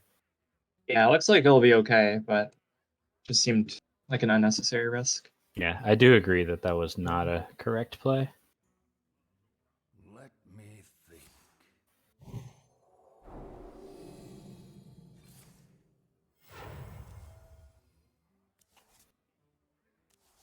I must move quickly. Arcane Golem. If the Consecrate would have been played last turn, the Loot Quarter and the Protector could have been in play here. And maybe draw one more card. Maybe. I do like this this weapon face. Yeah. How much damage is that? 6, 10, 13? 6. I think you're short by a couple. Yeah, it's 16 damage with the Bloodlust. Now it's here where you just taunt up or something.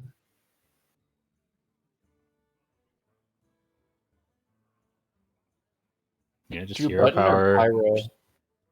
Hero Hero power power for defending. taunt. Yeah, I like your power defender. Yeah, because you want to roll a taunt totem if you can. Also, you attack with the Drake first before you defender it. Well, you don't even necessarily have to defender the Drake. You can defender your fire totem and Yeah. I guess if the you hero if power you don't comp. roll taunt, then it's probably better to. Whoa. Oh, I'm They're not getting the attack Still- damage first. Wait, you're Yeah, killing there are a lot- your dude. Yeah, they missed. There were a lot of mistakes made there. Yeah, I'm not a No taunt totem to bail him out. This is yeah. But he's still dying to Leroy. Like still dying to Leroy. He dies to like any kind of extra damage with this Arcane Golem Blessing of Might. You can get. You're playing. You can play this whole hand, right? Yeah. 3, 4, 6, So, 9, 10. Yeah. 2 knives need to hit face for this to get punished. Play the juggler first. You're Yeah. only playing 3 knives. I guess if it kills Drake or something, you might get to live a turn. Yeah, Oh, you can there's kill. Bloodlust. You can lethal too. If you don't win here, you're Yeah. probably getting counter lethal. Bloodlust. Oh. Oh my god. Oh wow. Oh. And you can kill the pyro too. Yeah, wait, just shield trade the pyro? Yeah. Yep. Holy moly. What a back and forth game we got.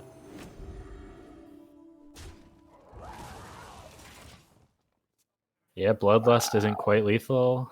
Fire Elemental isn't quite lethal.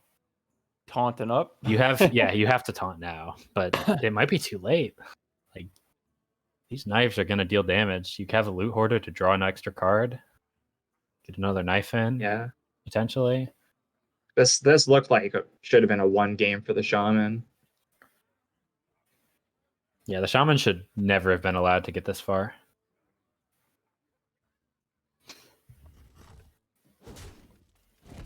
Okay, that's probably correct. Going down to 2? The light. No, going down to... That was probably correct, killing the knife juggler. There's another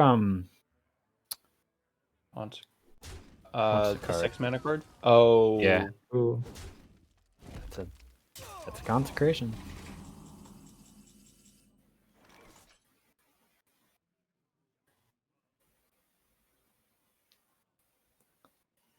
But once again,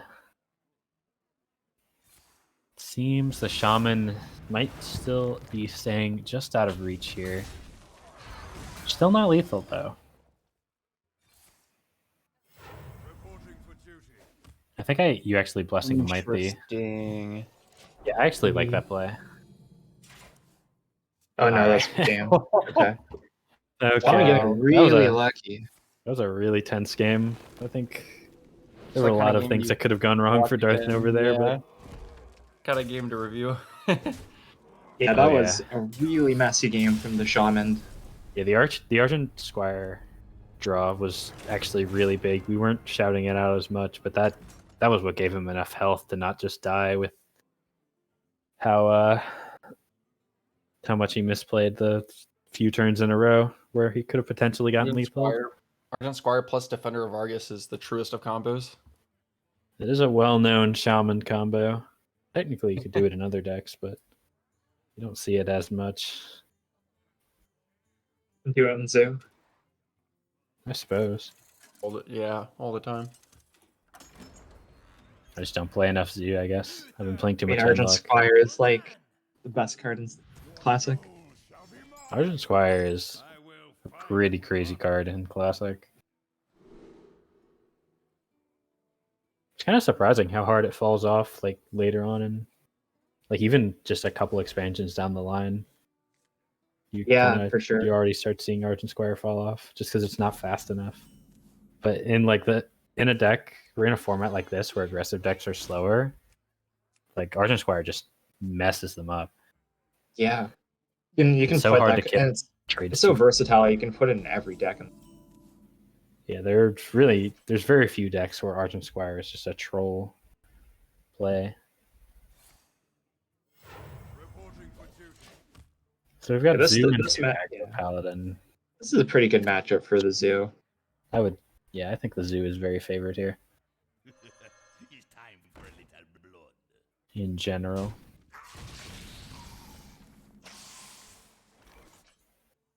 It's a pretty Paladin good does have a nice win follow for up here. Paladin. Yeah. Full clear and develop your own Argent Squire. Yeah, not bad.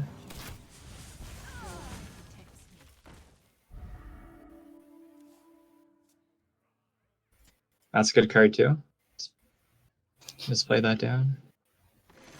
A lot of good draws going on so far, which I'd say I am a fan of. Blessing of Wisdom on the Argent Squire? Yeah, why not? Probably go face here. You think so? Aw. You wish you could put that on the Argent Squire as well. Yeah. Every buff on the Squire. Kind of the rough thing about Blessing of Wisdom. You have to attack to get the card, as it turns out. For used to baiting, still putting it on now? I wonder. Yeah, I think that's got to be what the consideration is here. I don't hate Or the- putting it on like the I think I would put it on the Elven Archer over the Abusive Sergeant. Oh, putting on something else and then just attack face. Yeah. Yeah, this is a good play too. Like it's a Zoo, it doesn't have a lot of AoE. Like if you're the one who goes wide against the Zoo, you start doing some damage. Yeah, this is an Elven Archer Zoo list. That's how Good waste one, of pain. True. We'll see how much damage these knives do as well. I would imagine you double one drop here. It feels really scary to play the Flame Imp though, but I think you kind of have to. I mean, you're committed at this point. Yeah, once you play the Knife Juggler, you're like, this is your play. This is what you're doing. Yeah. You can't chicken out now. Yeah, there's no tap coin one drop. Ooh, not a good Oh. juggle. That's not what you like to see. The 20%.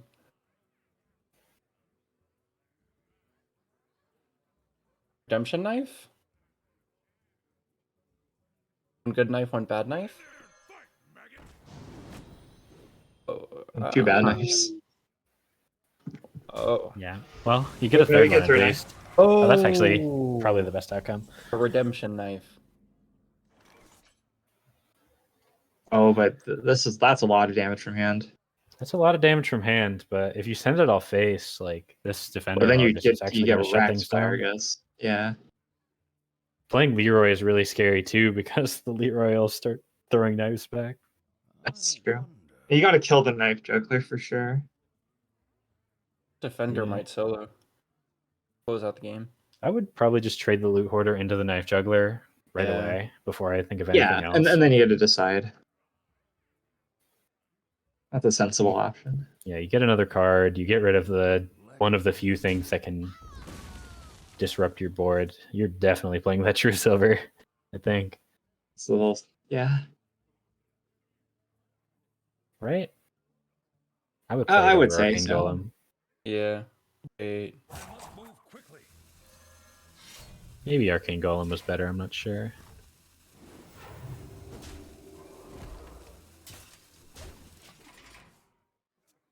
All right, he's threatening lethal. I think Darth Nova is about to play a lot of taunts. That is very true. Now he sees the value. The Doom Is it going to be 1.5? Is it going to be 1, 4, and then 5 next turn? You I have think- to wait on the Doomguard here. You have such good cards. Argus is one of the best cards.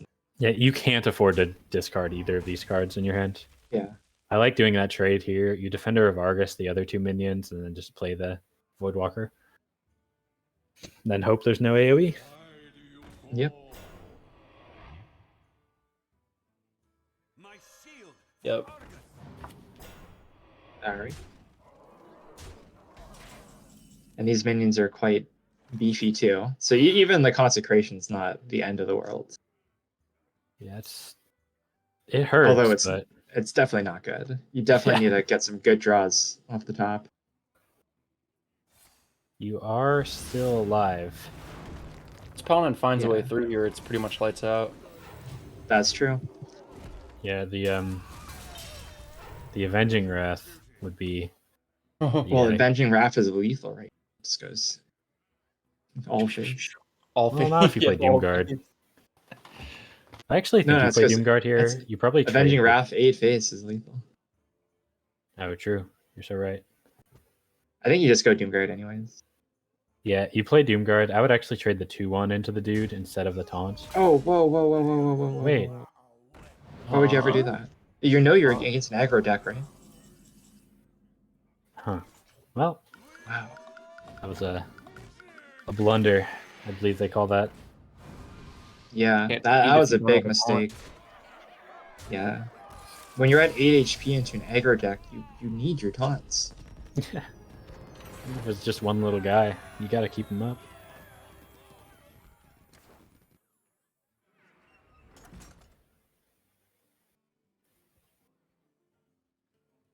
Well, that evens up the series. 1-1. So we've got the Zoo and the Miracle Rogue, I believe, against another Zoo and the Druid with no Mission Inventor.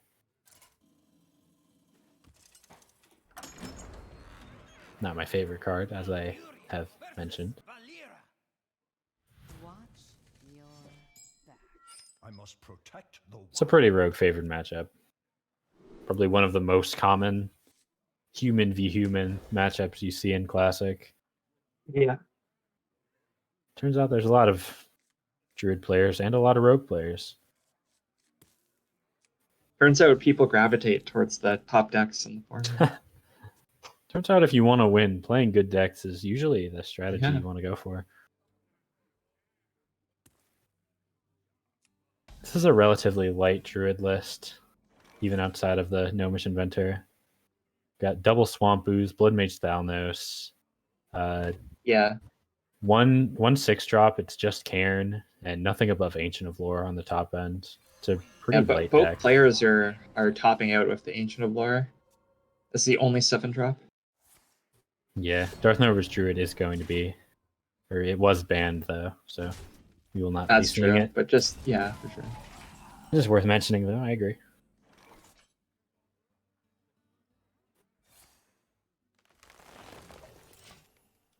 Well,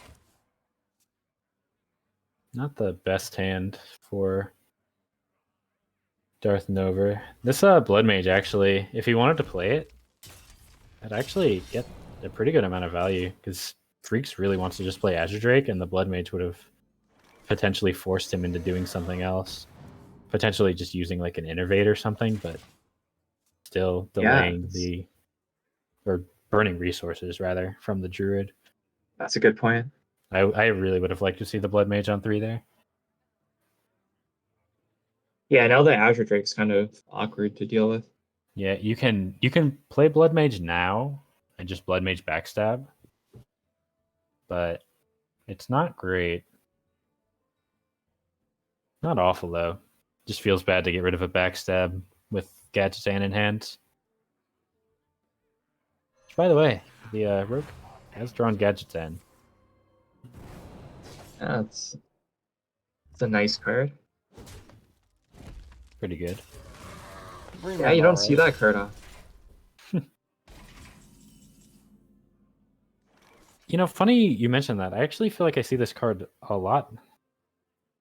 Huh. Yeah, because you keep playing against my Miracle Druid on the ladder. You're right. I've been playing Miracle against Hunter. Dalin's Miracle Hunter. Addicted. True. I like silencing the Blood Mage here. I do too. Stopping that one extra draw. Yeah. Miracle Warden. Sadly, turns out the very next draw after Gadgetzan was the Conceal. So a little bit sad.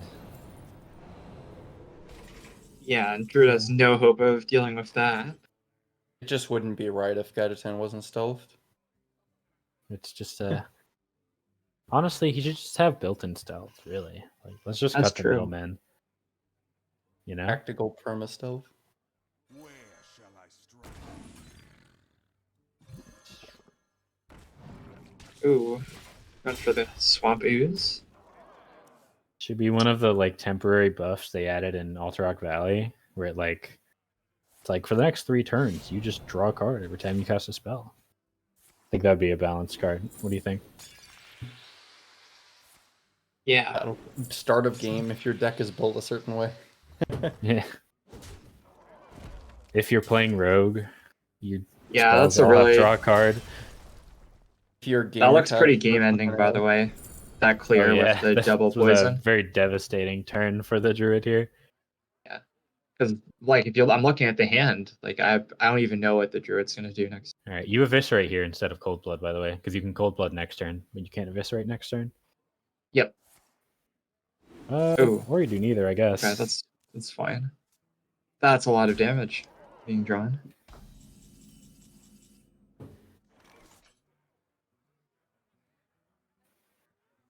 Yeah, but if you had eviscerated face, this would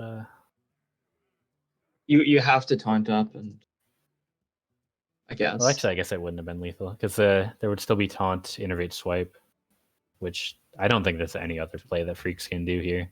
There's absolutely nothing. It feels so bad, but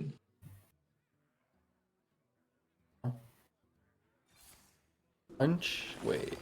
no, he doesn't know. He doesn't think he has it. But there's so much draw, like you have to assume. I mean, Leroy Coldblood Shadow Step is exactly 16. Yeah, you always play around that breakpoint. Also exactly 7 mana. Funny enough. That's true. Well, not an unexpected win for the Rogue here. Yeah, this is about how the matchup usually goes. Yeah, it's not a very rogue teched, like even with the double ooze, it's not a super rogue teched druid deck compared Yeah. to some of the lists that run like tons of taunts and potentially even like Harrison and Tinkmaster. It was really interesting how right after getting used, that was still the turn that the rogue just redaggered and blade flurried. Like it just Yeah. made them lose 2 mana, but they still did a really good play. Like it still cleared everything and did the damage. Yeah, that's a Yeah, good the thing to thing- point out. Even the ooze doesn't necessarily even make the matchup that much favored for the druid. Weapon removal actually isn't that huge against Miracle Rogue. Like, Yeah, I if you agree. if you can break a poison dagger, then it's really nice. But if you're just breaking like a dagger, it's very rarely like game winning. Like weapon removal is a lot better against aggro decks like Hunter and Paladin than it is against Rogue. It's Yeah, more or of an like Shaman anti-aggro, too. anti-rogue tech, in my opinion. But maybe y'all have different opinions. Ooh, this is the most exciting matchup that we have. Zoo versus Burn. Yeah, Or Zoo. because this is the one because this is a double archer, double coil, double hellfire zoo Yeah, Hellfire versus trying to shine. versus a zoo with bigger bodies. Would you still call this Burn deck Zoo? I call it aggro zoo or aggro warlock. But if you want to call it something else, that's fine. Yeah, I'm not sure. I would say it's distinct enough from Zoo that it's Yeah, a that's different archetype, but there's yeah. definitely arguments to be made either way. This Hellfire against Zoo is really good, by the way. I've played this exact The light protects me. one with like against the double hellfire against um our friend George on the ladder many times, and it's quite it was been surprisingly even in the games that we've. I think maybe I'm just a little bit ahead.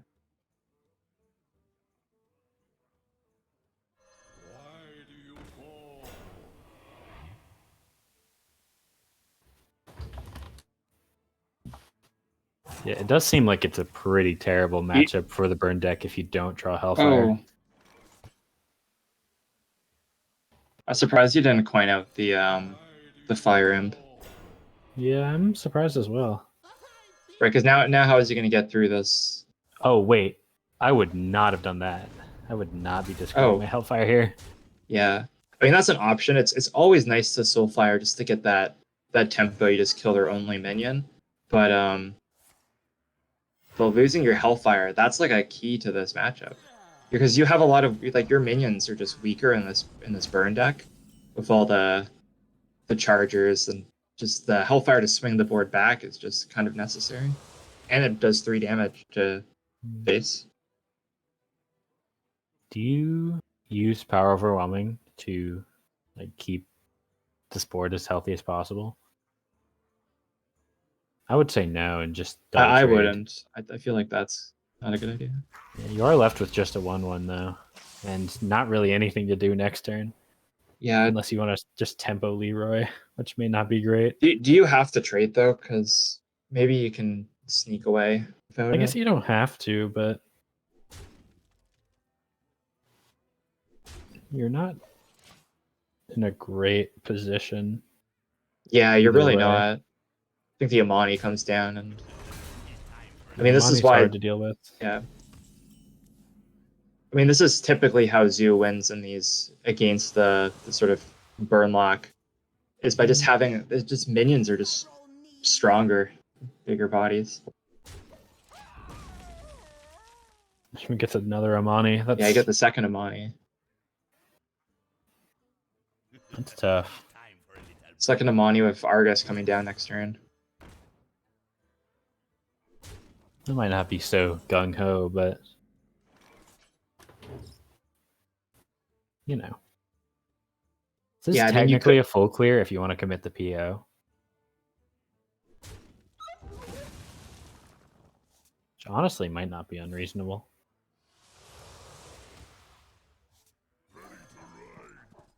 Looks Yeah, like looks it's like not they're what's just going to going happen, face. though. Yeah, this Argus is going to be so strong. I mean, the hope was you drew a 1-drop there, and then you get the Argus and the 1. Yeah. Would you go double face here with the Argus Step Amanis? I probably wouldn't, but I think it's fine. I'm just scared of like clean buffs to trade in. Like if like a Direwolf comes down, but he's only running one of it, so I guess it's not really a concern. Or like a Soulfire.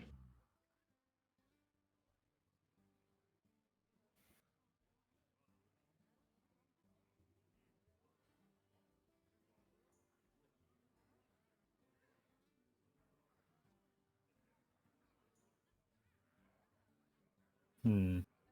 I wonder. I think you trade in and Mortal Coil first. Yep, just for the draw. Yeah, I'm trying to think of a line where you can get like an empowered Mortal Coil, and I'm not really seeing one. Yeah, that's what I was calculating too. That involves, I guess you would You'd, just use the Archer too. I don't know. I don't like Yeah. tapping there. I feel like you have all the particularly resources like in you. hand.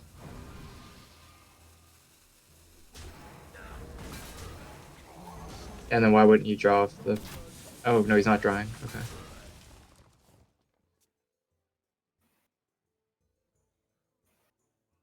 Well, 50-50 to be one-off lethal if that's what you want to do. Yeah, and that stops him from being able to tap. I would Yeah. go for it. I think I would go for it as well. You've seen a Soulfire. You've seen a bunch of charge minions. He has been holding on to... Freaks has been holding on to this PO and Leroy for a while. You can tap to make your odds better as well. Because if you tap, you have 2/3 chance of just winning straight out. Oh, okay. Wow. A good game.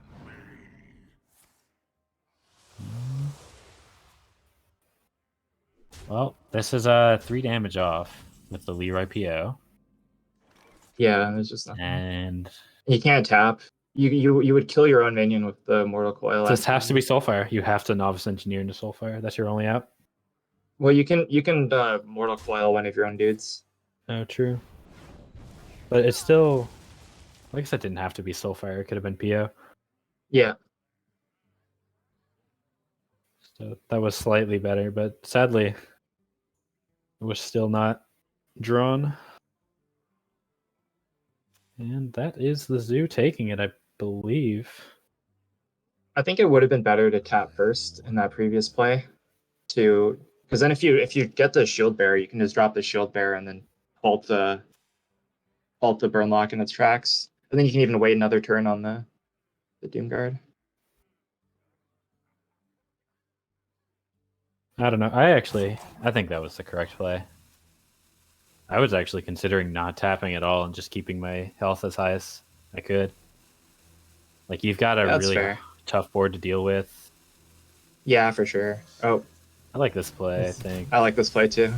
The other Glad one you we're in can do is agreement.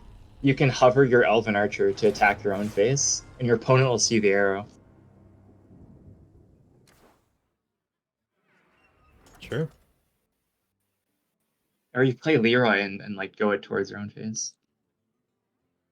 Hey, I showed that to you, I think. Yeah, it's not. It was probably you. Someone did it against me, and now I do it all the time. I just remember I did it against you in practice, and then like the next day in a tournament, I saw you doing it. So I assume that's where you got it from. Yeah, that sounds quite likely. Well, the more traditional Zoolock is going to take the matchup. Yeah, just slightly. Actually, that was the game, wasn't it? That was 3-1 Darth Nova. He's Yeah, I believe third so. place match. I didn't realize that was That was game 4. For some reason, I was thinking that was game 3.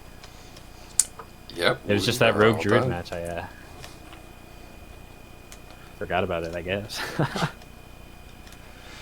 Yeah, wrapping up the third place match there. Darth Nova, despite a couple of really hectic turns there, managing to clinch it out against Freaks 3-1 down there and taking home $10 or a roll of duct tape.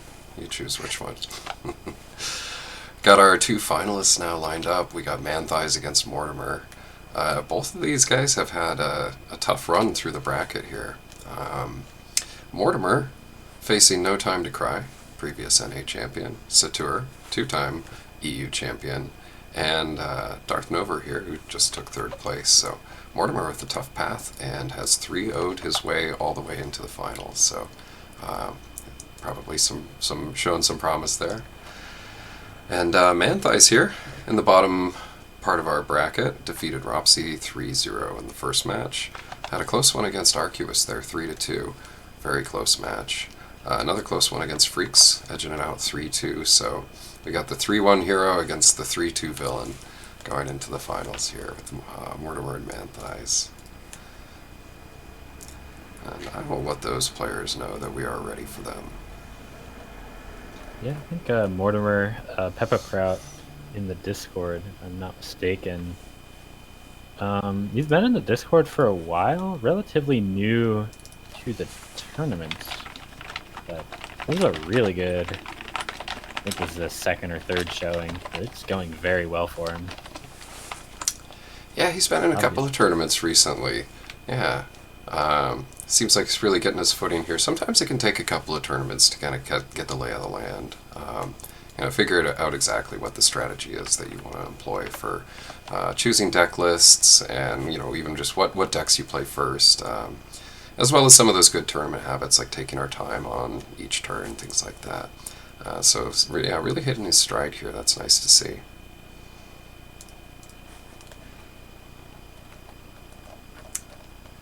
And Man Thighs as well has been a frequent tournament visitor. So I think Man Thighs is he's played in a lot of tournaments. Yeah, Man Thighs played he was my first opponent in my first tournament, which was way back in NA4. Yeah. So you guys got Man some Thighs is history. actually fairly highly seeded in the NA tournament, just off of how many tournaments he's played in. This is his first time making it this far into the tournament, but he's been grinding for sure. He may be seeing the fruits of his labor here, making it all the way to the finals, potentially getting that win he's been chasing.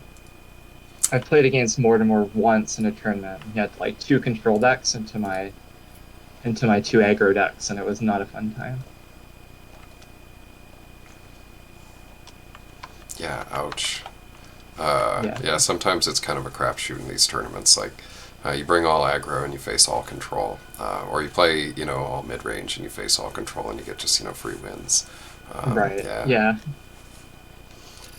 Yeah, I'm a big fan of just bringing 4 comfort decks. That's sort of the style I settled on.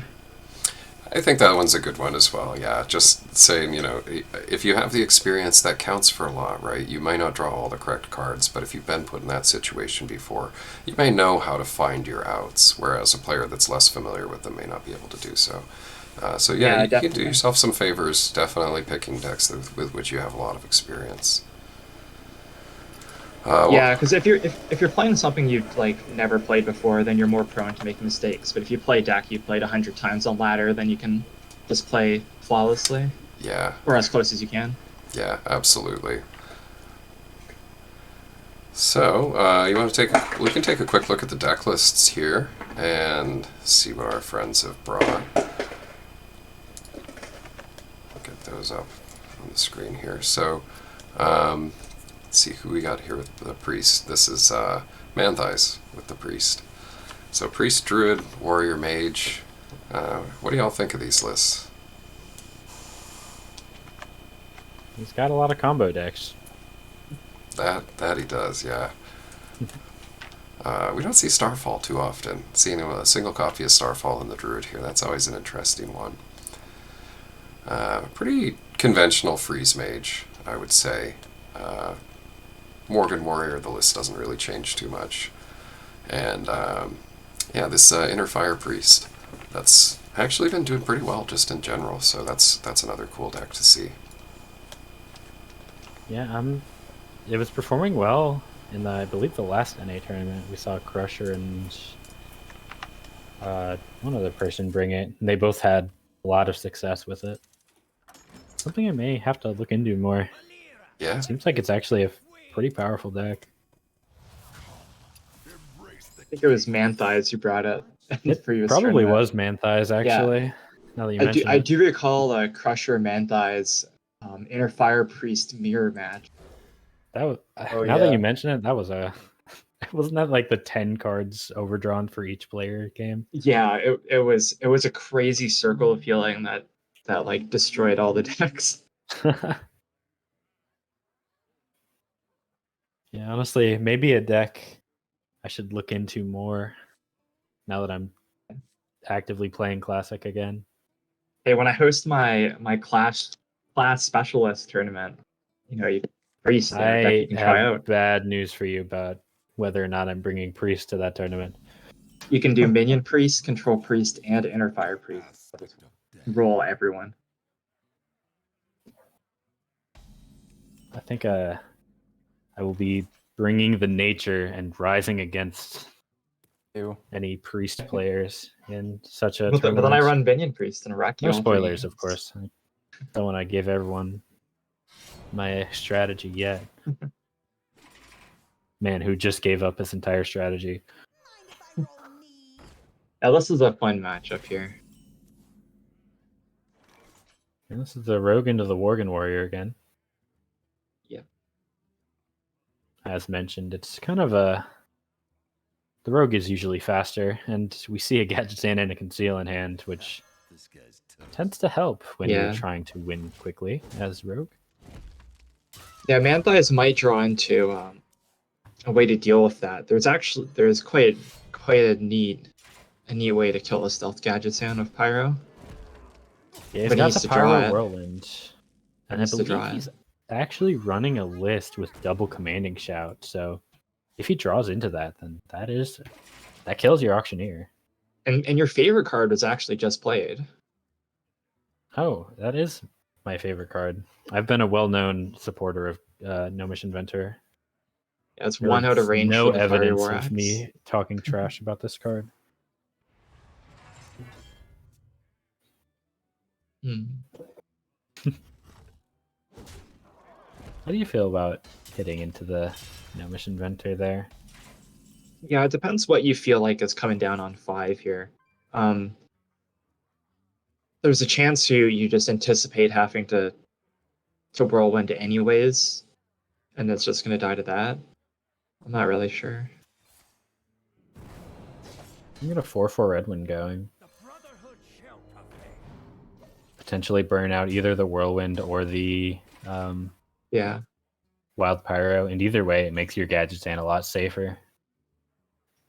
Looks like we're actually going to see an Acolyte Whirlwind execute. That makes a lot more sense. Speak to me. Yeah, and this is a pretty good play here, I think.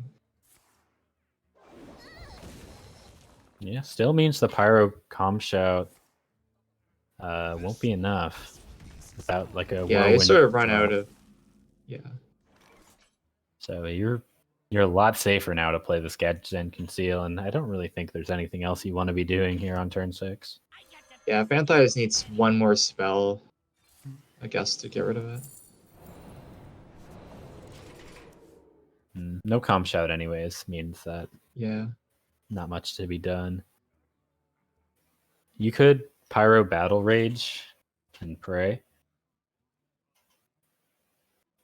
That's true. That's a lot. That's enough draw that you might be able to draw into it.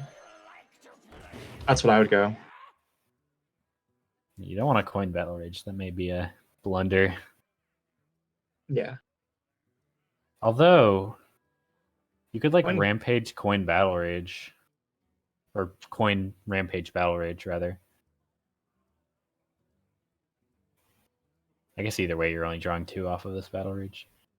Huh. Yeah, I think the ordering doesn't. Don't play the weapon. Yeah, you just battle rage here. Palm shout. Ooh. That's There it is. that's it.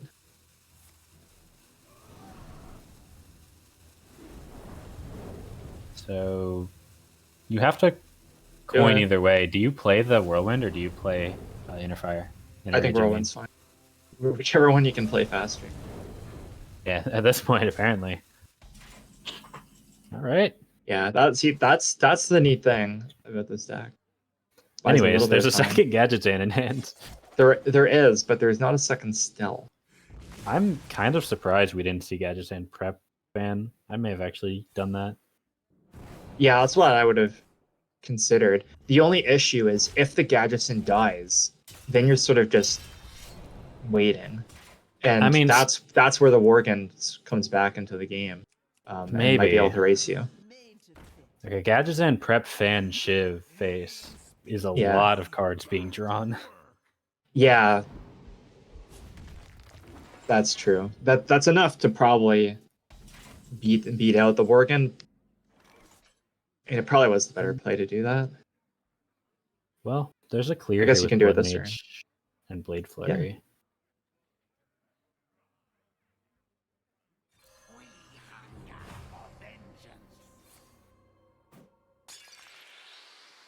Looks like that's what he's going to go for with not much else going on in the hand.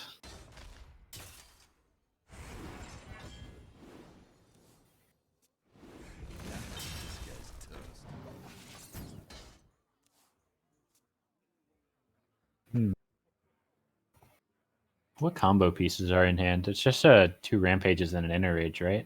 I don't see a Charge or a Worgen.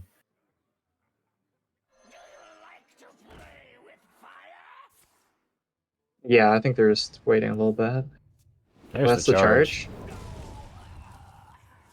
I don't love using this Inner Rage. Yeah, me neither.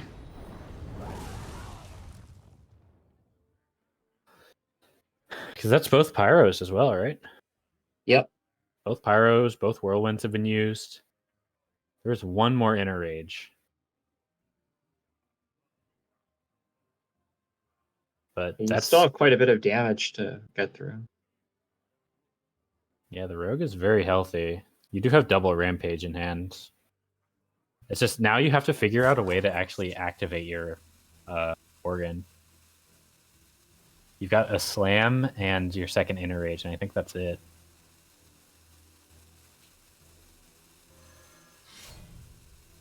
Like making the smart decision here, not playing the Cold Light Oracle. I think giving the Rogue more cards may have turned out a bit disastrous. Yeah, that seems like the way to lose the game. Very possible, very possible. The Rogue seems like they'll be getting quite a bit of cards. Yeah, you're kind of safe to backstab here. You're not going to run into any more No more AoE. Pyros. I mean, this is really good for the Rogue. Yeah, looking at like potential lethal next turn. Yeah, even if Worgen was drawn, there's no Inner Rage to activate it. So yeah, it's just unfortunate. I guess there was another Taskmaster. I didn't count that or anything. That was another Worgen. Yeah, it wasn't in hand at the time. You still have to draw Worgen and the Taskmaster. It's a little bit of a stretch. All right, this looks like a lot of damage. 16, 23. Yep, that's lethal. Yeah, plus the weapon, plus any other cards you draw, which plus the cards you draw along the way. Plus the friends you make along the way. Yeah, that's what I was thinking.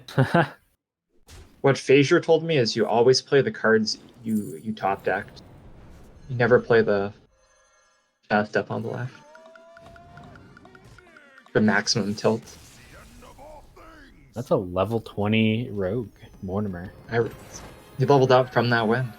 Yeah.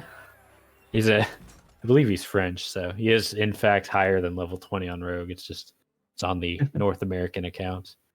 That's true. Levels. Yeah, Mortimer still has not dropped a single game. I respect it. He's playing really well.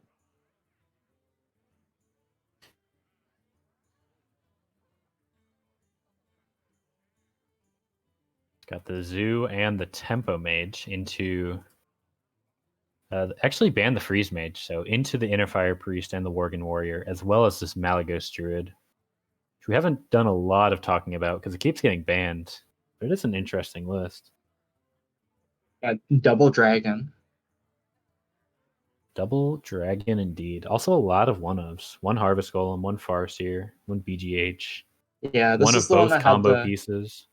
yeah, this is the one that had the really interesting matchup against the Zoo, where the one ofs were what sort of won the game there. Yeah, it ended up drawing like all of those one-ofs.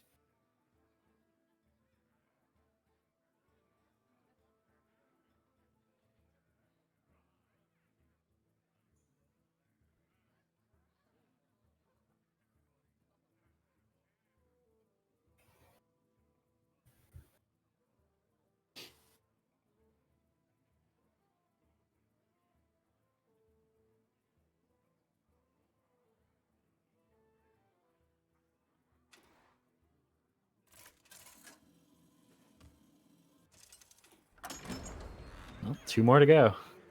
Mortimer wants the It's like perfect Priest run. versus Warlock. This one, it's a pretty bad matchup. This is quite good for the Priest. Yeah. That's what I'm thinking. There's a lot of AoE in this deck. Really, no matter how you build Priest, it's pretty good against Zoo. He actually got rid of the Holy Nova, though. I wonder if I... Did he? Yeah. I wonder if I would have kept that as Man Thighs. I'm not really sure if that's correct or not. I like Holy Nova into Zoo. I mean, I assume it's good enough that you can keep it.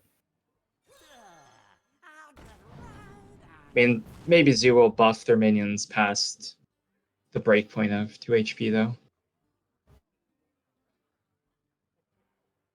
Maybe. Yeah, I mean, maybe it looks like Manthias is just trying to get the Wild Pyromancer clear or the Akanai clear. Yeah, having double Holy Smite is really good. We might actually see both of them get played this turn. Okay, well that's a little bit better. Ooh, yeah, you definitely want to play that. You guys And have the Holy coined Nova comes back. You guys have coined the Argent Squire there. I think I would have. Yeah, I like to double 1-drop. I think it's good. It's time for a little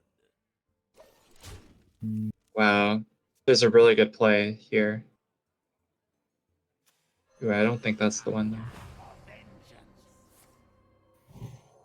I don't know if you needed to do that. I think you could have bumped the cleric and then healed it up, and then smited the Amani.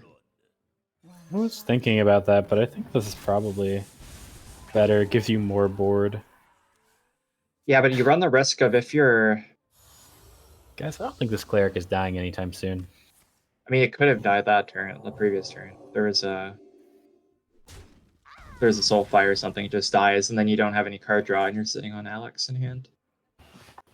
No. Yeah, but now it's got not 9 HP, and it will never die. Yeah, if this Inner Fire gets drawn, then Yeah. Mortimer's that's in probably... trouble. Yeah, this is pretty bad for the Zoo, because that is... Yeah. Yeah, the never Holy done. Nova is actually going to do a pretty big amount. It will activate the Amani. Oh, wait, that was not the attack you wanted. Interesting. That was maybe a game-losing attack, and then, actually. And then the Holy Nova can kill everything. Whoa. Yeah, that was really strange. Yeah, no matter what you do, you're dying. This cleric is gonna bump all of your creatures every turn. Knife Juggler stays alive at least. But it's not looking great. Yeah, I don't know how you get through Karen's 8-10 orthostats. To be fair, you only have 4 attack on board at a time, so it's really more like a 4/10 worth of stats. But That's it's fair. not. Yeah, you're right. That's not really much better for you. Yeah. It's just about the health at that point.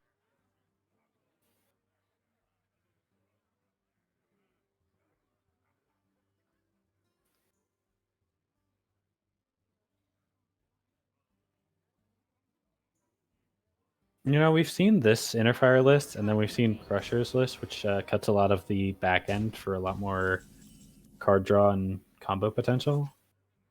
Which one do you Yeah. actually prefer? I honestly have no idea how to build inner fire priest.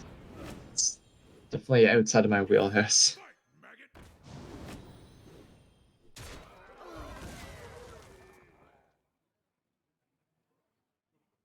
I don't really know either.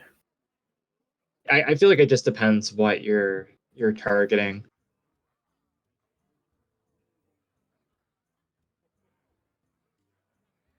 I guess if you're playing against like, I would assume the higher top end is better against like Druid and Warrior, and they're probably both Yeah. good enough into Zoo that you're not really sacrificing too much. Yeah, you wouldn't want to tech or like tech for matchups that you're already crushing. I mean, I'm more of a fan of teching for decks to sort of be like normalized across all the matchups. But I know some people like Phasier is definitely more of a proponent of hyper specializing your deck for matchups that they're good into. And this looks like a thing. Huh? I don't think that the Zoo can do anything into that. Yeah. Oh wow. Yeah, that's an option. It's I a think little bit that's too big. probably the best option. Yeah. Well, Mortimer. Zoo's a really great deck, but has some pretty bad matchups too. Oh yeah.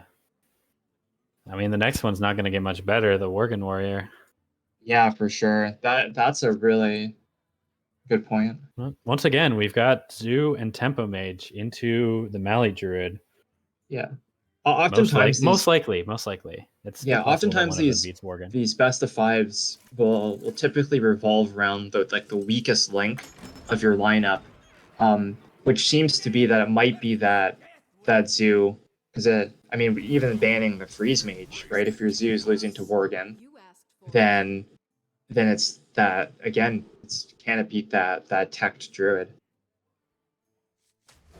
Yeah, so this is kind of because he's got the Tempo Mage and Zoo into Druid. This is kind of just a gimme game. Like if Mortimer wins, it's really good, but it's not actually super important to get a win here. Yeah. Because your good matchup is coming up. With that being said, I don't think this is a very good matchup for the Tempo Mage. Yeah, I've never this one I actually have never seen. So the thing about Tempo Mage into Control Warrior is it's not even really the like tons of armor that kills you. It's just Armor Smith as a card. Like your early game is so reliant around pings, and they play an Armor Smith and you lose the game on the spot. Basically, like Yeah, not even really an exaggeration. that makes a lot of sense to me. And it's 4 HP is sort of out of reach from all of Yeah, your it's like you stuff. can't kill it with anything. You can't. It blocks you out of so many early game plays. And then, like the other big interaction is War Axe into the Mana Worm.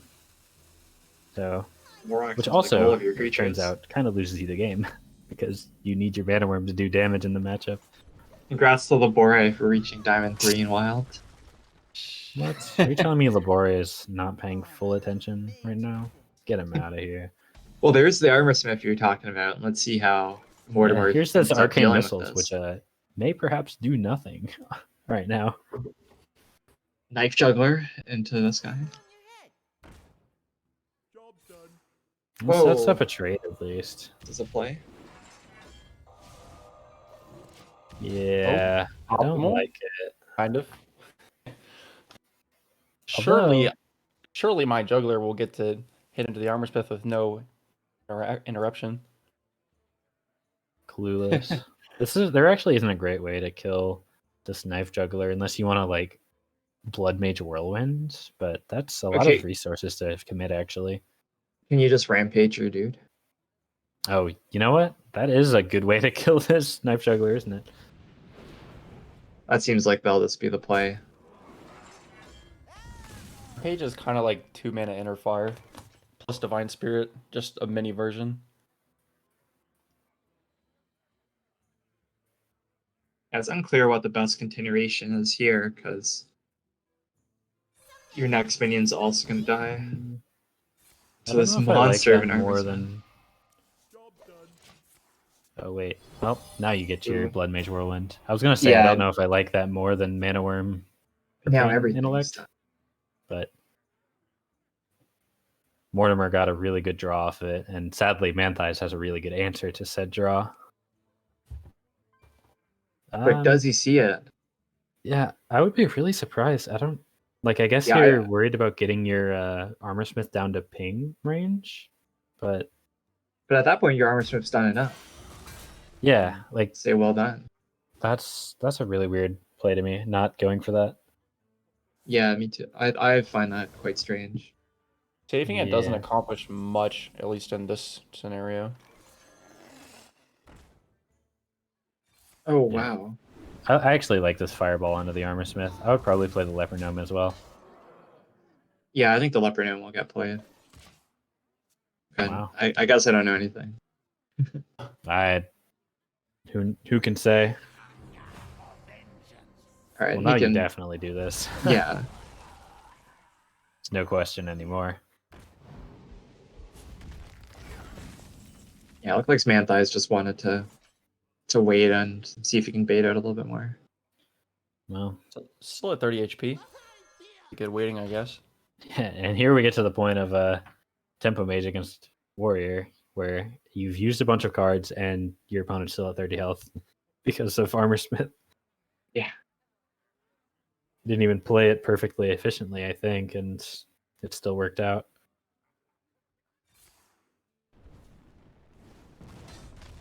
Oh, that's getting Cruel Taskmaster. Yeah, I mean that works too. I'm not sure if I would have done that, but I'm not sure how much it matters. Saving Already it for an got a execute. pretty big Worgen, just looking for charge and a little bit more chip damage. Saving the last one Yeah. for an execute, I reckon. Yeah, I guess so, but there's quite a bit of ways to get to that execute. You have 3 ways to ping. For what it's worth, because the Rampage was used, there can only the Worgen Warrior can only do 26 with a full combo.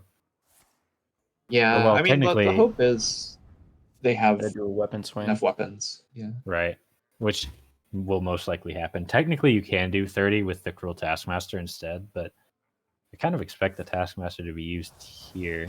Never mind. I think still saving it for the execute. Saving the inner Yeah, reach for that makes combo more or sense. pyro or something. Coming into turn 8, there's a Ragnaros in the other player's deck. That's probably a position where I would have made a bad play as the Worgen. Because you're probably right that using second Whirlwind, second Cruel Taskmaster may have been a bit disastrous. With not much going on in this hand. Yeah. That's a nice card. Yeah, now you're a little bit more inclined to Whirlwind now that you can use it as an execute activator.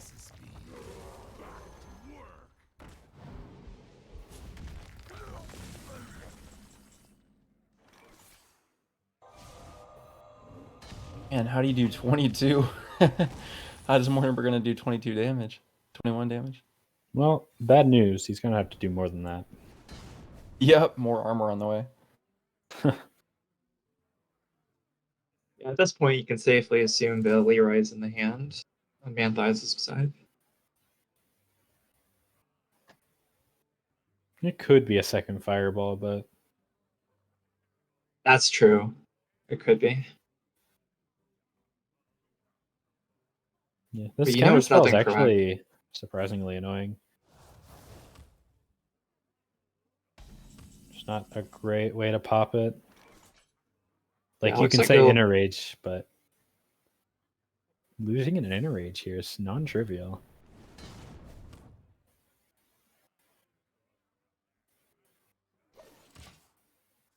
There's a War Axe.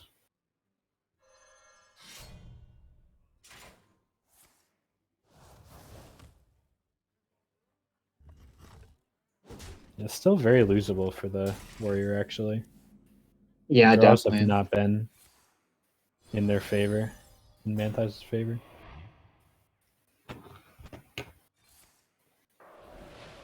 Wonder if you just play Leroy here. I don't hate it.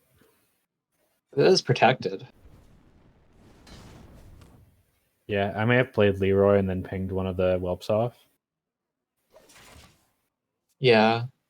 And like Manthi's would be able to clear it, but it would be so awkward to clear it that I mean It's a lot of that you damage.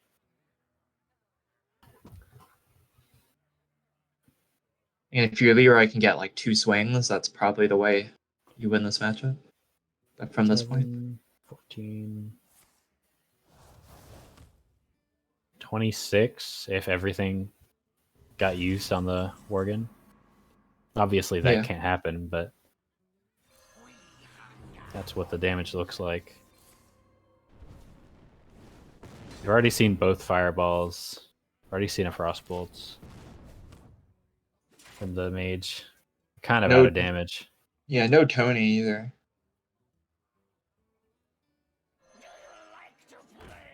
Trying to imagine how this is gonna go. I actually think you use an air rage here before you I think so too. like this has to be counterspell. I think Well, you've it was- probably drawn enough cards that you can afford to just burn an inner rage. As much as I didn't like it earlier, with how the hand is starting to shape up, I think you can get away with it. Yeah. You know the last card's Leroy. So I guess you also have to have something for Leroy. Yeah, it looks good. That's a good draw. I think you're okay playing it. Yeah, I think so too. The cards you're going to draw are going to be better than what the mage has left in the deck. Mm-hmm. There are some fairly beefy minions, though. That's true. There are water the 2 water elementals and Azure elementals. Drakes. Maybe what he's worried about. Deadly Dissonance by Bronze 5. Oh, Oh. I guess. Love that. I was more thinking the execute was for the water elemental. Although, Put this apple on your head. 6, 12, Oh, that's a lot of damage. 18, 22, 24, 27 exactly, actually. Oh wow. Yeah, with the weapon. Yeah. Yeah, that's game. Yeah, If he that sees it. is... Yeah, he definitely sees it. Surely. But you're giving Mortimer Wait, out no. a Worgen. Manthi's Don't do it. Don't do it. Count again, please. Don't do that one either. Don't do that one either. Yeah, wrong one. It's not He doesn't flashy see it. enough. He thinks it's Need ice different block. He thinks it's Oh. ice block. He's Ice block worried about giving TP. his opponent the Worgen. Bro, just think, the mage can ping Worgen? That's crazy. Yeah. Alright, he's counting again. Yeah, I can see it. I thought that was the plan, though. I thought that's why he played it like he did. Like, to set up a perfect lethal. Okay, he sees it now. He sees it. Okay, we got there. That was a really smart play with the Worgen. He sees it, right? Full counter? Yeah, he sees it. Okay. Okay, cool. Gotta go a little bit fast. Triple counting. We good. Oh, that's scary. No, it's possibility. okay. I mean, it was fine, but it was a little scary. Yeah. Definitely. Well done. Some very smart plays on the Worgen to set that up.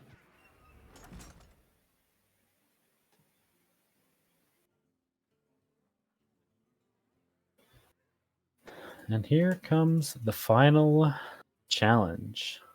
The Malygos Yeah. Druid into 2 very good Druid matchups. We have seen this deck take down a zoo before in this tournament. True. Will we see it again?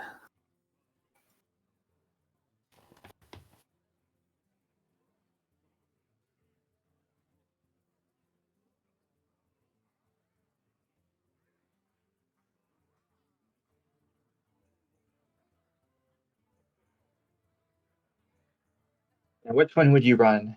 The druid here. I'm actually not sure which one I would play first. I think I actually would have played the mage, but I'm not sure how much it matters. I guess maybe the mage is the more high variance deck, so if that impacts your decision, maybe Yeah, you want to play maybe. that last, get the more stable deck going first with the zoo. Yeah, that's fair. So I think it's just a matter of preference.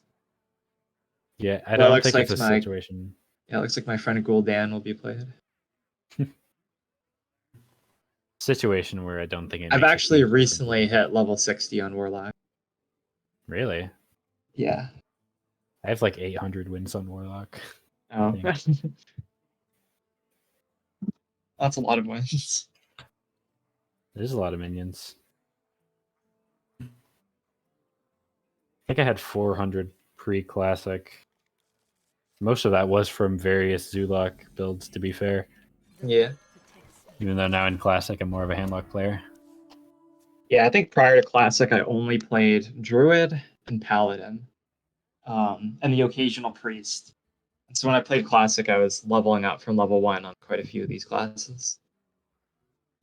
Yeah, I didn't have any classes level 1, except Demon Hunter, but that doesn't count. I don't like Coin Wild Growth here. Unless you're Yeah, just that confident you're going to draw into Harvest Golem. yeah. I typically coin Wild Growth is like reserved for if you have a turn or a play with like a 3-mana play, Right. which I'm not really seeing. Yeah, like you've got the Wrath Moonfire, I guess. You get to do that this turn, but is that really good enough to be burning your coin? And I don't think the answer is yes.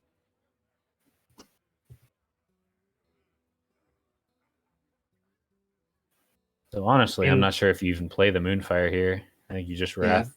Yeah. If we pass turn 1 and then turn 2, just Wrath, and then we have coin into maybe Senjin on 3. Guess Manthos is hoping to draw something for after this engine then, because I was also thinking like button and fire, and then like either Wrath button or Senjin. Yeah, Right. But Moonfire isn't unreasonable here. Like saving your Wrath until you need it and you can't clear with any other means is definitely a reasonable. And Wrath decision, and it looks like has that's what he's reach gonna do. over the taunts as well. Right. Yeah, you're only taking 1 damage from the wolf with your armor from the hero power, so you're not actually too sad about that. You are a little bit sad seeing the second one come down immediately. Yeah. Yeah, this is really sad because Ascension doesn't even. Ascension gets traded really nicely. Mortimer gets perfect Mortal Coil value. I would assume that's what you want to go for with this hand. Yep. I guess the question is, do you trade in the Flame Imp or do you trade in the shield here with the coil? shield? Yeah, you can give in the shield here, I think. I mean, the You're concern setting is yourself up for a Starfall, swipe. but Yeah. yeah. Or swipe. Well, even Swipe doesn't actually clean this up well enough. That is Yeah. maybe the opposite of Starfall, if there is such a thing. I mean, I think the game is soon to be over. I don't know how you come back from that. Or from this position. I am not seeing it either. So proper order here, by the way. You trade in the Argent Squire into the Oh, whoa, EGH. don't do that. There you go. Okay. You attack with the 2 minions on the side, and you put the Dupe Guard next to the Direwolf. Yep.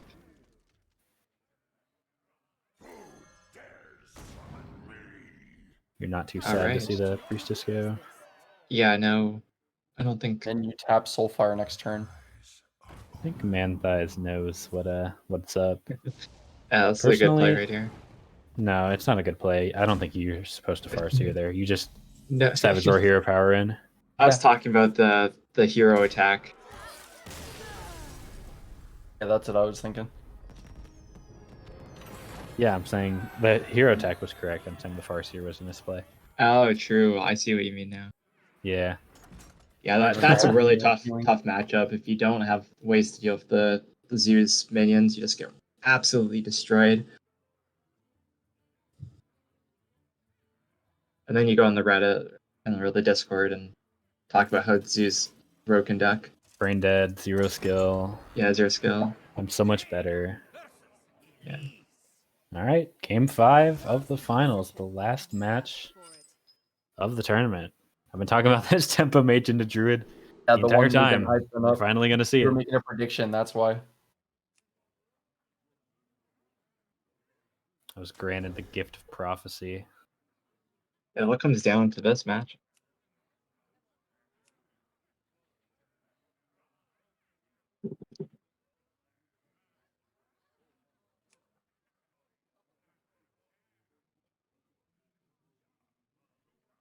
Keeper in the starting hand may be worth. Yeah, I looking like at. the keeper. Ooh, the mirror image is pretty decent. Mirror entity. Yes, yeah. Sometimes it gets called that as well. Actually, most of the time it gets called that, you could say. Yeah, mirror I entity don't is play any very of these good. decks. Yeah. Very good against druid, as it turns out.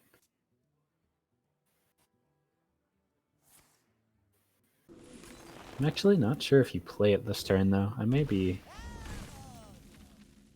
Well, that's probably correct. I think it's I think it's fine. You might get yourself a Senjin or something. I mean, even like worst case, you get like a BGH, and then you just kill their BGH with your Leper Gnome. Yeah. What to do? Or like a Farseer, you get a Farseer here. Yeah, I guess Farseer would be the better play here for Manthias.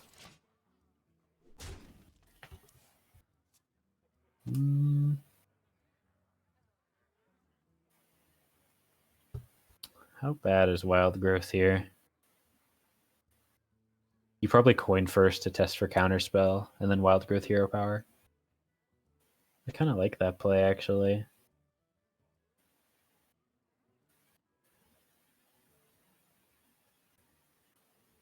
Yeah, that's not bad. I mean, it's still you're still playing on the back foot even with that. But I mean, here you are as well. Yeah, that kind of sucks. All right, big knife coming here.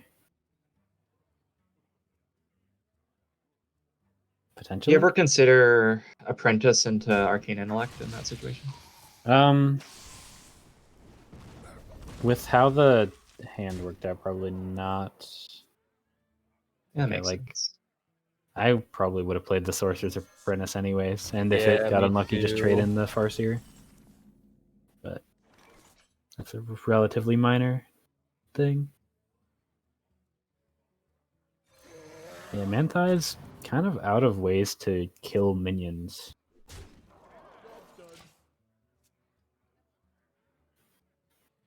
He's got the coin force, and he's actually going to be forced to use it already. But Tree time. Mortimer has a pretty good response. He's seen the Keeper used, he's seen the Force used. He just Sorcerer's Apprentice Arcane Intellect and then ping off the Keeper, most likely. Yeah, this is such a good position for the mage here. Yeah, if you draw like at Arcane Missiles, you can potentially Blood Mage Missile. Oh wow. Oh yeah. Surely they Technically won't not all go guaranteed to face. kill it though. It's Yeah. gonna be 1 in 16. Alright. Well, never mind. I had a game a long time ago where I was playing a aggro shaman against like a tempo mage, and I played Dust Devil in turn 1, and then my opponent played Mana Worm, Coin, Arcane Missiles, and they all went phase, and then I won. Yeah, Arcane Missiles, when it goes wrong, it does lose you the game more Yeah. often than not. Yeah, wait, when you're relying on it and it lets you down, that's not a good situation. No. All right. Hopefully these like Violet apprentices can do some work. Oh man. That's a really good draw as well. This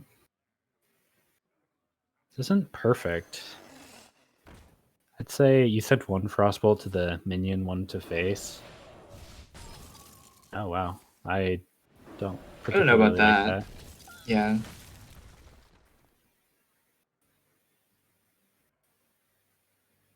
Mm, Seeing it here. I think more and more is Yeah. just scared of having more 1/1 dudes. yeah. Well, there's the Malygos, but there's nothing to actually use with it.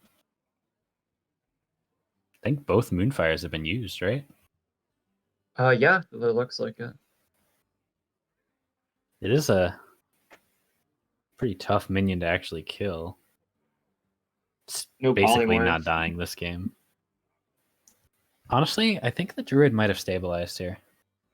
It Depending kind on of what looks this like next, it. like if this next draw is a dud for Mortimer, I think the Druid stabilizes. I don't like Nourish here. Yeah, I don't like that either. I feel like you really wanted to play Did he get an Innervated, a please? creature there. No, that's really bad. Well, this is how you don't stabilize, is you don't play any creatures. Yeah. Yeah, that's Just draw. it's 8 mana, do nothing. Ooh. I would Fireball face here. Yep, that's a lot of damage. Well, that leaves your opponent with 2 HP. Yeah, 2 HP. You play the Loot Hoarder. The other option is just play all your minions, which isn't unreasonable, actually. Yeah, that's fine too. The only You real got punished punish is by like potential Starfire Starfire. swipe. Yeah, Starfire Swipe or Starfire, or you can't even There's Starfire still Azure burn Drake. out, of That's too much course. mana. And closer to burn. Maybe you actually ping here and just don't play the BGH. Yeah, I think this is good too. I mean, you're still 3 pings away from the Fireball lethal. But you can draw like a whole bunch. No, you use both the Frostbolts. Yeah, both Frostbolts are used. Both Arcane Missiles were used. There is another Fireball and there's a Leroy. Yeah, it looks like Manthi's won't be able to cleanly deal with this board, so it Yeah, might be okay. I guess you Shield Mass to... Do you play double Taunt here, actually?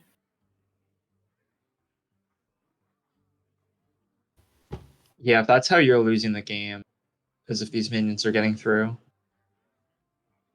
Yeah, that's kind of the issue, is double Taunt doesn't actually save you.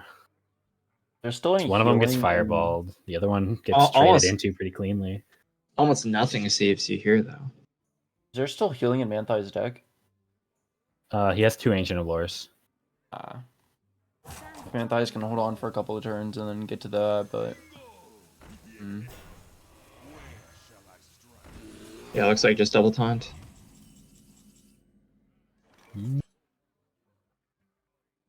Actually, would I play the Sorcerer's Apprentice? It means you can't Fireball ping BGH. I think getting all that down is better. interesting. Okay. So now I think you do play the Sorcerer's Apprentice. Okay. Sorry. I think this is fine. It's fine. I would have played the Sorcerer's Apprentice there, and gotten an extra 3/2 body on board. Yeah, It doesn't I look like agree. it matters though. I don't think Yeah. Manthi's has a way to live here. For real this time. He's got no taunts. He can't deal with both minions. He can kill the mana worm and technically survive, but Surviving with 1 HP. Yeah. To a mage. Yeah, teacher Starfire 1-drop. I mentioned how miserable this matchup is for Druid. Yeah, chilling at 30 HP and mage. the mage has taken 0 damage. I'm a Never even believer been looked at, really. in this tempo mage now. I'm telling you, like, its matchup spread is so rough, but if people were only playing Druid, this would be the best deck in the game. It beats Druid so hard. Alright, if Mage I ever Hunter. unretire from a tournament, I'm gonna run Tempo Mage and Minion Priest and this hard counter Druid. And Mid Hold Hunter. Mid No, Hunter. I'm a mean- Mid Hunter hater. Yeah, I'm not a huge fan of Mid Hunter either. I think it's good into Rogue. I don't actually think it's that favored into Druid, if it is at all. No, just run the Stranglethorn in the high main. Alright, yeah, it looks like it's all over but the crying for the druid here.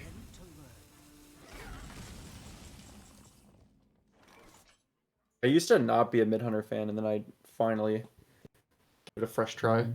Now that you saw the Starfall, do you just play the whole hand? Yeah, you play everything. Yeah. Still haven't seen a swipe, I don't think.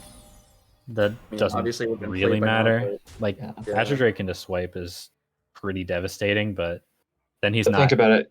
You need to play around Malagos, Innervate, swipe. Oh, you're so right.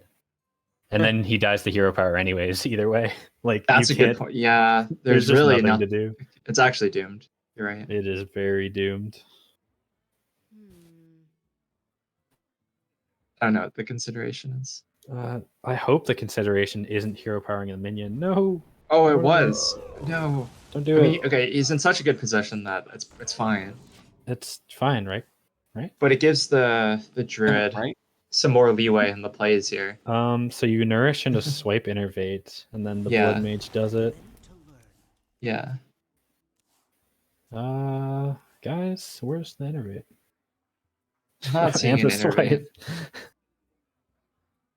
All right. I'm not sure how cleanly that was, but Mortimer gonna take it. He's had to work for it in Only the dropped finals. One game? Was it Yeah. one game? Finally dropped games in the finals, but A really respectable run. Beating two former champs, 3-0. Dropping only 2 losses the entire tournament. a really crazy run.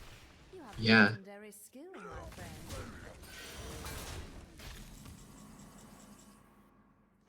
Oh. We're not gonna Should see play an it. EVM just win the tournament. There it is, Mortimer 44, Peppa Prout, your North American Tournament 9 champion. Mortimer is the best player in all of NA. Undisputed king. And now, a word from our sponsors. So really good games there in the finals. That was a very entertaining finals to watch. And like you said, getting down to that druid there at the end, just not able to find a win against the Zulok and Tempo Mage. And that's sort of a testament to a lot of the strategy we see a lot of times in these tournaments of target one specific class and, just beat the hell out of it. So, we holler at our friend Mortimer here and see if we got a winner's interview coming up. And of course, while we're waiting, we can take a quick peek at these deck lists as well. So these are our Tournament Champions deck lists. You know, Derp, I gotta say, Gnomish Inventor just won a tournament. Have we reversed your opinion on that at all? How do I break this to comment? you as lightly as possible? It's a negative, Chief. Who can do? No can do. It actually was kind of a factor in the rogue win, though, for what it's worth. Yeah, I mean, in a tournament setting, if a card works on a turn, honestly, that's like a pretty good start. And Rogue, it's not typically a deck that has a lot of like proactive 4-drops that it can play. In like other formats, there are things like that. A Spider Dude, Nubarok, something, Nubisoft, Ambusher or something. But I think a Nubarok was correct. Or maybe you're talking about a different card. Are you talking about the Noxramas one? yeah, I think it is like a 4/4 for 4 that puts some spiders in your deck. So when you draw them, it summons a 4/4, puts 3 spiders or something in I there. think you mixed up 2 cards. Did I? Yeah. Nubarok Because is the there's the 4-mana 9-8/4. 5/5 that when it dies, it bounces one of your friendly minions. That's not that one. And that then I'm there's a thinking of. 3-mana TGT spell that puts a bunch of Nerubians in your deck and you draw them and summon Copies the of 4/4. It's the same thing as that, except it's a 4-mana minion. Yeah. It was like Beneath the Grounds or something, I think was the name of that one. But it's the same thing as that, where it's just a minion that puts them in your deck. I swear I'm not crazy here. I did play this card. But, whatever it was, it doesn't sound as good as a 2/4 body for 4 that draws a card. So, It's just so crazy. yeah, really willing to trust Mortimer here. So I don't think we're going to do a winner's interview here. Of course, Mortimer, able to speak enough English to chat with us in via text, but might not be super confident to do that. Do it over voice. So we can always ask him a few questions, open it up in the Discord channel as well, and get his opinions on some things. I know I'll be asking him a couple of questions here. So you can stick around for that. If you are new to the tournaments and you haven't joined the Discord yet, you can find that link in our channel description, and just tag right along, ask Mortimer some questions, maybe even throw a little congratulations his way. So our final standings for the day. Let's bring up the bracket and just take one final look here. Let's make sure that thing loads. There we go. So we had a really, really stacked tournament today. We had multiple tournament champions and some repeat tournament champions in here as well. It's noteworthy that both of these players on their way to the finals here were able to defeat previous champions. So looking at Mortimer's run here, started off 3-0 against the reigning champion, No Time to Cry.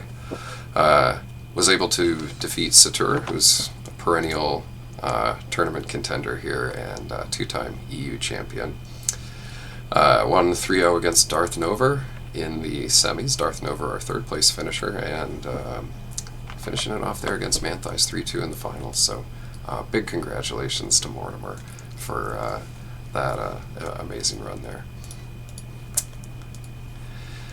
Otherwise, folks, I think we're taking off for the night. So, as always, check that channel description. Join the Classic Hearthstone Discord if you're a fan. We want to thank all of our fans out there for tuning in tonight. And we will have our EU Tournament number 9 coming up next weekend, bright and early for you NA folks.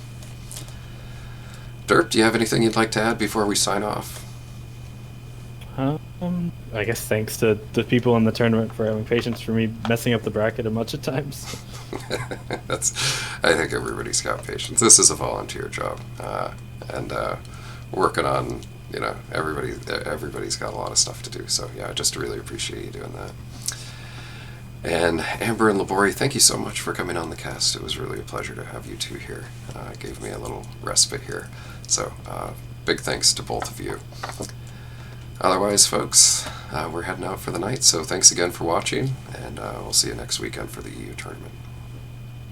Yeah.